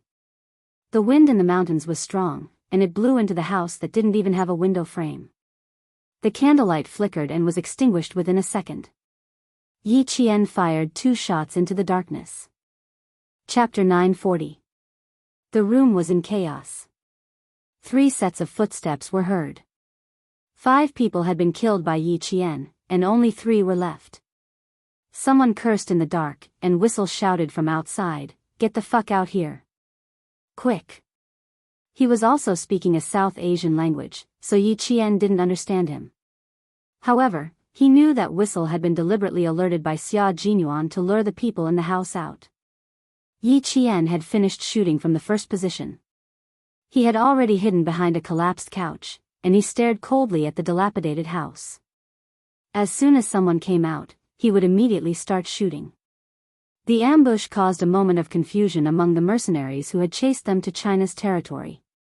When the Whistle outside deliberately alerted them that there was only 1 person, the remaining 3 mercenaries came out of the house firing randomly. In the dark, Yi Qian once again aimed at a black figure that ran out of the house. Without hesitation, he fired his 3rd bullet of the night. Every bullet had to hit a target. Uncle Chen had said that a sniper's bullet had to be fired to protect his comrades. When shooting for his comrades, there was no room for error. Bang! The muffled sound of gunfire broke the silence of the night once again. As the black figure fell to the ground, the 2 figures that came out of the house nimbly rolled into the bushes and quickly hid. Bang, bang, bang. Continuous gunshots were fired in the direction where Yi Qian was hiding. The remaining mercenaries had an idea of how many people had ambushed them. Xia Jinyuan didn't give the alerted Whistle a chance to speak.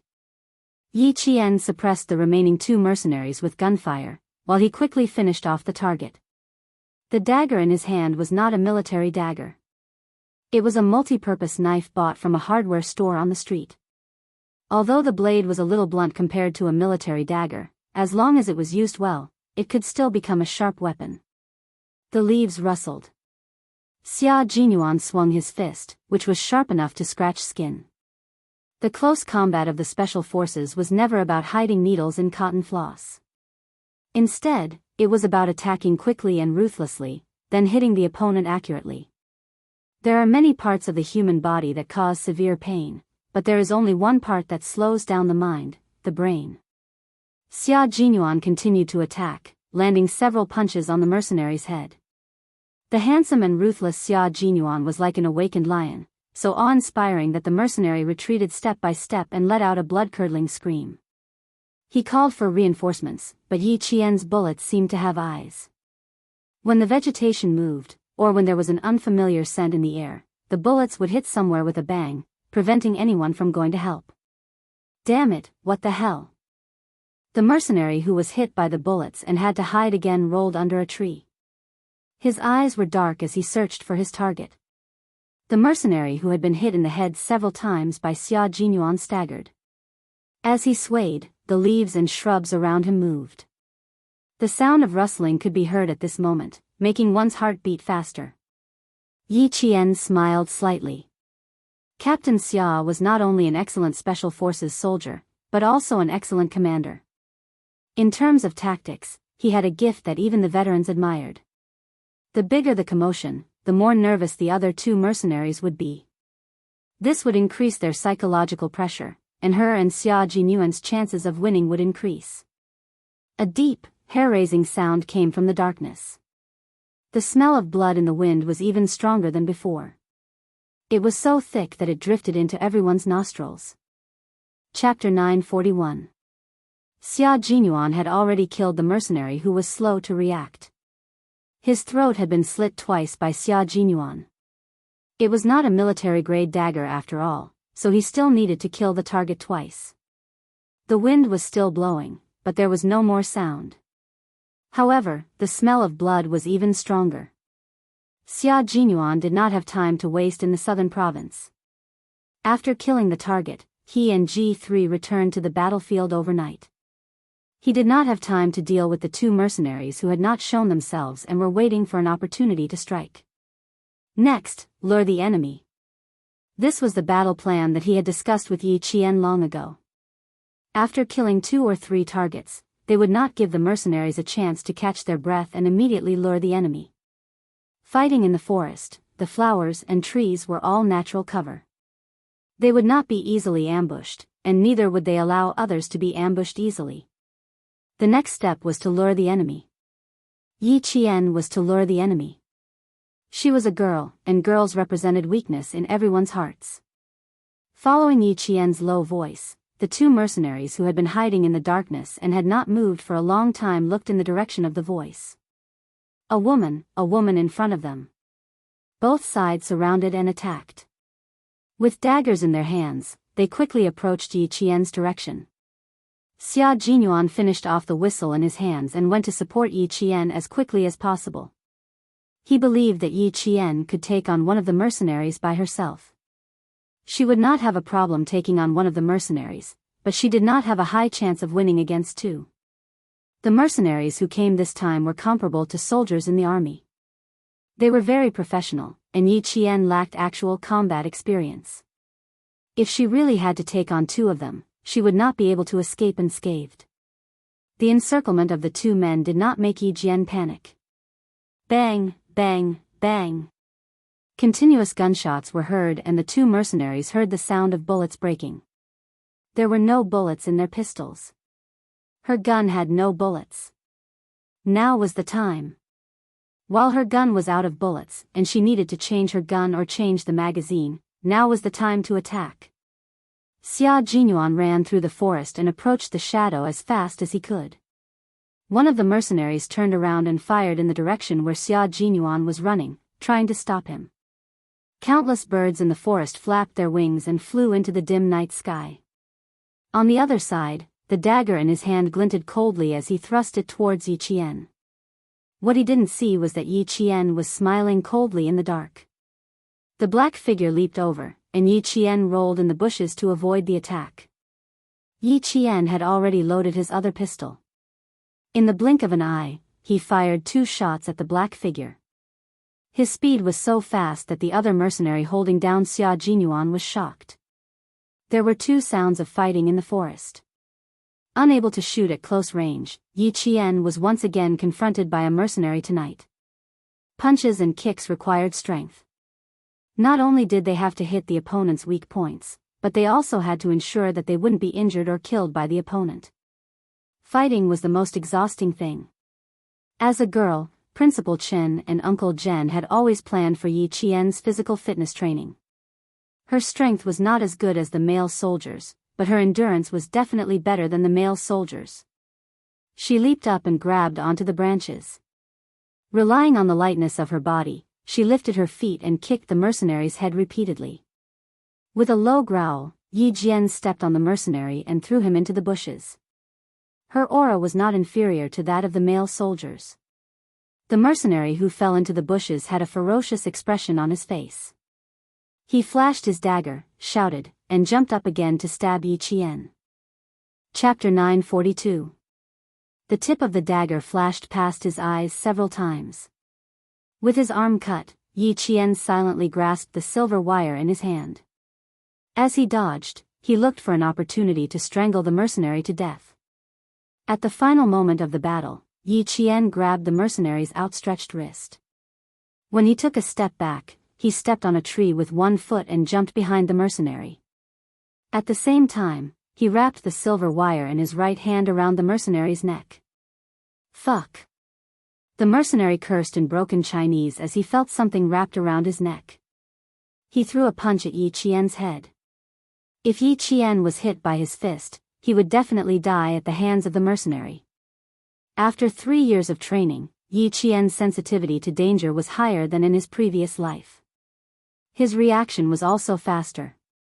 He jumped, grabbed a tree branch with both hands, and dodged the heavy punch.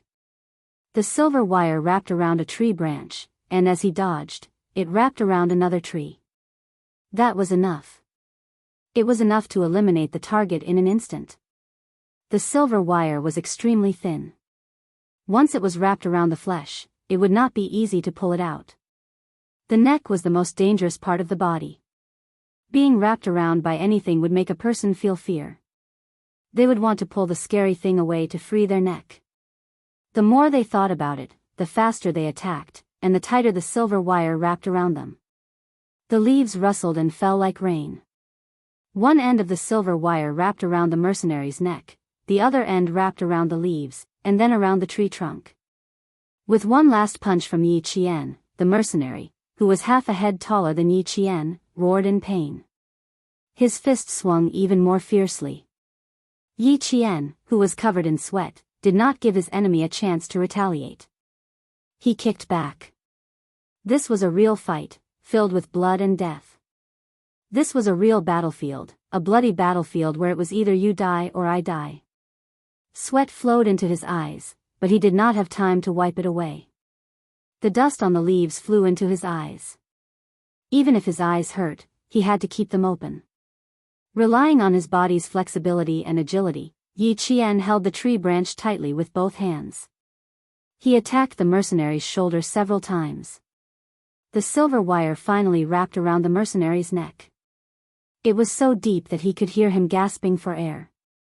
The severe lack of oxygen in his brain made his movements slower and slower, and his reactions slower and slower. Gritting his teeth, Yi Qian hit the mercenary's chest one last time, causing his whole body to fall back. This was the moment. This was the moment to kill him. Yi Jian let go of the branch with both hands and quickly jumped down from the high place. The moment she jumped down, she also took out the pistol hidden in her clothes and aimed at the black shadow that turned over and shot.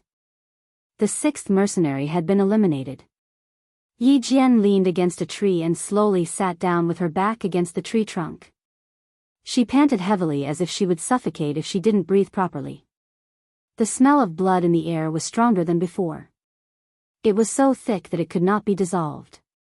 His entire chest was filled with the rusty smell of blood. Xia Jinyuan used the cold blade to stab the mercenary's arm that was strangling his neck. He slashed down fiercely and directly cut the mercenary's arm tendons. In the darkness, his deep eyes were cold. Facing the enemy, his gaze was so cold that it could make one shiver in fear. The mercenary's arm tendons were cut, and the strength in his arms suddenly disappeared. Xia Jinyuan immediately grabbed the mercenary's head. He lifted his leg and hooked the mercenary's neck. With a sharp look in his eyes, he threw the mercenary to the ground. Chapter 943. The dagger in his hand was still stained with blood. The sharp blade instantly pierced the mercenary's heart. He twisted the handle so that the tip of the dagger could still move. Ah! A sharp scream became the last note of the battle. Xia Jinyuan had been using his iron arms to pin the mercenary's head in place. He then wrapped his legs around the mercenary's chest and locked his arms. Even when he heard the mercenary's screams, his heart did not soften. These people deserved to die. Xia Jinyuan maintained his killing posture. He wrapped his arms around his target. From the initial fierce struggle to the point of no resistance, Xia Jinyuan calmly let go of his arms and legs only when the sound from the mercenary's throat disappeared. He stood up. With him as the center, the bushes around him seemed to have been swept by a hurricane. Some of the bushes were even uprooted. Yi Qian. He raised his voice. His voice was calm and steady. He walked over step by step until he reached the center of the battle. In the dim light, Xia Jinyuan heard the sound of rapid breathing and found Yi Qian. She was sitting against a tree. Her slender body was one with the tree and the night. If not for the sound of her breathing, he wouldn't have noticed her. He walked closer and closer. Then he slowly bent down and squatted to look at her at eye level. "How are you? Do you have the strength to stand up again?" Both of them emitted a strong smell of rust. Yi Qian blinked and looked at the man in the dark. His eyes were as bright as stars. He smiled and said, "I'm fine. I just feel a little weak." "Not bad." Her voice was steady. There was no trembling, no fear, and no panic. She was even better than the last time in Pakistan. Xia Jinyuan, who was originally facing her, adjusted his position and sat down shoulder to shoulder with Yi Qian. He reached out to put his arm around her shoulder and let her head rest on his shoulder. Then he hugged her tightly. "Rest for a while. Good efficiency. From the first target to the last one, we used 1.5 hours. You're counting the time." Yi Qian took a deep breath, then slowly exhaled. "You can still count the time. I've been thinking about how to get rid of him." Xia Jinyuan smiled and said gently, "If you have time in your heart, you don't need to calculate to know." Turning his head, he rubbed the tip of his handsome nose against her hairline and asked, "Are you hurt anywhere?" "My arm has been through a lot this year. I had just recovered from my injury, but I cut myself again and hurt my right arm." Yi Qian looked up and saw his lips pressed against her forehead. "How about you? Are you okay?" At this moment, even the mountain wind calmed down. The crickets started chirping again, and the startled birds returned to their nests. Except for the smell of blood in the air, everything was so peaceful and leisurely. Xia Jinyuan gently kissed her on the forehead. At that moment, he could feel Yi Qian taking the initiative to get closer to him and offer her heart to him. She was looking for support from him, and he was also looking for support from her. He said, "Passing through the smoke of war between life and death, isn't this kind of interaction more unforgettable than those romantic interactions?" It wasn't, but if it was true. This kind of love could be soul-stirring in the smoke of war, but it could also be indifferent in leisure. It wouldn't become dull with time, and it would only make them more and more compatible. They would become more and more dependent on each other, and become each other's support. Chapter 944. They would never be separated. As long as they could still fight, they would always be together. They would go through life and death together and grow old together. This kind of love was stronger than a romantic relationship. Love was stronger than gold and unbreakable. The two of them leaned against each other.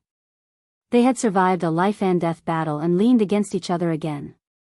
The wind didn't want to disturb them and let them sit quietly and talk softly. "I'm fine. I'm used to it." Xia Jinyuan moved his lips away from her forehead and held her shoulders tightly. He said softly, "The gauze is in the car. Treat your wounds after you get in the car." His voice was steady in the wind, so steady that she felt at ease.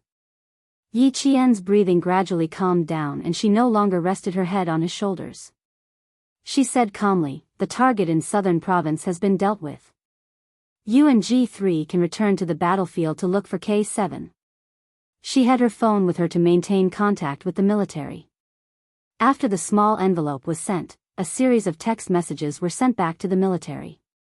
Clean up the scene before you leave. Xia Jinyuan stood up and let Yi Qian hold his outstretched hand. They stood up together and the coldness in his eyes had not dissipated. His gaze swept across the scene like a knife and he said calmly, "Bury them." After 2 hours of burying, Yi Qian's shoulders were so sore that she couldn't lift them up. Her shoulders had already been kicked in the hospital. After fighting and burying them, she suddenly lost all strength in her shoulders and the soreness rushed up like needles. "Sit for a while. I'll clean up the scene again." Xia Jinyuan helped her sit down on a brick. She didn't say anything, but he could tell. "You don't have to force yourself in front of me, little fox. You don't have to force yourself in front of your comrades. Especially after a battle, when you need to rest and replenish your energy, you must replenish it in time. We didn't just fight once. We fought countless times." Yi Qian gritted her teeth and didn't force herself. She sat down and tried to relax her shoulders. "My shoulders are sore, but I still have the strength to walk. Give me 10 minutes to rest." "Okay, I also need 10 minutes to clean up." Xia Jinyuan patted her on the shoulder lightly. There was a touch of gentleness in his cold and hard eyes. "You're great, Yi Jian. You're really great." Yi Qian raised his head and smiled at him. His smile was light, as clear and bright as the wind in the mountains. "I still need to work harder. I can't become a burden to my comrades." "How could this be? Are you now thinking that you've become a burden to me?" Xia Jinyuan frowned slightly and said solemnly, "Our bodies are not made of iron. There will always be times when we are tired. Being tired does not mean that we will become a burden to our comrades. Sometimes, you are tired because you are tired to protect your comrades. This kind of tiredness will never become a burden to your comrades. It's precisely because you exhausted yourself to protect your comrades and win victory for your comrades. This isn't tiredness, but glory." He did not want her to put too much pressure on herself. If there was pressure, she had to remember to face it properly. She didn't understand burden in this way. The correct understanding of a burden was that she didn't do anything during normal times, delayed opportunities on the battlefield, and caused failure to control the battlefield. This kind of person was a burden. Think about it carefully, but remember, don't let your imagination run wild. Xia Jinyuan rubbed the top of her head heavily and reminded her in a gentle and serious voice, "Think about what a burden is." After he finished speaking, Yi Qian couldn't help but laugh as she watched his tall figure turn and leave. Chapter 945. Captain Xia really cared about her in all aspects, even her psychological development. She had never met such a man before, but she knew that she had met a very good and outstanding man. The night passed quietly when they returned to the car from the mountain. It was 5:00 in the morning in autumn. Xia Jinyuan took out the first aid kit from the car. Yi Qian had already taken off his jacket and was sitting in the grass wearing only a short-sleeved shirt. The knife wound was a little deep, but it was not so deep that the flesh was torn apart. However, because it was not bandaged, the area around the wound was red and swollen. Xia Jinyuan was no stranger to disinfecting and debridement. He disinfected, stopped the bleeding, sprinkled anti-inflammatory powder, wrapped the arm with gauze, and added another injury to Yi Qian's arm. "This wound is not too deep. No wonder you can endure it." Xia Jinyuan did not ask if it hurt. There was no need to ask. It definitely hurt, but compared to staying alive, this kind of pain was nothing. He had seen too many terrible injuries. Facing Yi Qian's injury, even if it was his little fox who was injured, he did not feel the need to hug and comfort her. As a soldier, you have to be patient with pain and injuries. Crying out in pain is a coward in the team. Yi Qian picked up the bloody sports jacket and said with a pained expression, "It's brand new. You can't wear it again. I don't know how to wear camouflage. It's stained with blood, soak it in detergent for a night, then scrub it a few times the next day to make it clean." Xia Jinyuan looked down at the clumps of stains on his body and raised his eyebrows. I can't wear this either. Their faces and bodies were covered in blood. Xia Jinyuan took the car keys hidden in the tree and laughed at Yi Qian, who was still holding the jacket.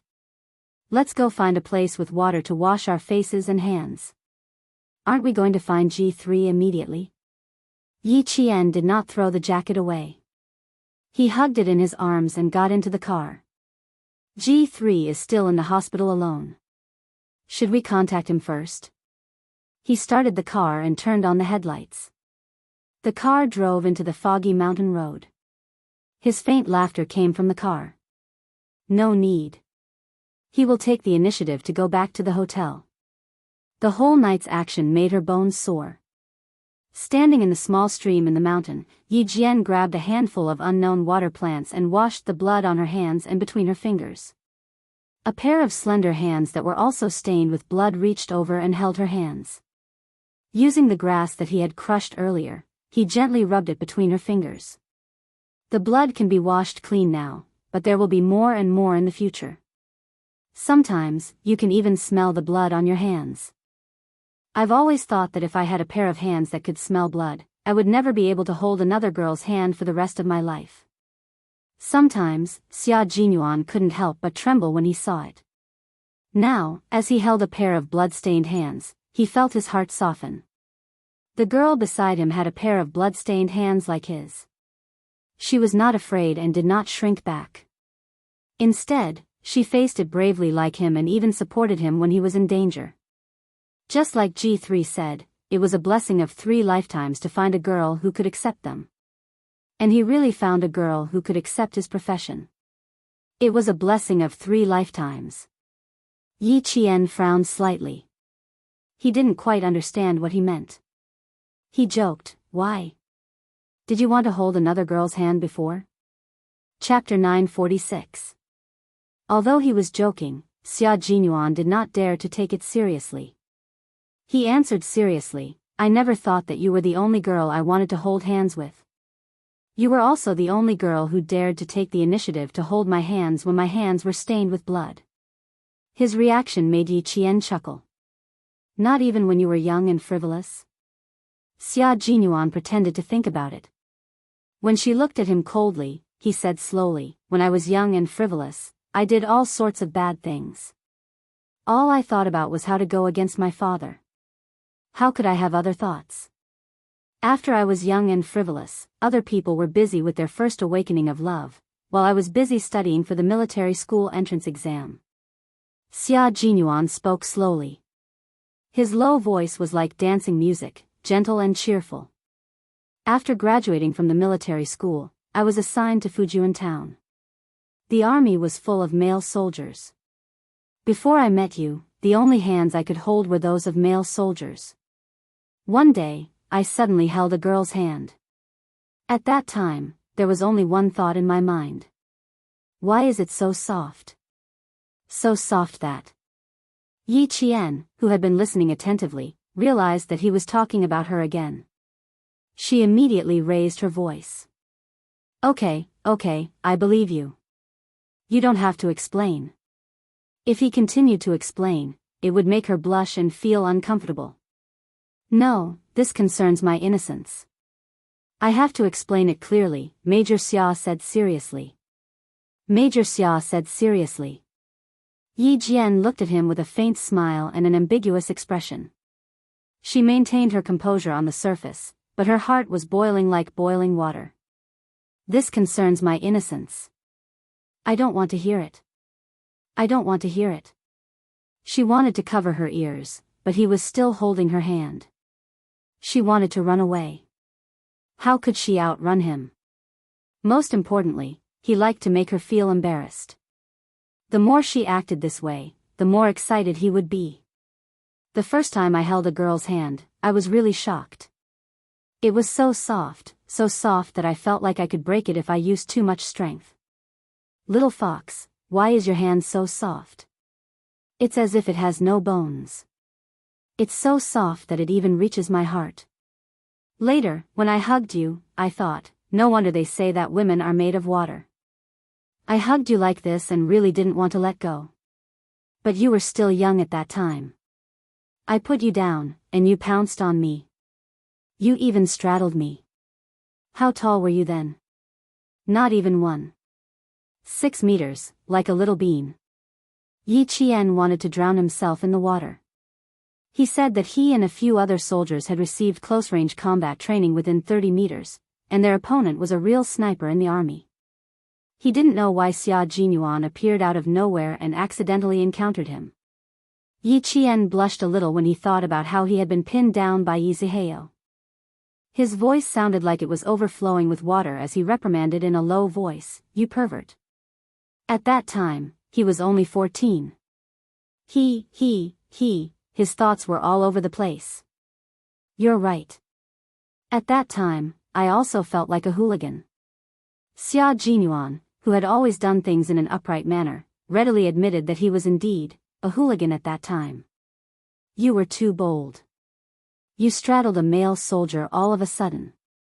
When I was scaring you, I even thought about whether I should kiss you. Fortunately, you angrily called me an old man. A basin of cold water was poured over me and woke me up. Otherwise. As he spoke, he leaned closer to Yi Qian's cheek and quickly kissed her with his thin lips. The noble and handsome major smiled so brightly that Yi Qian couldn't help but raise his leg to kick him. Major Xia, who had dodged to the side, finished his unfinished sentence along with the morning breeze. Otherwise, I really would have kissed you back then. Now that it's like this, I can't help but want to kiss you. Chapter 947. When it came to how to get along with Yi Qian, Major Xia had always been aggressive. If he didn't take the initiative, this girl with a hard shell would never take a step forward. Only when he took the initiative would she be able to get closer to him. It was normal for her to be shy. He was shy too. Xia Jinyuan, why are you hiding? You said so many crazy things about being a hooligan, yet you won't let me kick you. Yi Qian was only shy about his behavior, not angry. Her eyes were like water, and even when she glanced at him, they were still bright and beautiful. I'm only 14 years old, and you're already having such thoughts. Your thoughts are too improper. He had long realized that his thoughts were improper, but realizing it and wanting to correct them were two completely different things. However, he was really glad that his thoughts were improper at the time, and that he didn't miss out on such a good girl. If you only act like a hooligan and don't take responsibility, then that's called improper. Mine doesn't count. My thoughts are proper, my attitude is serious, and I can withstand the test. Looking at Yi Qian, who was so shy that her face was as red as rouge, Xia Jinyuan's eyes were so gentle that there were whirlpools in them. His laughter gradually subsided. He held her hand tightly, stared at the girl he liked, and said slowly and seriously, Yi Qian, you're the only girl I want to hold hands with. You're the only girl who doesn't mind holding my blood-stained hands, and who is brave enough to hold them. As for other girls, if I were to hold out my blood-stained and reeking hands to them, I'm afraid they would faint before I could even open my mouth. His serious words made Yi Qian feel helpless and bitter. Who would dare to hold a pair of blood-stained hands? She lowered her head and looked at her own hands. They were also stained with blood, and even the gaps between her fingers were stained with blood. It took a lot of courage to hold a pair of hands that reeked of blood. After a few hours, the blood that had dried between the fingers was difficult to remove. It needed to be washed carefully. Yi Qian looked at the man who had been looking at her with a gentle expression. The invisible layer of coldness in her eyes slowly softened, and there was a hint of affection in her eyes. Let me tell you a real story. One day, after training, J5 mentioned something in the chat. He said that one of our retired soldiers had just returned to the company after completing a mission. Just as he was changing out of his blood-stained clothes, one of his comrades told him that a girl was looking for him.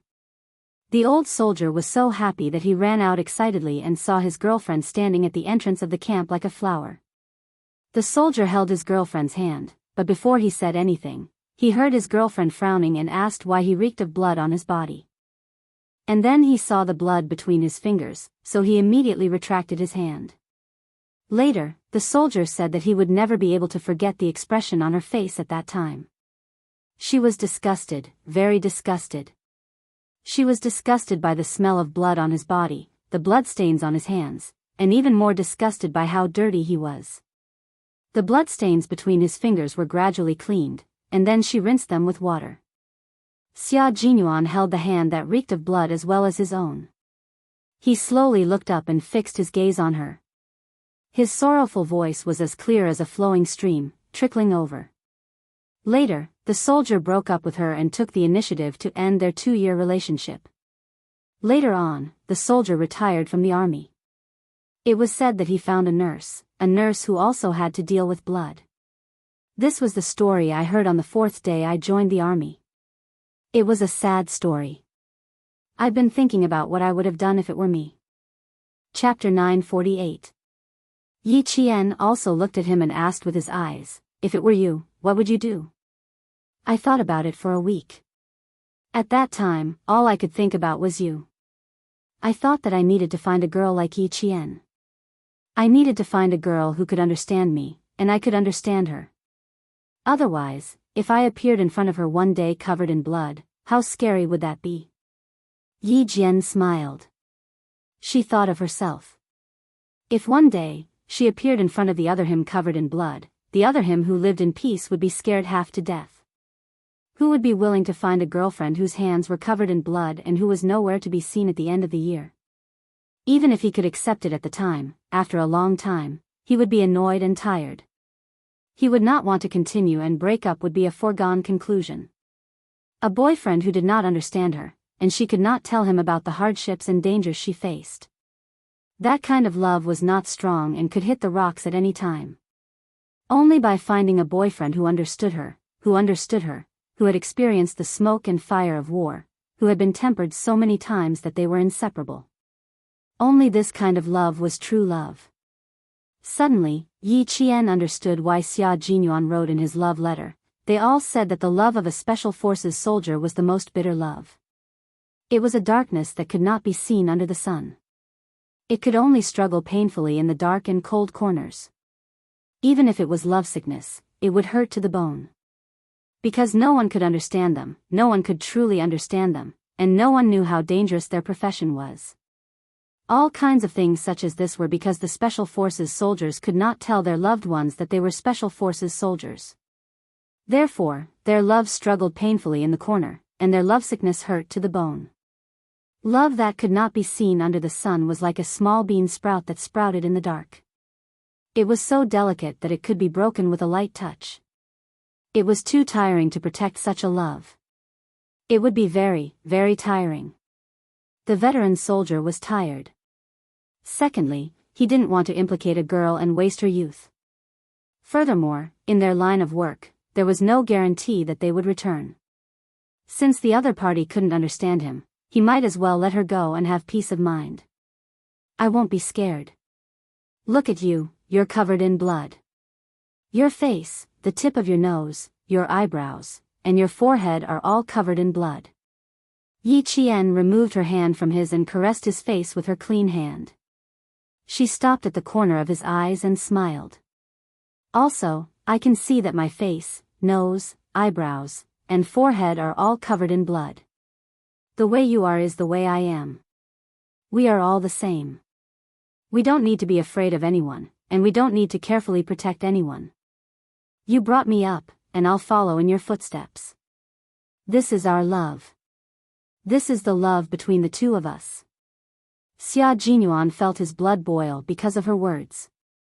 In the past 23 years, he had finally tasted what it felt like to be touched by words of love. He felt as if there was a fire burning in his chest. Because of her words, he was willing to burn to ashes in a sea of fire. It was not over yet. Yi Qian's words of love were not over yet.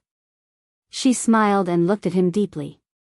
Her gentle voice blended with the wind and fog, and she whispered softly in his ear, "We won't struggle in the dark, and we won't cry in cold corners. The love that I want, the love that you want, is the kind of love that we have now." Chapter 949. I won't be afraid of you, and you won't be afraid of me. If you appear in front of me covered in blood, I will say, "Well done, my major." If I appear in front of you covered in blood, you will say, "Well done, my comrade. Look, neither of us will be afraid of the other. We understand each other, and we understand each other." You're right. Compared to romantic love, our love is much stronger. Xia Jinyuan, I believe that our love will always be this strong. Our love will always be this strong. Xia Jinyuan smiled. Little Fox really knew how to talk. Her words touched the bottom of his heart and sweetened his heart. That's right. This is our love. It can be exposed to the sun and wind. Our love is the kind of love that we have now. This is our love. It's a one-of-a-kind love. She wet her hands in the water and gently washed the blood off his handsome face. She saw the gentleness in his eyes and the bright smile on his face. Xia Jinyuan was really good-looking. He was as elegant as bamboo and as proud as a pine tree. His features were like an ink painting on a master's paper. There was a hint of his handsomeness, and there was also a hint of coldness when the ink was splashed. There was no part of him that was not exquisite and elegant. The young major who made her feel a sense of majesty when they first met lived in her heart just like that. No matter how unwilling she was, she could not resist his gentleness. She was washing the blood off his face, and at the same time, he was washing the blood off her face. Both of their eyes were so focused that they could only see each other's faces in their deep eyes until they were clean. Xia Jinyuan's hands pulled the water grass growing in the stream and rubbed it until it was pulp. Then, he washed the blood off his fingers bit by bit. Yi Qian washed his face very seriously. He pursed his lips slightly and gently washed the blood off his fingers. The gurgling stream washed the blood off his face and hands until there was not a trace of dirt left. Yi Qian looked up and smiled. It's very clean. It smells like green grass. In the faint morning light, her face was like a pearl with water droplets on it. It was bright and clear. Her dark eyes looked at him with a smile. The coldness in her expression had quietly faded, leaving only gentleness for him. At this moment, Xia Jinyuan felt that her gentle smile was branded in the depths of his heart. Xia Jinyuan, did you slack off during training? You're too fair standing in the middle of the V8 team. Your face and hands are so fair. If I didn't know better, I would really think that you were slacking off. With his head lowered, Yi Qian teased him with a smile. Under the washing of the green grass pulp, his strong hands became even fairer. His fingers were delicate and slender. They were even prettier than a pianist's hands. Xia Jinyuan smiled and replied calmly, "This problem has been bothering me for a few years. When I first entered the military academy, I even thought about going to the hospital to get my skin tanned." Yi Qian, who was secretly praising him, did not notice the change in the owner of these hands. Because of her seriousness and concentration, Xia Jinyuan's eyes became darker and darker. You want to become darker when you want to become fairer? How hateful. Letting go of his clean hands, Yi Qian scooped up some water and splashed it on her face. Xia Jinyuan, who was squatting beside her, stood up and shouted in a deep voice, "Yi Qian." Yi Qian smiled and looked up. I can. Chapter 950.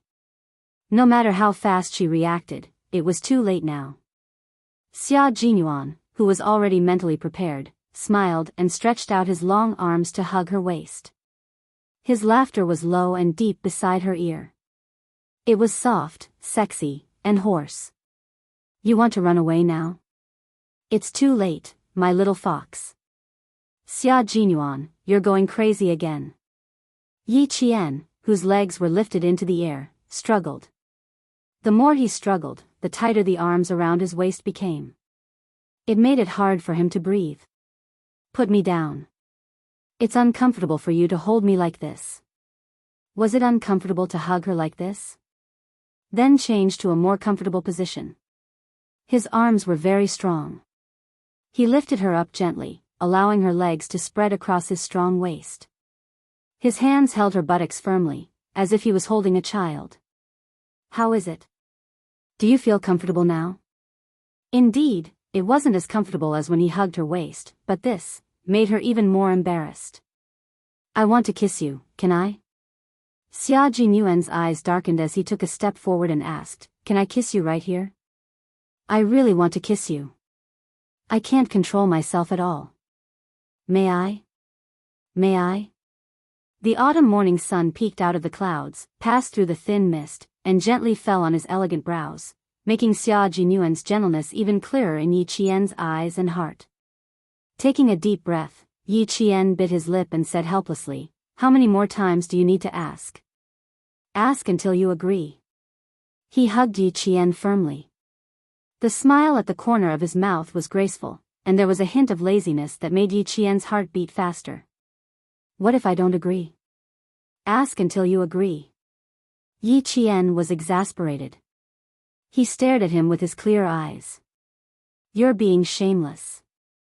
Idiot, I've always been such a scoundrel. Did you just realize?" Laughter seemed to come from his chest. Xia Jinyuan stepped out of the stream and walked to the flat grassland. "Next, I'm going to do something that I didn't finish yesterday morning." As he spoke, Yi Qian fell into the misty grass. His gaze darkened bit by bit under the faint morning light, causing Yi Qian's heart to race and even his fine eyelashes to tremble slightly. "Xia Jinyuan, be careful." His voice was trembling. As he turned around, Yi Qian was completely flustered. "I've always been very careful, but there are times when I lose control." The young major lowered his head and lowered his tall and imposing body. His hot and dangerous aura made Yi Qian hurriedly use her uninjured hand to support his chest. Even though her voice was trembling slightly, she still asked, "How far do you want to go?" "Let's see how far I can control myself." "Be good, move your hand away." "I'm afraid I'll hurt you." The sunlight shone through the mist. His dark eyes seemed to be shining brightly, burning both himself and Yi Qian. His slender hand grasped Yi Qian's hands that were pressed against his chest. Slowly, gently, and forcefully, he removed them bit by bit. "Trust me, I'll control myself. I won't do anything that you can't handle at your age." He put her hands to the side and pressed them against the grass. The last thing Yi Qian saw with her eyes closed was his handsome face. His pitch-black pupils reflected the face of a woman with watery eyes.